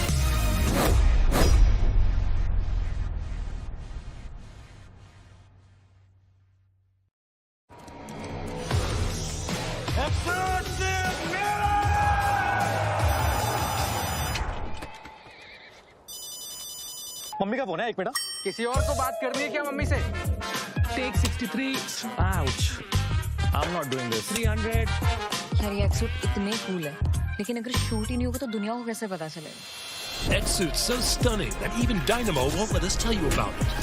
X-Suits, a million reasons to keep everyone away.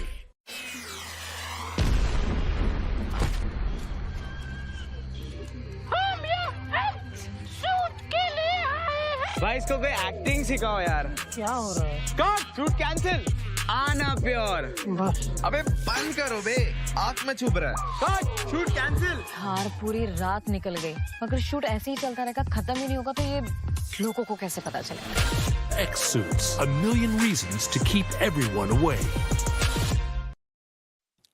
Welcome back after that break, ladies and gentlemen, to iQOO BMPS 2024. And of course, the journey for Set Blue also about to come to an end, at least in round 1, because we are about to witness Group 4. in playing their last match of Erangle. And Salty, you've done a lot of research while you were away, taking a break. So now give us all that information, man. It's mathematics, Johnny. A Alright. lot of mathematics. Alright. Terminology missed, but alright, coming back to the results, right? Autobotz Esports, I think they've done a phenomenal job. I kind of expected their game on Miramar to be important. It was extremely important, and now they're kind of in the safe region. Talking about in the safe region, what do these people need to do to be safe to kind of win that beautiful iQOO Z9S Pro? Well, all they have to do is quite simple, right? You have to go to Google and search for the iQOO Z9S series, and you can stand a chance of winning an iQOO Z9S Pro. There's going to be a quiz that's happening, I think, so you have to participate in that. But again, the opportunity is there for everyone. So go on to Google, search for the iQOO Z9S series, and who knows, if you win an iQOO Z9 Pro, do give us a shout out as well. Absolutely. But coming back to the conversation again, research, mathematics, basically it suggests one thing. Inspiration Esports will be the next team in target. They will have a lot of responsibility on their shoulders. One more game, about 15 to 16 points, I think this team goes through. LIVECRAFT Esports, I think they have been a disappointment today so far. Yeah, I mean, I agree with that. Even Necro agreed with that. LIVECRAFT Esports, they got very close. We were so hopeful. They're trying the level best in their previous game, but a few mistakes made here and there, and well, it all slipped away. But still, one more game left, right? A big game. Necro is calling for a 30-pointer, which is like close to impossible, but that is what they need now in order to qualify. But we do have the overall rankings on our screens, and OG, they've climbed up by leaps and bounds, man. 63 points secured. Are they going to hit another... well, they had 61 in week 1. Are we going to see 80 points in week 2 from OG? I hope so. They'll need a 17-pointer game, to be honest, to kind of try and match up against WSB. It is going to be very difficult, but not impossible enough. Yeah. You've got Revenant also climbing the ranks, good side over there. Godlike has already done the job, of course. If we flip pages, you've got TWOB, who is kind of climbing the rank. GENxFM, they've done a beautiful job so far. Autobotz, I feel like they performed especially when it mattered. The map of Miramar was so crucial for them, especially when they had bombed the map of Vikendi. But now, I think they have kind of stabilized. And me and Johnny, we've discussed it so many times, right? You don't really tend to put majority of a performance for your last game. You try and perform majority of those points, get majority of those points in the penultimate game. Exactly, man. Get the difficult job done as quickly as possible so that last game you can just cruise through the competition, not really worry about getting taken out extremely early in those games. Because if you're going to leave yourself in a position where the last match you play is either a chicken dinner or you just like completely get eliminated, that is so much pressure. I keep saying that. It's so much mental pressure to deal with. It's like finishing off the entire syllabus of your term before the final exams roll around. Now, that is something which I used to do, and I used to do well in that. But having said that, inside of the Battlegrounds, ladies and gentlemen, it does get very, very difficult. But talking about difficult, I think LIVECRAFT Esports, for them, the job is so much more difficult right now, Johnny. They are somewhere about 48 points. And we know, as a matter of fact, 48 is not close enough. Currently, the cutoff, once again, the same discussion that we were having, not the cutoff, let's just call it the safe points. That is going to be right about that 68 mark. Yeah, it's going up slowly and steadily. It is going up. And of course, it is going to keep on climbing because this set red begins their journey tomorrow. And Necro calls them Danger Red, and they did prove quite dangerous for themselves. I mean, the teams over there are just absolutely insane, man. And plus, I mean, one of the biggest names from that opening week is playing in set red. Silly Gaming. I'm pretty sure everyone's excited to see what they bring to the table in their second week of matches. But coming back to these set of 16 teams, right? I mean, it has been an interesting journey. I think LIVECRAFT Esports, do you want me to be honest? I think it's going to be a heartbreak in the last game, man. I mean, Erangles have not been that great for LIVECRAFT. Apart from them, I think, at least for Group 3, I think we know who's moving forward and who's going to be staying behind. There's just going to be a few names like, I think, Global Esports, they were one of those names that were like kind of lurking in that mid-16, but now I think even they have crossed over. Inspiration Esports, I think a big game, all or nothing situation. They've made it for themselves, but let's see how this last game is going to turn out. I am excited, and I'm feeling a little bit nervous about this Erangle for a lot of these teams. I want this Erangle to be very chaotic, to be honest. I want it to be exactly like the map of Sanhok, multiple drop clashes happening, and I'll tell you exactly why, because the stark contrast between Group 3 and Group 4 is that Group 4 had multiple teams in that mid-pack. Here, the teams have kind of divided themselves in two tiers. The the first tier, of course, they have been dominating. The second tier, they have been struggling throughout. There are very few teams who are still in contention, who can potentially kind of make their way through. And we are talking about those teams. Of course, Autobotz with that game in Miramar, they kind of pulled through. Inspiration Esports is going to be the last team who is left hanging. And like you said, unless and until we see a 30 bomber, which, if I'm not wrong, have we seen that in this edition of BMPS so far? No, not yet, man. Not yet. We've gotten to 25. We've gotten, I think, to, 25, 26. But I don't think we've seen 30. Exactly. So they will have to pull off the unthinkable, set an unbeatable record to kind of try and qualify. For LiveCraft, the job is very difficult. For Inspiration, like I said, 15 points should be good to go. But that 15 points is also going to be difficult because, like we said, in the last game, everyone just goes crazy. Exactly, and they're going to go even more crazy, right? Because you said it perfectly. Teams divided into two groups. Teams that have made it through, teams that have been left behind. And in terms of teams that have been left behind, there is only 2 names that still have the opportunity to qualify. Everyone else is basically playing for their last match in this iQOO BMPS. But let's see how this last game of theirs is going to turn out.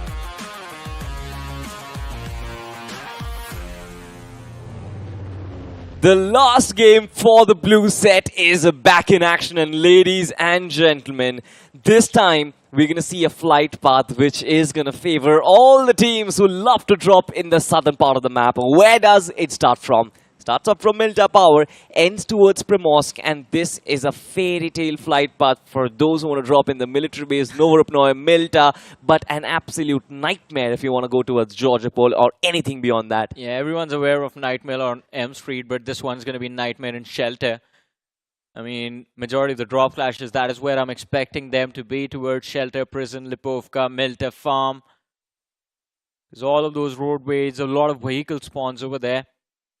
There are a lot of vehicle spawns in the southern part of Pochinki in the road, right? And I feel like that is exactly where multiple one of these teams are going to go and try and collide. So we might get to see those initial collisions happening over there. Yeah, I agree with you on that. I mean, there's the only problem with that particular roadway is it's quite exposed. Very. Leads you straight into the open fields of Pochinki and Gatka. So I think at max 2 teams can try and approach that safe that area for those vehicles, but everyone else is going to stick towards that eastern side. And look at that. TS right off the bat going up against Revenant Esports and Twisted Souls. Well, their soul is going to be twisted by Revenant. One player already picked off as the game kicks off. For Revenant, I think this will be a game to kind of set a statement. They haven't really made a mark which the other big names have done in the competition so far, where they've been dominating left, right, and center. Yes, Revenant Esports, they certainly have gotten chicken dinners with ease as well. Yeah. But it seems like in the finish department, this team has to do a lot of work. Also, this is something that I wanted to say, as you mentioned, right? I mean, teams divided into 2 groups, teams that have made it, teams left behind, 2 teams fighting for qualification. You know what happens in a situation like this? Necro mentioned this, right? Never go up against with anyone that has nothing to lose. Now, both these 2 groups, teams that are staying behind and teams at the top, have nothing to lose. They can go on and win the day and be a menace for the teams that are trying to qualify. So TMG Inspiration, they better watch out for everyone else inside of this lobby. But as of now, I think even Autobotz are being put under the ditch by the players for Remorseless. And yeah, I mean, I think Autobotz are not going to be surviving for long in that fight. Revenant on the other side found another opening against the players of Twisted Souls, but they've lost Kratos, who's got knocked out. He's just been given a revive. Sensei OG, the IGL, finished off. Freak is going for revive onto one of his fallen comrades. Vyom being brought back into the game. So it's still going to be a 2 versus 3 situation in the favor of Revenant. But no! Oh no, as soon as he was about to bring that revive to fruition, nade lobbed indoors by the players of Revenant to deny them the opportunity to go for a revive. And Revenant, brilliantly done, perfectly executed, man. That last bit of utility that was lobbed in through that tiny little window. Oh, it just sent my heart racing. Johnny, I'll beg to differ. It's still far from perfect so far. In fact, a team like Twisted Souls, they brought out the weaknesses in the early action that Revenant take.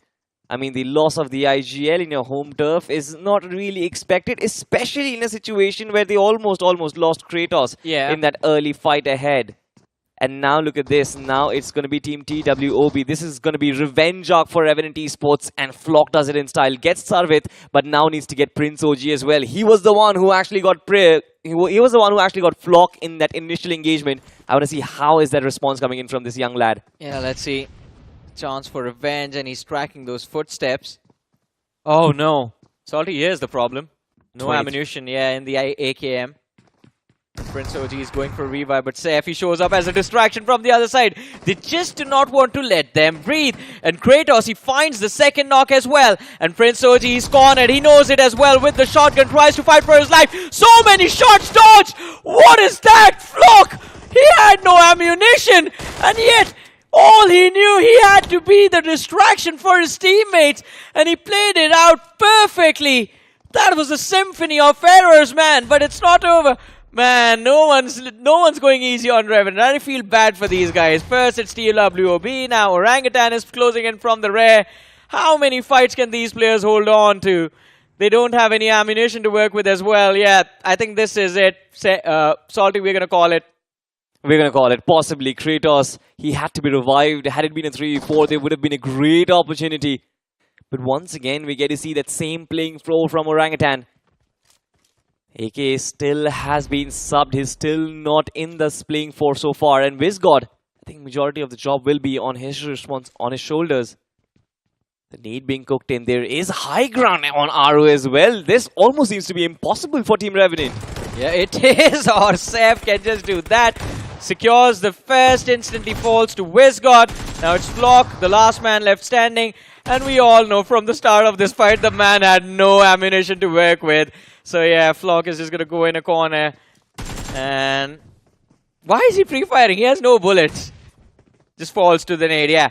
Good job, OG. Well done. Got 2 finishes off of that, but Revenant Esports, very well done indeed. They got 8 points from that fight, man. I thought they were going to walk away with 4 and just get taken out. Because Revenant, like, there was no incentive for them to actually win the fight as well. It's just lucky they got 8 points. No, I mean, personally speaking, yes, there were incentives in... What? They're already qualified. They've already qualified, right? But you think from a team perspective, you think from an athlete perspective, they want to identify their weaknesses in their game. And only if you identify the weaknesses in a game, in the finals, you will be able to improve. And I feel like the weaknesses were exposed once again, where teammates tend to overextend a little bit. Revenant will have to learn how to clean up fights without losing their players. And in fact, not a lot of pressure was there on Sensei to kind of lose his life. But we'll come back to this fight of Autobotz and Remorseless as of now. Where Remorseless, they have a very good position. Autobotz, I wonder if they have enough weaponry. See, I'm not going to be too critical of Revenant from my perspective, because at least something is happening, man. A few months ago, they were struggling to even secure like 2 points in a single fight. So this is a lot better. Improvement. This is a massive improvement. I'm just happy. Like, just play like this and it's all going to be good. Don't go back to the old ways. Going down to a team like OG, that is what we would want to see from Revenant. Like, that is the caliber they're supposed to compete at. OG, iQOO, Soul, Global Esports, Carnival Gaming, Hero Xtreme, Godlike. But up until the last few tournaments, I mean, they were struggling to even make it to the semifinals and the finals. Yeah. I mean, the same goes for OG as well. Yeah, they haven't kind of managed to do that in an official tournament. They're yet to. In this tournament, they seem very positive. We're talking about teenagers right now. Teenagers, it seems like they're being dismantled. TMG, they're going to make quick work. 2 very, very easy knocks to actually work with and 2 easy points. 2 easy points. I think they're going to look for more. TMG, they've done quite well for themselves. And as we were talking about, another team that's still in the fighting position for qualification. Very close to qualification. And I think with this fight wrapped up, they'll move forward. But just to be safe, go for a chicken, guys. This is Team Genesis on the other hand. Genesis being a part of official tournaments, multiple editions, I felt like this team, for them at least, round 1 should have been easy. I kind of felt that this team had the required characteristics in terms of both positioning and 4v4 fights, where they can actually make it through, but so far we haven't seen the same display. Yeah. Few teams like Genesis, Bot Army Esports, it seems like they've kind of lost their initial glory. Exactly. I mean, it seems like the performance has just dropped and taken a massive dip as well. Not really what we expect, because Genesis and Bot Army Esports, I mean, yes, we have seen them a few times in the past, and they were getting better and better every single time. But this time, it seems like just iQOO BMPS 2024, it's not their tournament at all. They've taken a beating in every single fight they ran in. Again, once again, sometimes a reality check is extremely important. I feel like the athletes, they will have to kind of learn to get back into their disciplined ways of life and grind harder for the next upcoming tournament that they are going to participate in. Definitely not enough points in their kitty to kind of move on to round 2 so far. Talking about teams moving on towards round 2, we, Johnny, have a very healthy set of teams. Healthy set of 64 teams who are possibly moving forward. Majority of the names that you look at, they're aggressive, they're ruthless, and few of them are merciless. I mean, a lot of them are merciless, man. Look at what iQOO did in that map of Vikendi, right? Look at how Hero Xtreme Godlike played today's first game of Erangle. And how OG have been playing this entire time. We were talking about Revenant and Orangutan. Both of these teams, massive improvements into this tournament. And I have a personal feeling that this might be OG's year. This might be OG's year, but I'm talking about just from an esports point of view, right? Yeah. This is the Pro Series. They heard the noise. Everyone's heading towards Lipovka. What is iQOO doing there, man? Someone just tell them they don't need those points.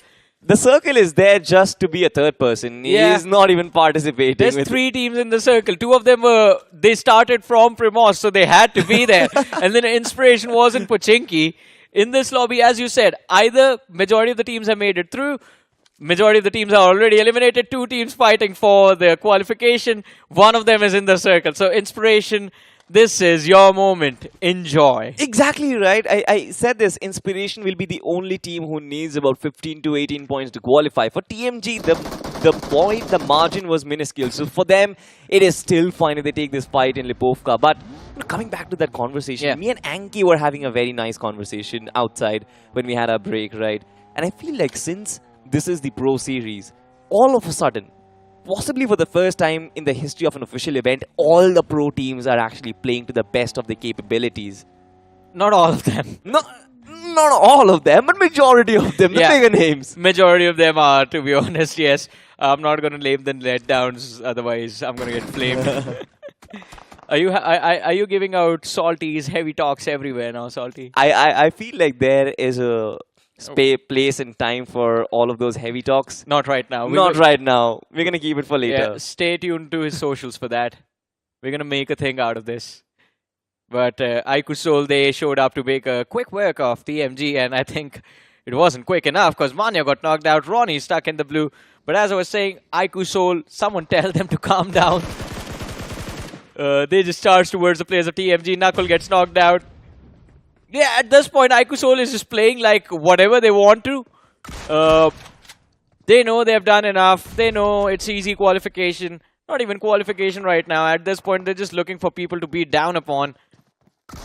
They're the bullies in the Look lobby. at what he's doing. He's just wasting his time. Ninja George, stop doing that. That's what I'm saying. He found the knock. He found the knock through the window. No. How did he manage to do that? I'm thinking, all right, fine. The shotgun is supposed to have a bullet spread. Yeah. Oh my goodness, that nade connected as well. This is one of the reasons why Ninja was gotten into this lineup. It just makes it even more stronger. And to be honest, Johnny, the story on the Hindi desk, what I've heard from Anki has been a similar thing as well. It seems like these boys, they're playing like this is a classic lobby. It doesn't even feel like a professional lobby anymore. Exactly. I mean, they're making a joke out of everyone. But anyways, TMG, they tried the level best, right? One small mistake made.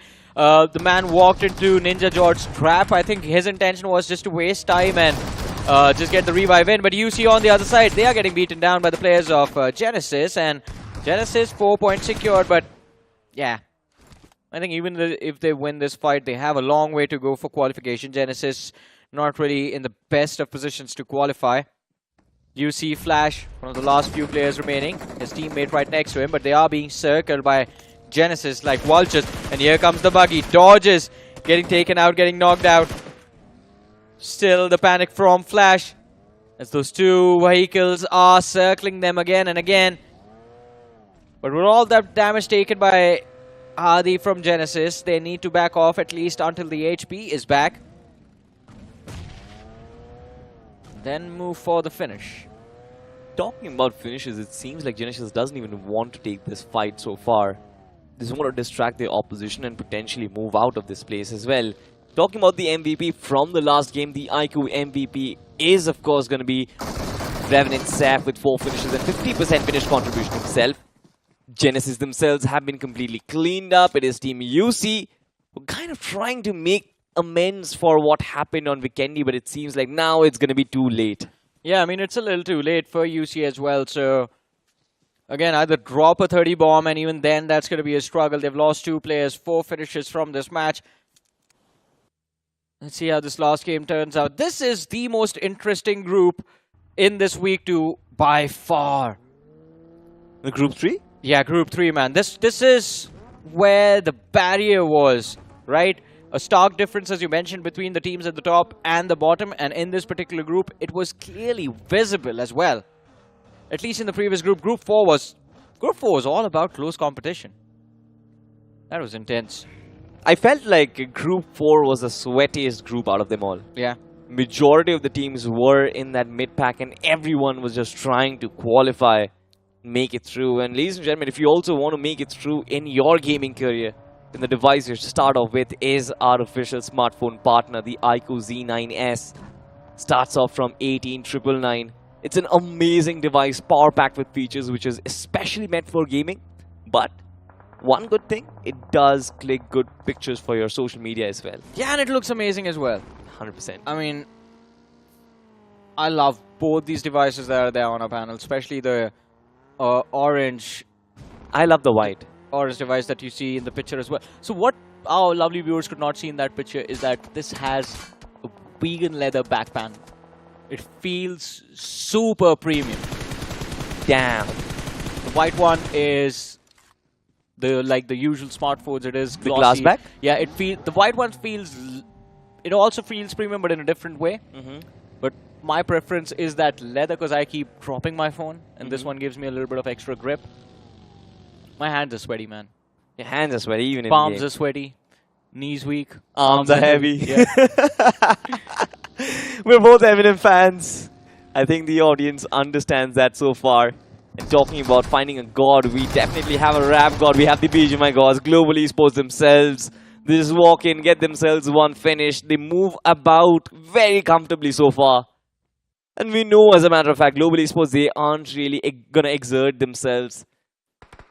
They're probably working at 40% of their overall capacity right now. Yeah, I agree with that. I don't think this is the best global esports we've seen. But I don't think it's their intention to show their best form as well. Right now, again, it's GE, so they've secured all the finishes they want. And at this point, they're just like running into those fights, seeing how many more they can grab in this game. And of course, even the circle is actually forcing these teams to stay out in the open. The slam comes in and whoa! Wow! Mavi! Marvelous Mavi over there. Just jumps out of the car. A superhero entry. Secures the knock. Just shuts down whatever GENxFM was up to. And now Slug, he's looking for his moment as well. Will you find it though? Karan is going to be kicking himself. He is like, alright, fine, let me just show some trigger discipline, possibly not finish off the other player. Global Esports be like, we have other plans. Of course, Skillful did get the better out of Slug. But that was just a little bit of overextension coming in from this kid. Slug just charged forward, thinking, yeah, I can do that too. Yeah, exactly. That was the plan. But look at... Oh my god! What is this? Skillful takes down 2 players. He's dancing around the ring. Now the final player from Global Esports arrives and he's been shut down! GENxFM! What a movement! Yeah. Amazing movement coming in from GENxFM. And this is what we wanted to see before they moved on to round 2. Global Esports eliminated from with 2 eliminations to their name and quite early as well, but it is Global Esports. I'm pretty sure they've already pushed past the finish line. Maybe we'll still hold the official verdict on that, but because I want to see what Said Red will bring to the table. In the meanwhile, iQOO Soul, they spotted the players of UC Gaming up front, out into the open, and their first instinct is always to shoot first, ask questions later. Manya stopped his vehicle in the smack center of absolutely nowhere. And just emptied out the entire clip. Now, Wiz, yeah, this is what happens.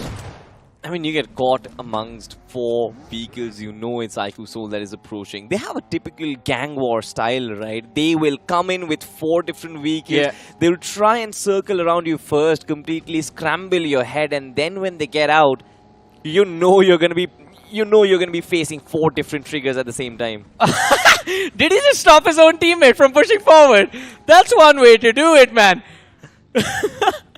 But anyways, we were talking about those vehicles. You know what I miss, Salty? I miss the corporate squad. There was, you remember BGIS 2023, we used to have Team Insane back then. They would have those 4 black Aston Martins. Always the same 4 cars, but I mean, ladies and gentlemen, making mobility in real life easier for everyone is our official mobility partner, Hero, who have the Hero Xtreme 160 R4V, and it's an amazing bike, 160 cc's. So it gives you the performance and the feel that you want, and the enjoyment of riding it out as well. I'm a big advocate of aesthetics, Johnny. Yeah. I feel like a bike that you're riding in a city should look good, and this one looks very good. I mean, but look at the circle shift, man. Just a hard shift up north. The entire northern half is empty. There are like 4 teams on that southern edge. iQOO Seoul, they are so lucky that they did not cross the bridge, but I think their intention was, their intentions are big for not crossing the bridge was to secure those frags, but they find themselves in the prime position of the circle. In the meanwhile, though, Inspiration, they take on the players of Orangutan.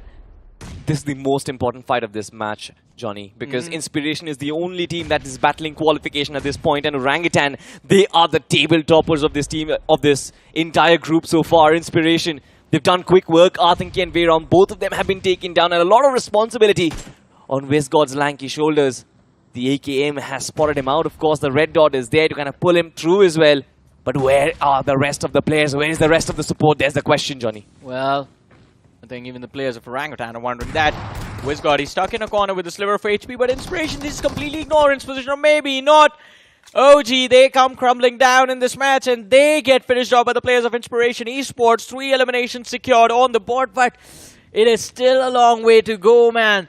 They need all of those points. The journey that began in Pochinki, and all they have to show for it is 3 eliminations. Everyone else just fought each other all over the map towards that eastern front specifically. Remorseless now, last man left standing. I feel sad for Alu. Why? 3 players just whisked past him, and not really a lot of damage dished. Yeah, he took out 1 tire. Yeah. Talking about raising though, LIVECRAFT, they've stopped at a very nice angle just outside the edge. Barely far enough where iQOO Seoul will not be able to hurt them, but definitely good enough to get this finish on their board. Well, let's see. LIVECRAFT again, not a lot to do. Hey, but I mean, we still have teams. Is Autobotz still try-harding for a win? Autobotz, they're swimming. They're swimming. They want to get this rotation done. They want to get this rotation done. That's understandable. They don't really take to the bridge. It seems like they want to secure that qualification. They're like, all right, fine. We don't even want to depend on the performance of the red set. But I think once more, Salty, it's going to be iQOO Seoul who wins this game. But Aluman, as you were talking about, now I feel bad for him because he tried to dodge and run away from one fight against Inspiration Esports. He find himself up against Flash. Both these players quite alone. Oh, ooh, what a lob, man! Makes it bounce to the left. Shane won! Shane won has resurrected once again. That was a leg spin and a half. That turned 2.5 meters, ladies and gentlemen. Of course, they did not turn. That was a turf. But look at this LIVECRAFT. They're being beat down by iQOO Seoul. And of course, why not this team? They just continue to roar, are they? Yeah, iQOO Seoul not looking to stop, not looking to slow down. In fact, guess what? They had the entire northern half of the circle in their control. It was a 4-man spread they were playing with. Now all of them have regrouped because I think they just made the call like, yeah, guys, there's no point in staying far away from each other. We are looking for those frags. We are looking to dominate this game as well. Let's just stick together and annoy the heck out of everyone else. Rise and he steps out, should be able to secure that frag. Oh no, but the jump shot for Knuckle and the rescue is going to be there. iQOO Seoul, they've lost their IGL Mania, but they have 8 frags to show for it, and they've made their way inside of the top 5 of this game. With 12 players still alive, LIVECRAFT eliminated from the match. So I think, Salty, I believe the ending might be GENxFM between iQOO Seoul, maybe Inspiration if they win this fight.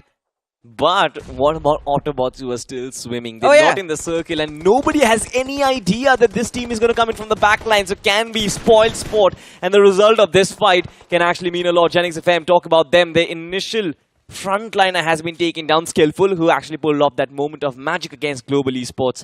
But GENxFM, will this victory be snatched out of their palms, in fact, by Team iQOO Seoul and Team Inspiration? That is going to be the question. Smokes have been laid so far. Revival is going to be there, but it's extremely risky because, again, it's just a virtual cover. You can shoot through it. Yeah, it's just a soft cover, and that is exactly what happens to the players of Inspiration. But this one is from the flank. Another knock secured by the players of iQOO Soul. And Inspiration now, they're going to start to panic as well, realizing there's someone watching their back. And GENxFM, they utilize this opportunity to move forward, push a little bit closer to the players of Inspiration. Just a nade on the other side of that wedge. And it's all going to be over for Inspiration. Atomic finished off, Skillful secures that extra point for his team. And Autobotz, look at that on the radar. You can see them, two players, Orlo and Baba. They finally found their way inside of the circle as well, right in the back lines of GENxFM. Skillful, a lot of responsibility on this man. 4 finishes. Does have the sniper tower in control. Is trying to push up as close as possible. And this does 2 things. Kind of pushes back Team Inspiration, but also makes it easier for Flash from UC Gaming, who is still surviving in the backlines, by the way. Oh, wow. That man can definitely hurt Team Inspiration and their hopes and dreams of moving on towards round 2. But yeah, they are Autobotz. They've decided to roll out finally. They've destroyed, or in fact picked off one of the players from the side of GENxFM. And there's another third party coming in. Flash from the side of UC Gaming chooses to ruin the day for Inspiration. They have been eliminated from the game. But Salty, the entire circle in control of the players of iQOO Soul. Knuckle almost getting knocked out over there. Barely managed to survive. Ronnie spoiled out as well. Ducks in behind cover. Stays alive for a few extra seconds. And it is GENxFM, Autobotz, and iQOO Soul fighting to decide who gets this chicken dinner. It's a 2 versus 2 versus 3 situation. And iQOO Soul, they have the numbers. They have the control of the circle as well. iQOO Soul just going strong. They don't really want to have any dent in their journey of trying to add that 4th star on that jersey so far. It seems like they're doing a wonderful job. And Ninja Jod, of course, just being the frontliner, but Ronnie from the flank was spotted out by Baba. Couple of shots being connected over there. A little bit of a damage that has been dealt, but these teams, they still have to struggle for the zone, which iQOO Soul, they have captured wonderfully. Look at that split. Yeah. He's been playing all alone for a long time for his teammates. And finally, it is his time. It is his turn to shine. Ninja Jod creates the distraction. Ronnie finds the opening. And Autobotz, they are on the verge of going extinct in this match. The nade is going to be lobbed. It is going to dish out a little bit of extra damage to that fallen player. But breathing room gained by the Autobotz as well. And GENxFM, they're going to be forced out from behind that cover.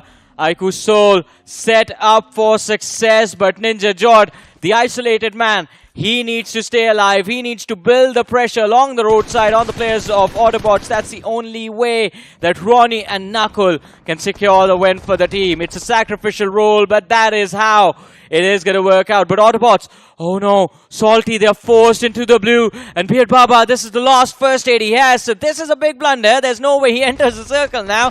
Puts up the first aid, decides to ruin the day for the side of iQOO Soul and takes down Knuckle, looking for that final finish point as well. No! And now, Ninja Jod, he charges in, but GENxFM, they're down to the last man, so it doesn't even matter. Spider Jod takes down Ninja Jod. A 1v1 is how this game is going to come to an end. It's Ronnie against Spider Jod. Who finishes off who? And it is GENxFM, the fearless Marathas, ending their journey of round 1 with a big winner chicken dinner, taking down the dominators off the map of Vikendi. We're looking to dominate Erangle as well. A brilliant win for GENxFM, and I think they also have enough points. So these teams are going to see each other again in round 2. They certainly will, but who's going to give credits to Autobotz in that final moment, right? Peeking out from that position, getting the players down from Team Soul. They kind of snatched that chicken dinner from their reach itself. But good performances from GENxFM, ruthless performance, and to kind of put up against that particular aggressive force.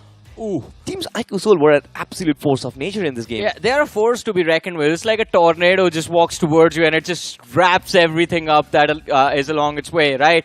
And they basically played like a tornado. They were cleaning up the map. They started from Lipovka. They went to Lipovka to pick up the first fight. The game came to an end in Peripia and Primorsk, ladies and gentlemen. So it was from the eastern edge all the way towards... That's the flight path. That is the flight path. That is also the amount of distance that iQOO Soul had to traverse. But the question in the game was, will Inspiration Gaming make it through? it seems like their journey, they kind of had it a little easy, to be fair, because majority of the teams, for them, the focus was different. For them, they just wanted to go at each other. Inspiration had easy entry inside the circle. But still, once again, iQOO, I think they kind of stole those dreams away from these players. Yeah, they definitely did. And again, I mean, majority of them had nothing to lose, right? iQOO also had nothing to lose. Inspiration needed a big game, but as those points were being picked up by other teams, by iQOO, by Orangutan, by GENxFM, by TWOB as well, because they were also there in those interesting fights in the early stages. As all of these other teams were picking up those points, there was nothing left for Inspiration to do. They played for Pochinki. There was no one around Pochinki. They moved through Query, close to those shorelines. There was no one there up until the late game stage, and by then they didn't even have enough bodies to try and approach the fight. I have something funny in my head. All right. This game was so chaotic that Revenant Esports, that never take initial fights, actually got 8 finishes in the first circle. This is how chaotic this game was. When you were criticizing Sensei for getting knocked out in Milta, that is exactly what what I wanted to say over there, but I didn't. I was like, all right, I'll let you have your moment. But Revenant Esports never get drop clashed on Milta. It's a very rare occasion, and even if they do, they have their escape options. This was the first time a drop clash happened, and they were willing to take a fight. A third party came in, they took that fight and won as well. And then there was another team that looked to charge upon them, just looking to ruin their day, and they succeeded, and it was Orangutan, unfortunately. But again, good for Revenant. They're getting used to those early fights, and this is what I want to see. I want to see an aggressive Revenant. Exactly. Aggressive Revenant prepared for the further stages is something which we'll have to find out, of course. But the games for the blue side are done and dusted. We still have no idea, Johnny, where exactly that safe point lies. I'm expecting it has gone further beyond from 65 to 68, or possibly it can even touch 70 after the matches of red set are done. See, me and Necro, we agreed on this, and I think you are going to join us in this now, that Anki was right. It's going to be over 70. Yeah. But along with that, what I'm worried about now is going to be those tiebreakers. Man, teams are going to be tied up as well. So that is also going to be a big point of concern. And the only way to keep yourself safe from that position is just grab those finishes. Absolutely. You know, grabbing those finishes, but also do not forget the placement points. Because the placement points will come in fruition when you are in those tiebreakers. GENxFM at the very top, ladies and gentlemen, on the point standings. 10 finishes and 20 total points. iQOO, if you talk about them, they have 16 total points for themselves. Inspiration Esports, wait a minute. This team, they were somewhere around that 60-point region, not the 60-point region, in fact the 54 to 55-point region, 10 more points. I think this is going to be one of the teams in that mid-pack that you're talking about, greatly contesting but greatly depending on the results of the red set.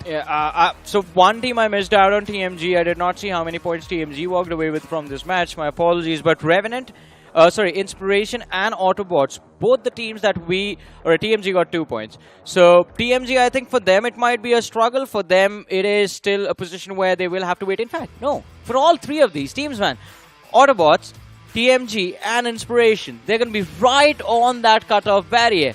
And now they have to wait and see how the teams from Set Red are going to play to figure out whether they qualify. So they will have to wait till the last day when the actual overall ranking comes out with all the 128 teams on it. That is always a painful part of everyone who sets the target, right? You set the target completely blinded. You have no clue on where the cutoff is going to be. You try and have an imaginary number and try to push through as much as you potentially can. But once your job is done, all you've got to do is get your fingers crossed and wait till the very end. But for the teams in the red set, I think for them now the job is set. They know exactly what they've got to do, how many points they have to get, and of course what are the matches that they're going to play. They know everything. Exactly, but I think it is time. I mean, our maths isn't that great. That is why the production has computers to work with, and that is why I think we should have a look at the overall rankings to see how many points these teams actually got for themselves. And here we have it, iQOO ending their day with 67 points at the end of week 2. Revenant as well, massive improvement from how they played their opening week. Opening week, they had 33 points. In the second week, they finished with 60 points in 6 games. So 10 points per match, that is the perfect average we want. GENxFM, a massive improvement. And now I'm excited to see GENxFM again in this tournament. The first week, it was a big letdown. I wanted to see the Fearless Marathas. The first week, they were playing for placement for some reason. Yeah. I mean, to be honest, every single time we witness GENxFM, we are excited because of the aggression and the raw nature of their gameplay which they bring on board. every single time we are at the edge of our seat. Look at this. The World of Battle have also made a climb for themselves. 43 points acquired from the 6 matches that they've played. And apart from that, we did see that small silver lining for Team Z as well at the start of the day when they had a monumental game. 40 points is what they've acquired. So TMG will have 70 plus points in overall. Yeah. So they should be in a much more safer position. Autobotz, well... Yeah, I think Autobotz are going to be in a safer position as well. Inspiration Esports. I think this is that one team that might actually miss out on qualification, maybe. I'm not really sure. Inspiration Esports, 32 points that they have acquired from this week. 42 in the week before. No, not 42. In fact, 27 from the week before. That brings their grand total. 57. 59. Oh, 59. My apologies. 59. Not enough, is it, Johnny? Wait. Yeah. 59 should not be enough. Big Brother once again, another big name that we've been talking about for a while. Number 1 Esports again for this team as well. They'll have to kind of check the stats and keep on keeping a tab on the numbers every single day. Team TNR, UE, Bot Army Esports, massive letdown in the second week. 9 points from the 6 games that they've played so far. And so from the returning names, the biggest letdowns were Big Brothers, Jubilant Divine, Bot Army and 4 Dominators, because these are the teams that even in the previous tournaments, we were always focused on them just because of how brilliantly they would start off in the early rounds. And then in the later rounds, it did make sense for them to fail because they lack a lot of experience that the other teams have. So they do not know how to change up their strategies, how to target very specific teams in order to qualify, and how to play the macro, not just of the game, but of the overall tournament stage that you're in. That is what these teams were lacking. But this time, it's just the opening round, and they just bombed, man. They certainly bombed. And ladies and gentlemen, talking about the players who bombed as well, we will have the iQOO MVP contenders in front of our screen right about now. And there is going to be no surprise. Look at that Goblin. 37 finishes. This man is maintaining that average of almost 20 finishes in the 6 games that he has played so far. Hector with 32 finishes. Surprising for me. There's an entry of Mr. Admino. Godmino himself with 32 finishes, 12 matches played. Trace God, the man who had the number 1 spot yesterday, is going to be fuming right now. Yeah, Zaref is also there from WSB. 27 finishes, 12 matches played. But hey man, what's going on with Carnival Gaming? IGLs aren't supposed to have 30 plus frags on the board.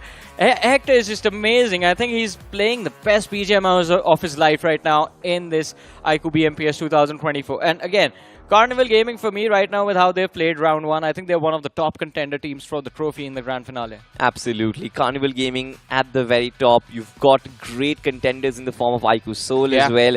Hero Xtreme, Godlike, they're also coming back. It's been a good Sunday, man. It's been a good Sunday for everyone. Good Sunday for us, good Sunday for them. Every single person involved in this community, they're going to be happy. But I'm not really sure about the caster's prediction. There might be a lot of errors in that judgment, ladies and gentlemen. Let's just talk about that. It is going to come in your screens very soon.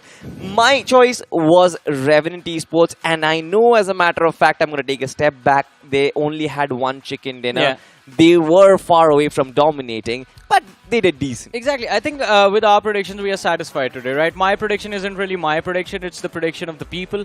I run a poll on my social media every single day, match day, ladies and gentlemen. So if you guys want to participate, just go onto my social media. You see it on broadcast every single time. You can drop your votes as well. Today, people voted for Hero Xtreme Godlike.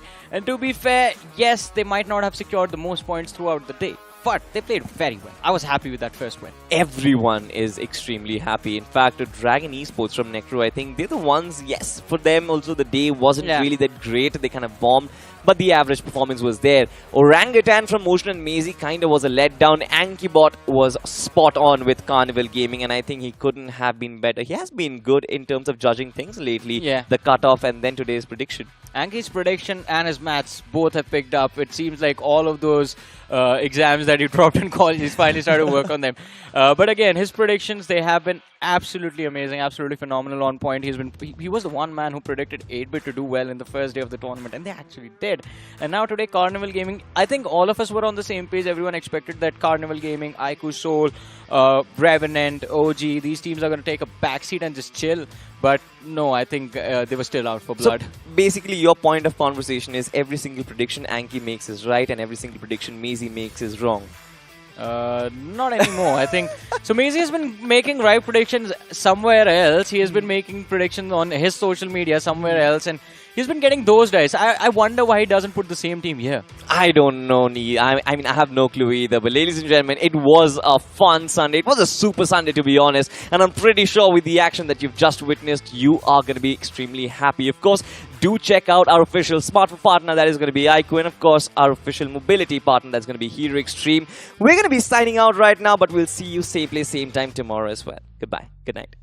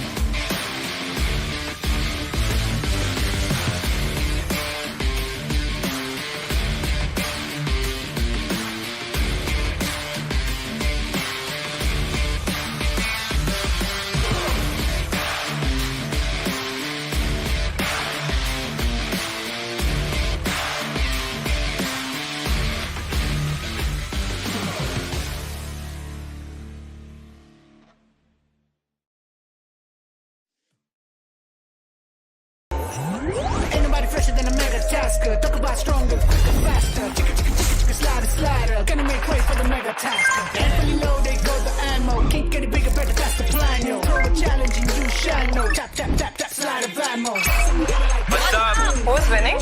Who do you think? Mega Taskers win the game at every level. iQOO Z9S Pro with Snapdragon 7 Gen 3. Fully loaded for Mega Taskers. Search iQOO Z9S on Amazon.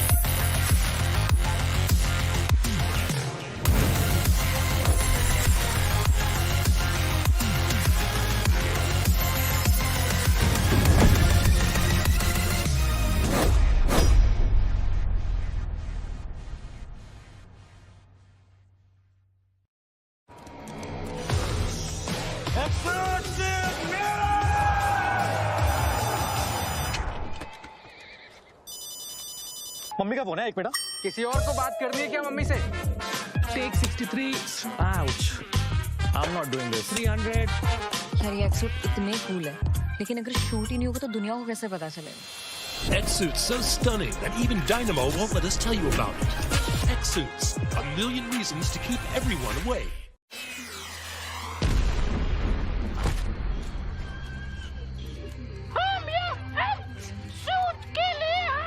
भाई इसको कोई acting सिखाओ यार क्या हो रहा है cut shoot cancel आना प्योर अबे बंद करो बे आंख में छुप रहा है कट शूट कैंसिल यार पूरी रात निकल गई अगर शूट ऐसे ही चलता रहेगा खत्म ही नहीं होगा तो ये लोगों को कैसे पता चलेगा X-Suits, a million reasons to keep everyone away.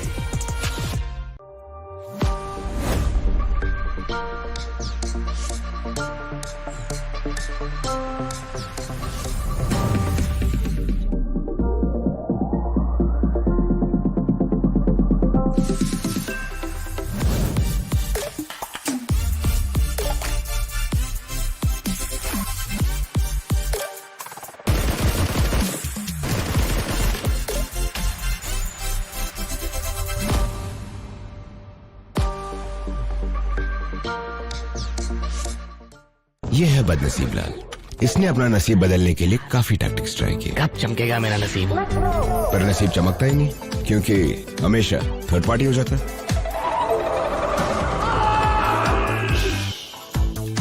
Gold spin में आइटम्स जीतने के टैक्टिक्स तो बहुत होंगे तू मेरी मान बस स्पिन करता जा अरे मिल गया लेट्स गेट स्पिनिंग